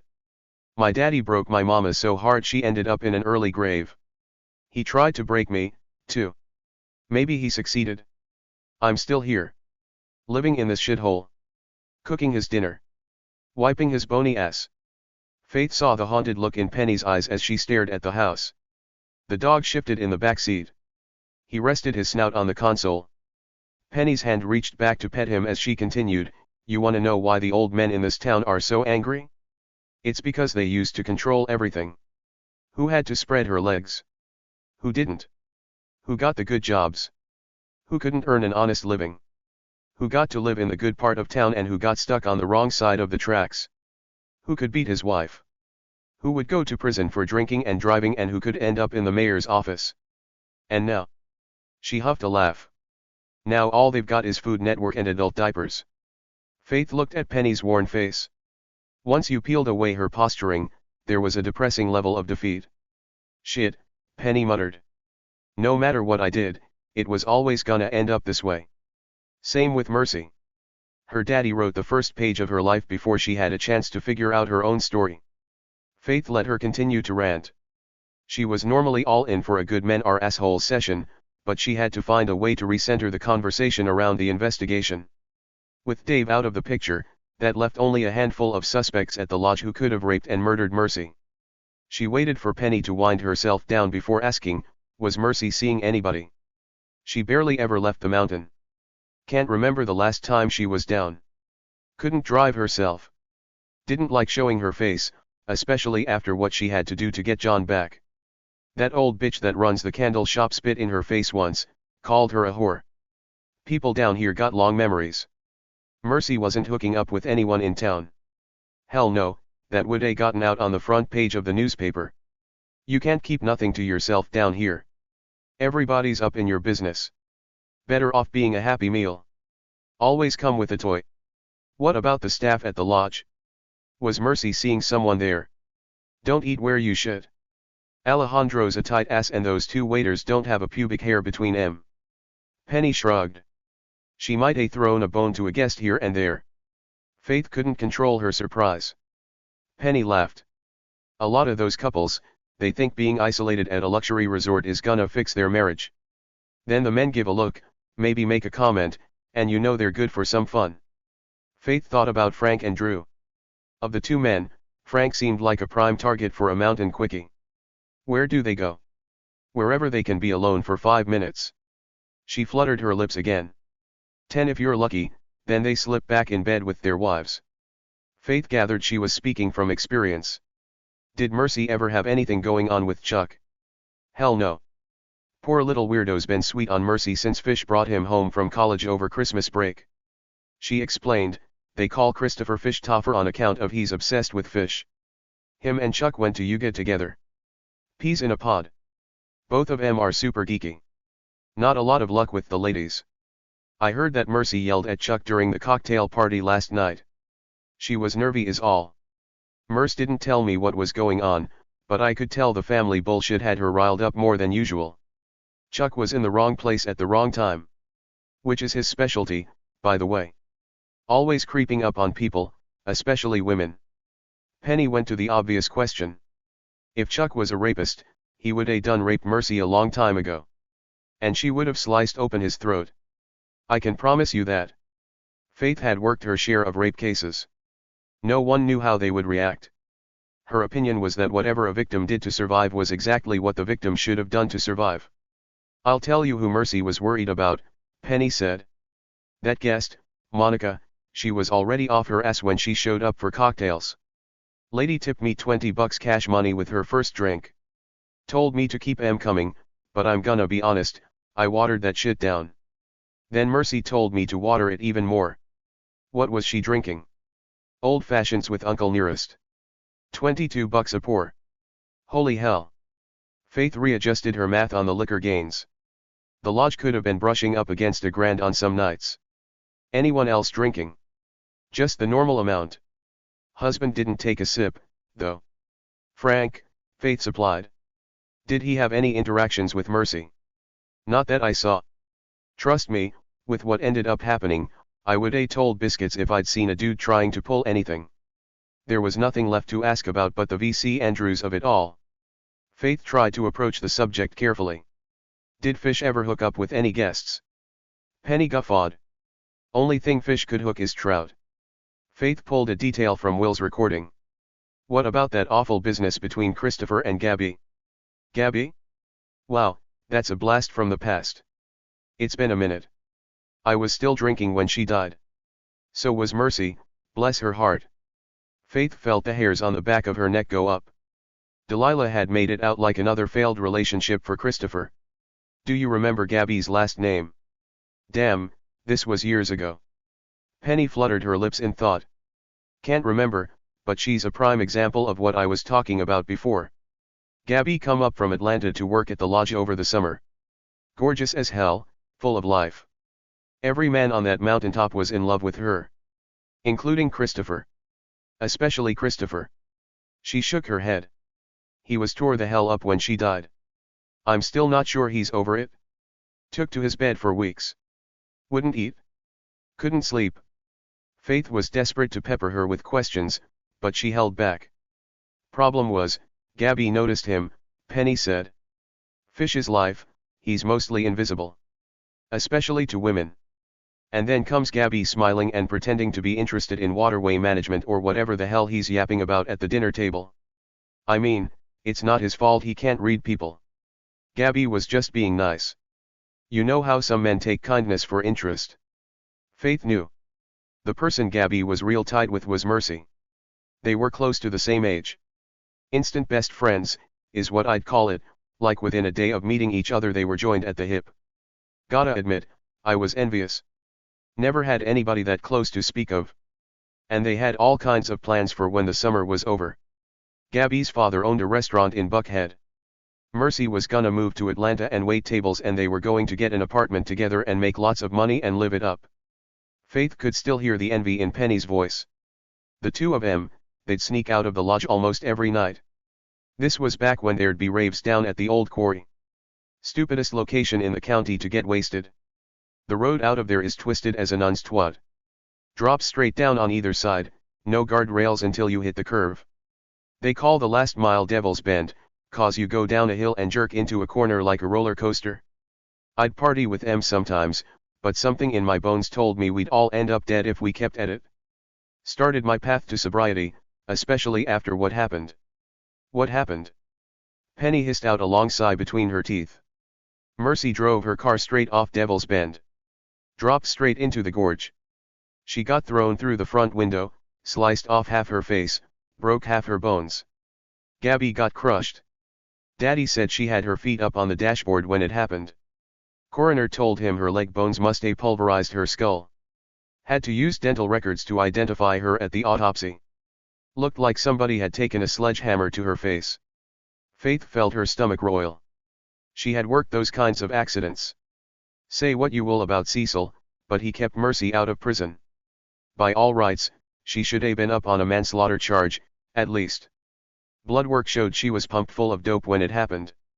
Mercy was still off her ass when Biscuits rode with her in the ambulance to the hospital. EMTs had to restrain her. He told me half her face was hanging off her skull and she was laughing like a hyena. Laughing. Laughing, Penny confirmed. She thought Biscuits was pranking her. Thought she was still at the lodge. That she'd OD'd and they were parked outside the house. EMTs heard her laughing, 2. So word got around real quick. Ain't a person in this town you could put on a jury who wouldn't have convicted her at trial. But there wasn't a trial. Mercy basically walked. Which is another reason people in town hate her. They say she got away with murder. Faith couldn't understand how that had happened. Did she take a plea deal? You're not hearing me. There was no deal to take. Mercy wasn't charged with nothing. Didn't even get a ticket. Voluntarily gave up her license. Never drove again as far as I know, but that was her choice, not a judge taking it away. Penny nodded, like she was agreeing with Faith's shock. You were asking about abuse of power?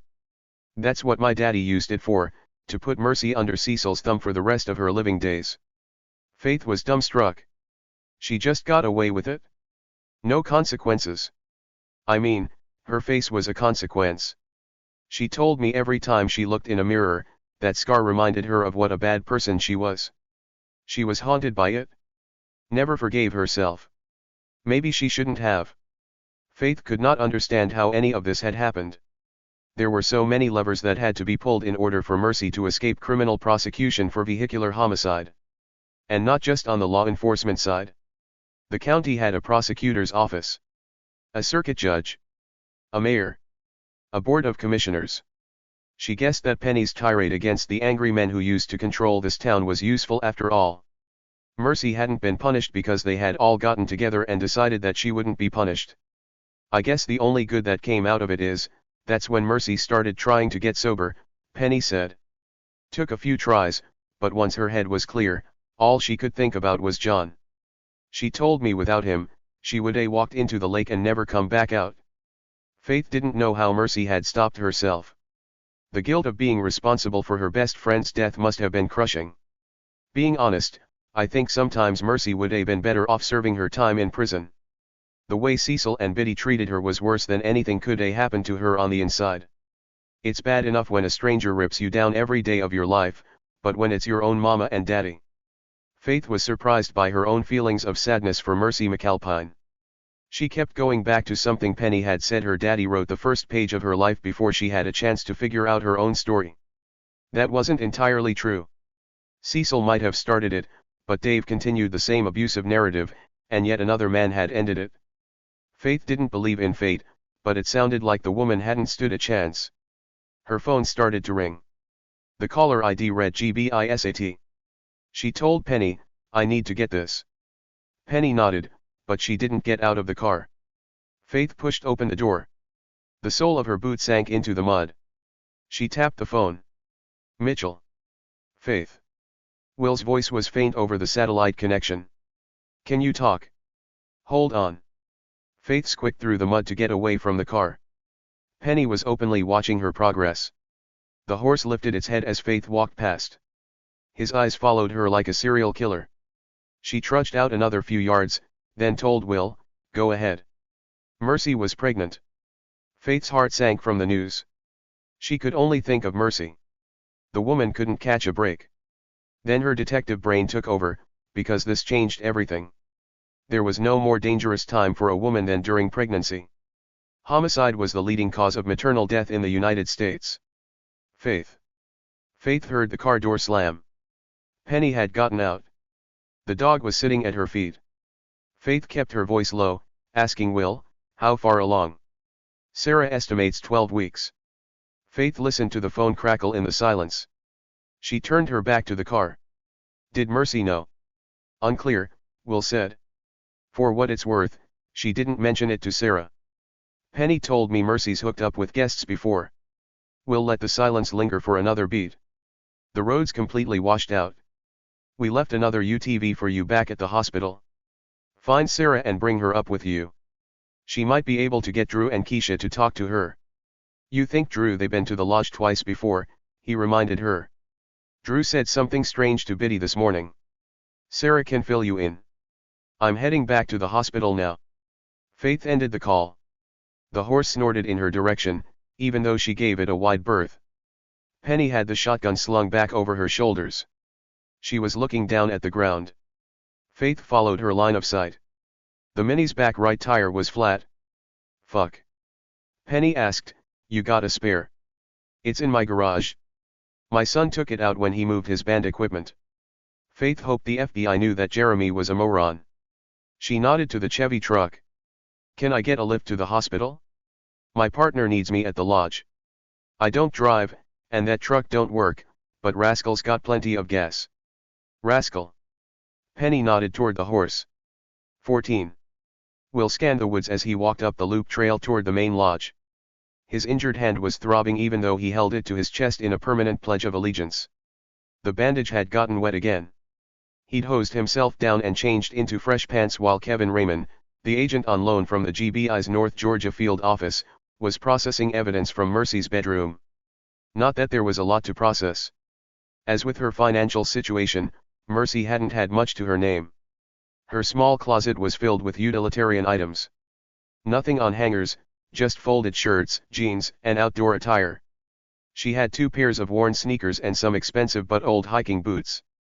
Will was struck by a familiar feeling. Every item of clothing he'd had as a kid had been donated by someone else. Mercy's clothes were faded and worn and in various sizes. He would have bet she hadn't bought them new. In fact, nothing seemed new. Washed out posters of O-Town, New Kids on the Block and the Jonas Brothers were on the walls. Some of John's childhood drawings were taped beside the door. Photographs documented the 16 years of his life. School photos and some outdoor candids, John opening a stuffed giraffe at Christmas, John standing with Dave by a trailer, John lying on the couch where he'd fallen asleep with his phone resting against his chin. Mercy's room seemed to have the only bookcase in the house.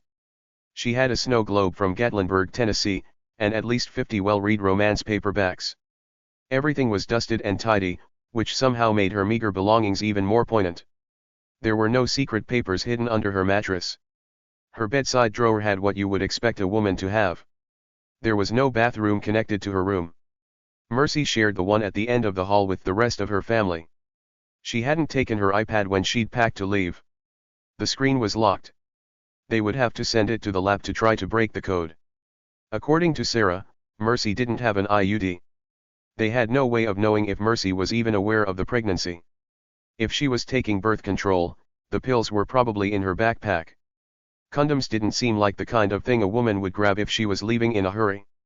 The big questions remained: what had made her leave? Where was she planning on going? Why had she called Dave? Will stopped on the trail and took his iPhone out of his pocket. He used the fingers of his injured hand to tap the screen, opening the recording of Mercy's voicemail to Dave. There was one section he kept coming back to. I can't believe, oh, God, I can't, please call me. Please. I need you. Mercy's voice had a kind of hope tied up in desperation when she said the words I need you, like she was praying that this would be the one time that Dave didn't disappoint her. Will returned his phone to his pocket and continued up the trail. He kept silently playing the message back in his head. He didn't understand how Dave had gotten here. Neither one of them had been given a choice about their shitty childhoods, but they had both decided what kind of men they would be. Will wasn't judging Dave for struggling with his demons. The alcohol and drugs made a certain kind of sense. But Dave had chosen to beat his wife, to strangle her, to terrorize her, to continually fail her. That part was squarely on him. Will silently berated himself for focusing on the wrong guy. He had to let go of being mad at Dave. Mercy's worthless ex-husband had been shunted to the periphery of the investigation. Identifying the killer, locating John, those were the only 2 things that Will needed to be worried about right now. Sunlight bathed his face as he entered the main compound. Will adjusted the heavy satellite phone that was clipped to the back of his belt. He was wearing a paddle holster at his side. Amanda had loaned him her backup piece, a snub-nosed 5-shot Smith & Wesson that was older than Will. He felt like an outlaw walking through town in an old spaghetti western. A curtain twitched in Drew and Keisha's cottage. Cecil glared at him from his wheelchair on the front porch. The 2 cats eyeballed him from their separate perches on the stairs. Paul was in the hammock outside his cottage. He had a book flat to his chest and a bottle of alcohol on the table. His mouth went into a smirk when he saw Will. He reached for the bottle and took a swig. Will was going to let him stew for a bit longer. Paul was on his list of people to talk to, but he wasn't at the top. Interviews generally fell into 2 categories, confrontational or informational. The 2 waiters, Greg and Ezra, were teenagers. They'd probably be a good source of information. Will wasn't sure where Alejandro would fall. Mercy was 12 weeks pregnant. Guests were in and out of the lodge. Will's primary focus was on the men who were consistently around Mercy. Not to say that the other men at the compound weren't going to have their time in the barrel. The McAlpines had suspended all planned activities, but Chuck had gone fishing with Christopher as soon as the storm had passed. Drew was holed up inside Cottage 3 with Keisha. Gordon seemed content to drink the day away with Paul. Frank was playing Columbo by way of the Hardy Boys. Will was waiting for Amanda to come through with the warrant so that he could search the property for bloody clothes and the missing knife handle. The UTV carried a thermal printer in the lockbox that would hopefully work with the satellite phone so that Will could print the document and physically serve the warrant. The McAlpines had granted Will and Kevin access to Mercy's room, but he had a feeling they would push back on the rest of the place, especially considering they were still trying to hold on to paying guests. Biddy had told Will in no uncertain terms that she and her husband were too overcome with grief to answer any questions. Which was fair, but the woman hadn't seemed overcome with anything but anger. Sarah had already searched the kitchen for the broken knife handle, so the house was low on his list. At some point, the lake might have to be dragged. That decision was above Will's pay grade. For now, the best use of his time was talking to people and trying to figure out who had a motive to murder Mercy. Will scanned the trees, trying to figure out which way to go. Last night, they had gotten to dinner by following the bottom half of the loop. Sarah had led them to another trail down to the dining hall, but Will had honestly been paying more attention to Sarah than the route. Out of the corner of his eye, he saw the door to Frank's cottage crack open. A hand stuck out, waving Will over. He could see Frank hiding in the shadows, which would have been funny in any other circumstances. Will was literally out in the open. Everyone could see him crossing the compound toward Cottage 7. He figured now was as good a time as any to interview Frank. Monica had been completely wasted last night. Frank could have easily slipped out for a tryst. He could have just as easily showered off Mercy's blood and slipped back into bed without his wife knowing. Frank kept up the cloak and dagger as Will came up the stairs. The door cracked open wider. Inside, Will's eyes took a moment to adjust to the darkness. The curtains were drawn across the windows and French doors to the back. The door to the bedroom was closed. There was an odor of sickness in the air. "I got the names you asked for," Frank handed Will a folded sheet of paper. "I found the guest registry in an office off the back of the kitchen." Will opened the page. Thankfully, Frank had written in block letters, which made it easier for him to read. He tucked the note into his shirt pocket for later. For now, Frank was in the hot seat. "Thanks for helping me out. How did you get past the staff?" "I threw a rich white guy tantrum and demanded to use the phone. Nobody told me it wasn't working." He sounded excited. "Anything else you need me to do, Chief?" "Yeah." Will was about to knock some air out of the guy's sails. "Did you hear anything last night?" "Nothing, which is weird, because I have really good hearing. It's not like I got much sleep. I was up and down with Monica all night. If someone had yelled in this vicinity, I would have heard it." Will's follow-up question was cut off by the sound of retching from behind the closed bedroom door. Frank tensed as they both listened. The retching stopped. The toilet flushed. The silence returned. "She'll be okay." Frank's voice had the practiced cadence of a man who was used to making excuses for his alcoholic wife. "Have a seat." Will was glad Frank was making this easy for him. The furniture was the same style as the couch and club chairs in Will and Sarah's cottage, but it looked more worn. There was a stain on the carpet with a paper towel soaking up the dark liquid. That was where the smell was coming from. Will took the chair farthest away from it. "What a day." Frank rubbed his face as he sank into the couch. He looked embarrassed. He also looked exhausted. His face was unshaven. His hair was uncombed. He'd clearly had a hard night even before Will had woken up the entire compound. "How's your hand?" Will's hand was throbbing with every beat of his heart. "It's better, thanks. I keep thinking about Mercy at dinner last night. I wish that I had helped her, but I don't know what I could have done. There wasn't much anybody could do." "Well, maybe." Frank asked. "Like, I could have done what you did. Helped clean up the broken glass. Instead, I started talking about the food.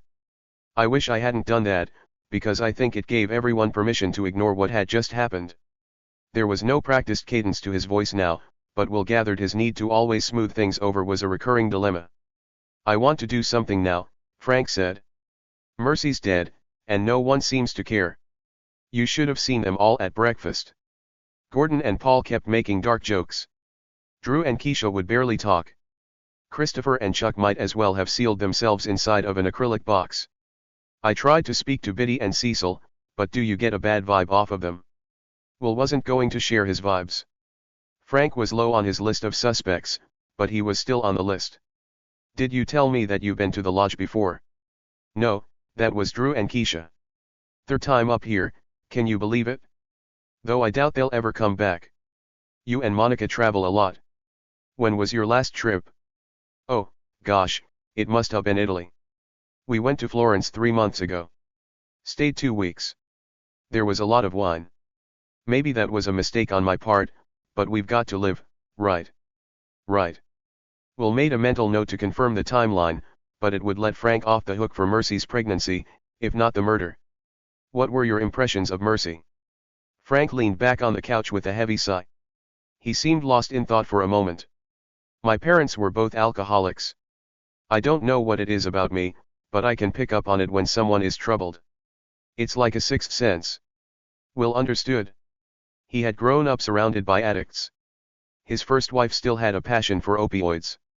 He was hyper-aware of anyone showing the same patterns. Anyway, that's what my spidey senses told me. That Mercy was troubled. Monica coughed from the bedroom. Frank's head turned as he listened again. Will felt sorry for the man. It was an incredibly stressful way to live. Will still got inexplicably anxious if Sarah's lips so much as touched a glass of wine. Frank said, maybe that's why I kept such a wide berth. With Mercy, I mean. I didn't want to get tangled up in her drama. I guess I have enough on my hands. You know, Monica wasn't like this when our son was alive. She was funny and easygoing and she put up with me, which is saying a lot. I know I'm a handful. Nicholas was our shining ray of joy. Then the leukemia took him from us and our therapist says everyone handles grief in their own way. I really thought coming up here would give us a reset, you know? Believe it or not, before Nicholas died, Monica seldom drank. She liked an occasional margarita, but she knew about my parents, so, Will knew the compassionate thing to do was let the man talk. Frank was clearly alone inside of his wife's addiction. But this was a murder investigation, not therapy. He'd let Frank do some busy work, but that didn't take him off Will's list of suspects. Sorry. Frank's spidey sense picked up on Will's impatience. He stood up from the couch. I know I talk too much. Thanks for listening. Let me know what I can. Monica coughed from the other room again. Will noticed the worry on Frank's face. The man had clearly seen a hangover before, but there was something that told Will this time was different. He asked, what's going on, Frank? Frank glanced back at the bedroom door, keeping his voice low. Believe it or not, last night wasn't that bad. She had a lot, but not as much as usual. And I don't think it's an emergency, but Frank shrugged. She keeps throwing up. I've gone through all the Coke in the fridge. I brought some toast from the kitchen.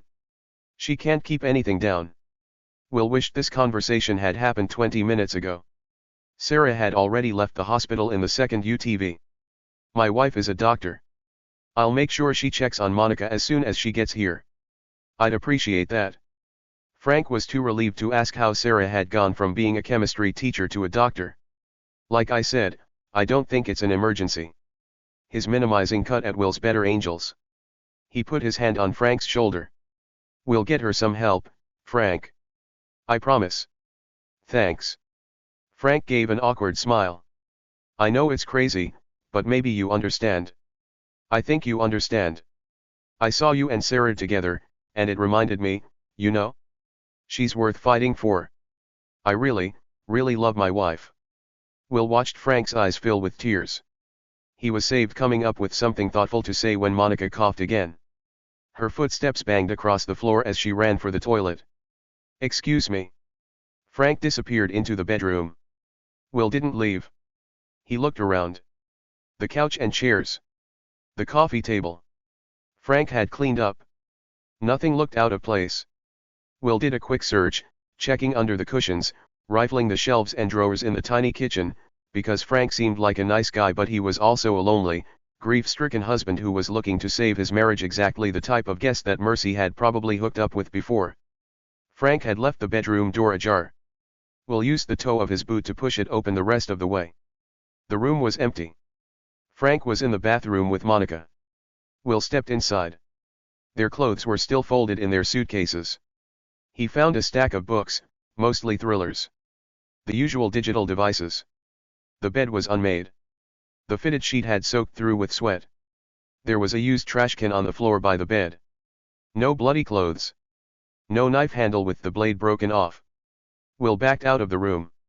He looked at his watch. He wouldn't feel right until Sarah was standing in front of him. At the very least, she could give him that look like he was an idiot for not taking pain medication for his hand. Which was a valid look, but it wouldn't change the situation. Cecil was still glaring when Will walked out of the cottage. Will spotted a sign with a plate and silverware beside an arrow. This had to be the Chow Trail. Will recognized the zigzag shape from last night. The crushed stone was flattened in parallel rows from Cecil's wheelchair. Will put a zig between himself and the house before he looked at the guest list Frank had given him. He could easily make out some of the names, but that was only because he already knew them. The last names were a different story. He found a tree stump to sit on. He placed the paper on his lap, inserted his earbuds. He used his phone's camera to scan the names, then loaded the scan into his text-to-speech app. Frank and Monica Johnson. Drew Conklin and Keisha Murray. Gordon Wiley and Landry Peterson. Sidney Flynn and Max Brower. Will set up a hotspot with the satellite phone and sent the list to Amanda so she could run background and criminal checks. The upload took almost a full minute. He waited until she had texted back a check mark that the information was received. Then he waited to see if she texted anything else. Half of him was relieved when the 3 dancing dots disappeared. Amanda was extremely furious with him right now. More than usual, which said a lot. She had tried to take the case away from Will. Will had told her he would work it anyway. It had turned into a thing. All he could do was wait for that moment in the near future when she would shove her razor-sharp claws down his throat and rip out his intestines. For now, he had a chef and 2 waiters to interview. Will folded up the list and stuck it back into his shirt pocket. He tucked his phone and earbuds back into his pants pocket. He clipped the satellite phone on his belt. He pressed his injured hand to his chest and resumed his trek. The Chow Trail took another gradual curve before zigging back toward the dining hall. The design made sense considering Cecil's chair couldn't handle a sharp, downward slope, but Will would have to tell Faith to adjust her timeline. Mercy wouldn't have bothered with following the curves, especially if she was running for her life. Will waited until he was standing on the viewing platform to look back up the trail. He thought he could see the roof of the main house. He went to the edge of the platform that overlooked the lake. The tops of trees obscured the shore, but the bachelor cottages were down there somewhere. He leaned over the railing and looked straight down. The drop was steep, but he imagined someone who'd grown up on this property would know how to get down quickly. Will had a feeling he was going to end up being the one sliding down the side of a cliff while Faith held the stopwatch. He walked around the back of the building toward the kitchen, glancing through the window on his way. The chef was working at a commercial food mixer. The 2 waiters were carrying large black plastic bags of trash out the back door. Will was about to go inside when the satellite phone vibrated on his belt. He took a few steps away from the building before answering, "Trent. Are you still doing this?" Amanda asked. He heard the clear warning in her prickly tone. "Yes, ma'am." "Very well," she said. "I've been trying to reach a circuit judge up here who has phone service. Apparently, the storm took out the main transformers that service the northwestern part of the state, but I'll make the warrant happen. The dive team is currently searching for a body in Lake Rayburn. Let's keep that as an option of last resort. As you know, it's very expensive to search a lake, particularly one that deep, so I need you to find that knife handle quickly and on land." "Understood. I located Gordon Wiley's marriage certificate. He's married to a man named Paul Ponticello. Anything on their sheets?" "Nothing. Wiley owns a company that developed a stock market app. Ponticello is a plastic surgeon with an office in Buckhead. Will imagined the men were not hurting for money." "What about the others?" "Monica Johnson picked up a DUI 6 months ago." "Makes sense." "And Frank?" "I found a death certificate for their child, 20 years old. Leukemia. Solid financial picture on both of them, Amanda said. The same with all the others. Wealthy, educated professionals for the most part. Drew Conklin is the exception. He has a 15-year-old charge for aggravated assault. The information surprised him. Do you have details? I'm tracking down the arrest report for the specifics.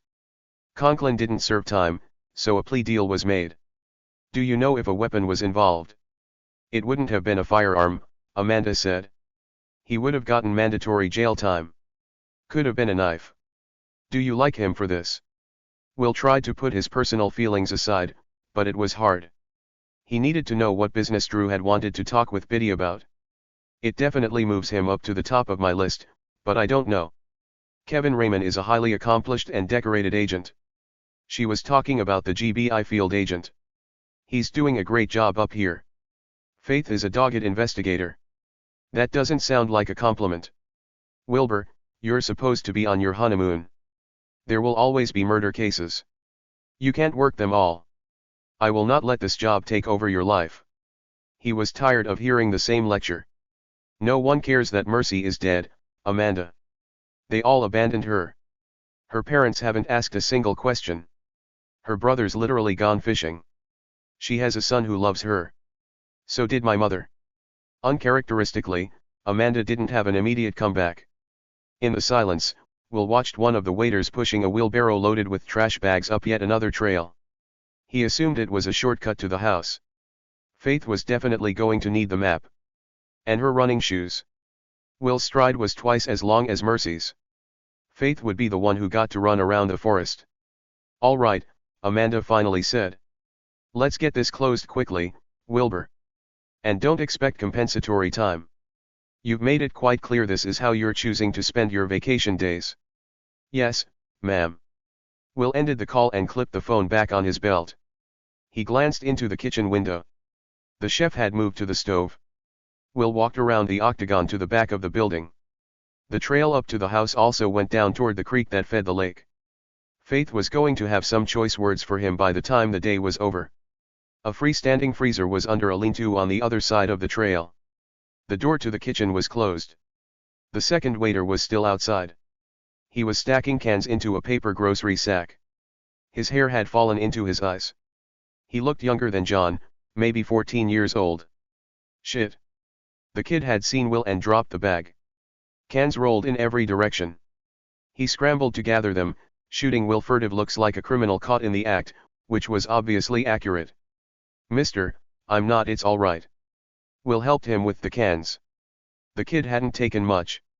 Green beans, condensed milk, corn, black-eyed peas. Will knew what it was like to be desperate and hungry. He was never going to stop someone from stealing food. The kid asked, "Are you gonna arrest me?" Will wondered who had told him that Will was a cop. Probably everybody. No, I'm not going to arrest you. The kid seemed unconvinced as he packed cans back into the bag. You've got some good stuff here. The milk is for my baby sister, he said. She's got a sweet tooth. Are you Ezra or Greg? I'm Greg, sir. Greg. Will handed him the last can. Have you seen John? No, sir. I heard he ran off. Delilah already asked me if there was anywhere he'd go. I talked to Ezra about it and neither one of us know where he'd run off to. I'd tell you if we did, that's for sure. John's a good guy. He's gotta be torn up about his mama. Will watched the kid hug the grocery bag to his chest. He was more worried about losing the food than talking to a cop. Keep it, Will said. I'm not going to tell anybody. Relief flooded the kid's face. He walked around the standing freezer and got down on his knees as he hid the bag in what was clearly his usual spot. Will saw a dark oil stain had spread across the wood decking. There didn't seem to be a recycling tank, which meant the oil was going down the drain into the septic system, which could get into the groundwater, which was something the EPA frowned on. Will put the information in his back pocket in case he needed to pressure Biddy and Cecil with it later on. Thanks, mister. Greg cleaned his hands on his apron as he stood back up. I need to get back to work. Take a minute. Greg looked scared again. His eyes went to the hidden food. You're not in trouble. I'm just trying to get some idea of what Mercy's life was like before she died. Can you tell me about her? Like what? Like, Whatever comes to mind. Anything. She was fair, he asked, testing the waters. I mean, she could tear you a new one sometimes, but not out of nowhere. You knew where you stood with her. Not like the rest of them. What are the rest of them like? Cecil's mean as a snake. He'll cut you just as soon as look at ya. Not that he can move like that anymore, but before the accident, he was scary. Greg leaned against the freezer. Fish, he don't talk much. I guess he's okay, but he's weird. Biddy, she burned me real bad. Pretended she was my friend, then I didn't do something she asked fast enough and she turned on me something fierce. How'd she turn on you? Cut me off, he said. She helps me and Ezra out sometimes. Like, if you're nice to her, she'll slip you a $10 or a $20 bill. But now, I walk by and she won't even look me in the eye. Being honest, with Mercy gone, I'm gonna look for work in town. They already told all of us they're cutting back our wages on account of they don't know what's gonna happen next. That tracked with what Will had learned about the McAlpines and money. Have you ever seen Mercy talking to any of the male guests? He snorted. That's a funny way of asking. What am I asking? His face turned red. It's okay, Will said. It's just you and me. Did you see Mercy with any of the guests? If she was talking to a guest, they were either asking her for something or complaining. He shrugged. We're up here at 6 every morning, then back down the mountain by 9. There's a lot of work to do in between meals. Washing dishes, food prep, cleaning. Not a lot of time to watch what people are up to. Will didn't ask him when he found time to go to school. The kid was probably helping to support his family. When's the last time you saw Mercy? I guess around 8:30 last night. She let us go early. Said she'd finish up. Was anyone in the kitchen when you left? No, sir. She was alone. What about the chef? Alejandro left when we did. Will hadn't seen another car on the parking pad. What does he drive? We all take horses up and down. There's a paddock yonder down from the parking pad. Me and Ezra double up since it's his horse. Alejandro went the other way cause he lives on the other side of the range. Will would follow up on the paddock. What do you think of Alejandro? He's alright. Takes his work real serious. Not a lot of joking around. He shrugged again. Beats the guy who was here before. He was always looking at us funny. Did Alejandro spend time with Mercy? Sure, she had to go over stuff with him a couple times a day on account of the guests are real particular about their food. Did Mercy and Alejandro have these conversations in front of you? Greg's eyebrows went up, like he just put it together. They'd go back to Mercy's office and shut the door. I never thought about the two of them together. I mean Mercy was kind of old. Will guessed 32 was ancient to a 14-year-old. Mister, he said. Sorry, but is that it? I gotta get the Hobart going or I'm gonna get my hide tanned. That's it? Thanks. Will waited until the door was closed before going to the standing freezer. The lock was open. He looked inside. Nothing but meat.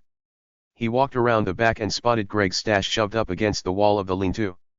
The trash cans were empty. The area was clean. No bloody clothes. No broken knife handle. Will got on his knees and used the flashlight from his phone to look under the freezer. He heard voices from the forest. Will stayed down behind the freezer. He was obscured by the slats on the side of the lean-to. Christopher and Chuck were on the lower part of the trail below the dining hall. They were carrying fishing poles and tackle boxes. Chuck had the same gallon water jug he'd sported at dinner last night. He drank so loudly from the clear, plastic container that Will could hear his gulps from 20 yards away. Crap, Christopher said. I forgot my stupid gaff. Chuck wiped his mouth with the sleeve of his shirt. You leaned it against the tree. Crap. Christopher looked at his watch. We're supposed to have a family meeting. Can you family meeting about what? Hell if I know. Probably the sale. Do you think the investors are still interested? Give me your stuff. Christopher wrangled Chuck's tackle box and pole alongside his own. Even if they're not interested, it's over. I'm out of this business. I never wanted to do it in the first place. And without Mercy, it just won't work. We needed her. Fish, don't talk like that. We can figure it out. We can't give this up. Chuck held out his arms to indicate their surroundings. Come on, buddy. This is a good thing we've got going. A lot of people are depending on us. They can depend on somebody else. Christopher turned and headed back up the trail. I've made up my mind. Fish. Will ducked down so that Christopher didn't see him as he walked past. Fish Topher McAlpine. Come back here. You can't bail on me. Chuck was silent for way too long before he figured out Christopher wasn't coming back. Damn it. Will stuck up his head from behind the freezer. He could see Christopher heading toward the main house. Chuck was making his way down to the creek. A decision had to be made. Alejandro would probably be in the kitchen for the rest of the day. Unlike the rest of the men on the property, Chuck was a complete mystery. They didn't know his last name. They hadn't been able to do a background check. More importantly, Mercy had embarrassed the man in front of a group of people. Roughly 80% of the murders Will investigated were perpetrated by men who were furious about their inability to control women. Will headed down the trail. If it could be called a trail. The narrow strip toward the creek wasn't lined with crushed stone like the others. Will could see why it wasn't meant for guests. The perilously steep trail could have resulted in some lawsuits. Will had to concentrate on his footing to get through the worst of it. Chuck was having an easier time of it. He was swinging the water jug as he traipsed through the forest. The man had a strange way of walking, like his pronated feet were kicking imaginary soccer balls. He resembled a lesser Mr. Bean. His back was swayed. He was wearing a bucket hat and fishing vest. His brown cargo shorts hit below his knees. Black socks slouched around his yellow hiking boots. The trail turned even steeper. Will held onto a branch so he didn't slide on his ass. Then he grabbed a rope that was tethered to a tree like a handrail. He heard the shush of white water before he saw the creek. The sound was soft, more like white noise. This must have been the area Delilah had called the waterfall that wasn't really the waterfall. The terrain dropped about 10 feet in the space of a dozen yards. Some flat stones had been placed in the water to create a footbridge at the head of the mini falls. Will remembered seeing a photograph taken in this area on the lodge website. It showed Christopher McAlpine standing in the middle of the creek throwing out a fishing line. The water was up to his waist. Will guessed the rain had made it twice as deep. The bank on the opposite side was mostly submerged. The tree canopy was thicker overhead. He could see clearly, but not as clearly as he would have liked. Chuck was taking in the same view, but from a lower vantage. He was kneading his back with his fist as he looked across the creek. Will cataloged the ways Chuck could hurt him if there was some kind of struggle. The hooks and lures on the man's vest would hurt like hell, but fortunately, Will only had one hand that would be shredded. He wasn't sure what a gaff was, though he had noticed that most of the instruments for fishing could easily be turned into weapons. The plastic jug was half full of water, but would feel like a hammer if Chuck swung it with enough force. Will kept his distance, calling, "Chuck." Chuck whipped around, startled. His glasses had fogged at the edges, but his eyes easily found the revolver on Will's hip. He asked, "You're Will, right?" "That's right." Will picked his way down the last part of the trail. "The humidity is a bitch today." Chuck cleaned his glasses with the tail of his shirt. "We barely missed another storm coming through." Will kept around 10 feet between them. "Sorry we didn't get a chance to talk at dinner last night." Chuck pushed his glasses up his nose. "Believe me, if I had a wife who was that hot, I wouldn't talk to anybody, either." "Thanks," Will forced himself to smile. "I didn't catch your name." "Bryce Weller." He reached out to shake Will's hand, then saw the bandage and waved instead. "People call me Chuck." Will kept his response neutral. "That's quite a nickname." "Yeah, you'll have to ask Dave how he came up with it. No one remembers anymore." Chuck was smiling, but he didn't look happy. 13 years ago, I went up the mountain a Bryce and came down a Chuck." Will wondered why the guy was suddenly speaking in an accent, but he didn't press it. "I should tell you I'm here in a work capacity. I was wondering if you wouldn't mind talking to me about Dave." He didn't confess. Will shook his head, glad that the word hadn't spread from town yet. "I'm not surprised, Inspector," Chuck said in another weird voice. "He's a weaselly vermin. Don't let him get out of this. He should get the electric chair." Will didn't tell him it was done by lethal injection. "What can you tell me about Dave?" Chuck didn't answer immediately. He uncapped the water jug and gulped down half of what was left. He smacked his lips as he flipped the cap back in place. Then he let out a burp that was so putrid Will could almost taste it from 10 feet away. Dave is a typical Chad. Chuck's jokey voice was gone. Don't ask me why, but females can't resist him. The more terrible he is, the more they want him. He doesn't have a real job. He scrapes by on whatever scraps Biddy throws him. He smokes like a chimney. He's an addict. He lies, cheats, and steals. He lives in a trailer. Doesn't own a car. What's not to love, right? Meanwhile, all the nice guys are relegated to the friend zone. Will wasn't surprised that Chuck was an incel, but he was surprised the man was so open about it. Did Mercy put you in the friend zone? I put myself there, friend. Chuck seemed to really believe this. I let her cry on my shoulder a few times, but then I realized nothing was ever going to change. No matter how much Dave hurt her, she always went back to him. You were aware of the abuse. Everyone was. Chuck took off his hat and wiped the sweat off his forehead. Dave didn't try to hide it. He would hit Mercy right in front of us sometimes. An open-handed smack, never a punch, but we all saw it. Will held back his judgment. That must have been hard to watch.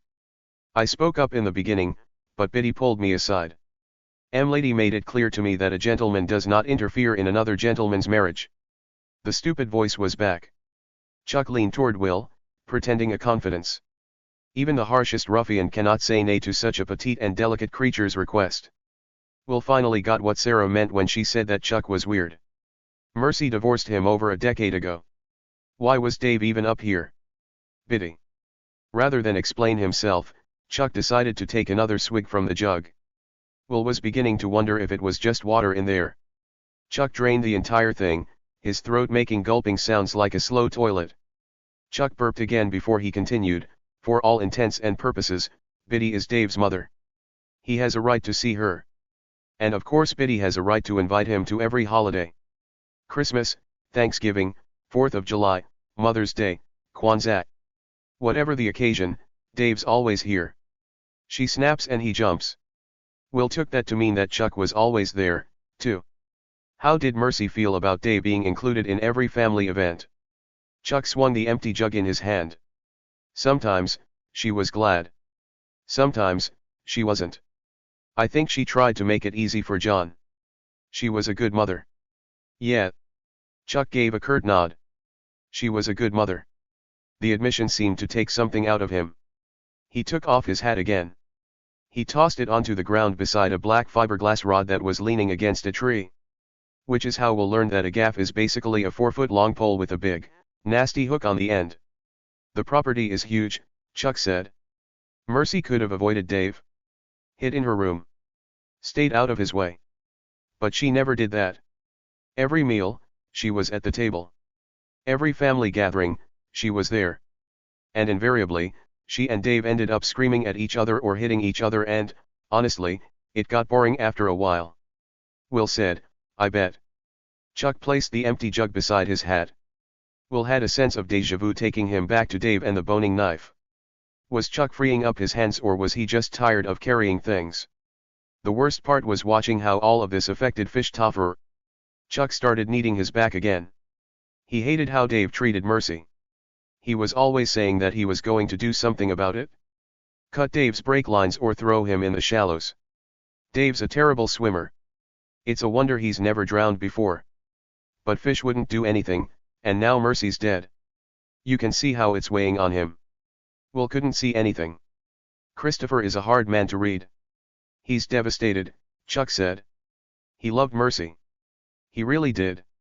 Will thought he had a funny way of showing it. Did you go back to your cottage after dinner last night? Fish and I had a nightcap, then I retired to my cottage for some reading. Did you hear anything between 10 and midnight? I fell asleep with my book. That explains the kink in my back. I feel like I've been punched in the kidneys. You didn't hear a scream or a howl or anything like that? Chuck shook his head.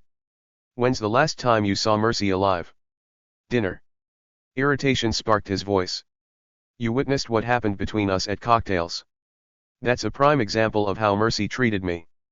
I was only trying to make sure she was okay, and she screamed at me like I had raped her. Will watched his face change, Like he regretted choosing the word rape. Before Will could follow up, Chuck reached for his hat on the ground. He hissed air between his teeth. Jesus, my back. He left the hat on the ground and slowly straightened up. The body tells you when you need to take a break, right? Right. Will was thinking about the fact that Mercy didn't have any defensive wounds. Maybe she had gotten in some punches before the knife had subdued her. You want me to take a look at that? My back. Chuck sounded alarmed. What would you see? Bruises. Bite marks. Scratches. Will lied, I worked as a physical therapist in college. I'm fine, Chuck said. I'm sorry I can't be more helpful. That's all I can tell you. Will could tell Chuck wanted him gone, which made Will not want to leave. If you think of anything, you'll be the first to know. Chuck pointed up the hill. The trail will take you back to the main house. Just go past the dining hall on your left. Thanks. Will didn't leave. He wasn't finished making Chuck uncomfortable. My partner will follow up with you later. Why? You're a witness. We need to get your written statement. Will paused. Any reason we shouldn't? No, he said. No reason at all. I'm happy to help. Even though I didn't see or hear anything. Thanks. Will nodded up the trail. You heading to the house? I think I'll stay out here for a while. Chuck started to rub his back again, then thought better of it. I need some time for reflection. Despite the persiflage, I've suddenly realized how affected I am by her death, too. Will wondered if Chuck's brain had told his face that news, because he didn't look like he wanted time for reflection. He was sweating profusely. His skin was pale. Will asked, Are you sure you don't want company? I'm a good listener. Chuck's throat visibly worked. Sweat dripped into his eyes, but he didn't wipe it away. No, thank you. Okay. I appreciate your talking to me. Chuck's jaw was clenched. Will lingered. I'll be at the main house if you need me. Chuck said nothing, but every part of his body said that he was desperate for Will to leave. There was nothing to do but oblige him. Will started back up the trail. The first few steps were tricky, not because Will couldn't find his footing, but because he was calculating how far the gaff could reach. Then he was listening closely for the sound of Chuck running. Then he was wondering if he was being paranoid, which was statistically probable, but not all statistics corrected for reckless behavior. Will kept his uninjured hand loose at his side, close to the gun on his hip. He saw a fallen log 20 yards ahead. The other part of the rope handrail was tied off to a large eye bolt. He told himself he would turn back around to check on Chuck when he reached the log. His ears burned as he tried to pick out any sound other than the shush of the water flowing over the rocks. Going up the trail wasn't as easy as going down. His foot slipped. He cursed when he caught himself with his injured hand. He pushed himself up. By the time he'd made it to the log, he figured Chuck would be gone. He was wrong. Chuck was lying face down in the middle of the creek. Chuck. Will started running. Chuck. Chuck's hand was trapped between two rocks. Water rushed around his body. He wasn't trying to lift his head. He wasn't even moving. Will kept running, unclipping his gun, the satellite phone, emptying his pockets because he knew he was going to have to go in. His boot slid in the mud. He made it down the slope on his ass, but he was a second too late. The current pried Chuck's hand from the rocks. His body went spinning down the creek.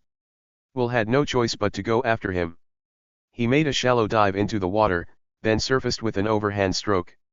The temperature was so cold he felt like he was moving through ice. Will pushed himself to keep moving. He was just barely keeping up with the flow. He pushed harder. Chuck was 15 feet away, then 10, then Will reached for his arm. He missed. The current had grown stronger. The water frothed and churned as it hooked around a bend in the creek. He slammed into Chuck's body, his head jerking back on his neck. Will reached for him again, but suddenly, they were both tossed around by rapids. Will searched for the shore but he was spinning too fast. He tried in vain to find purchase with his feet. He heard a loud roar. Will thrashed, trying to get a lock on the horizon. His head kept going under. He pushed himself up and was momentarily paralyzed by what he saw. 50 yards ahead. The turbulence flattened out as the surface of the water kissed the sky. Shit. This was the real waterfall Delilah had been talking about. 40 yards. 30. Will made one last, desperate lunge toward Chuck, his fingers catching on the vest. He kicked his feet, trying to find something to brace against. The current wrapped around his legs like a giant squid, pulling him downstream. His head was dragged below the surface. He was going to have to let go of Chuck. Will tried to shake his hand loose, but he was caught on the vest. His lungs ached for air. He struggled to kick himself backward.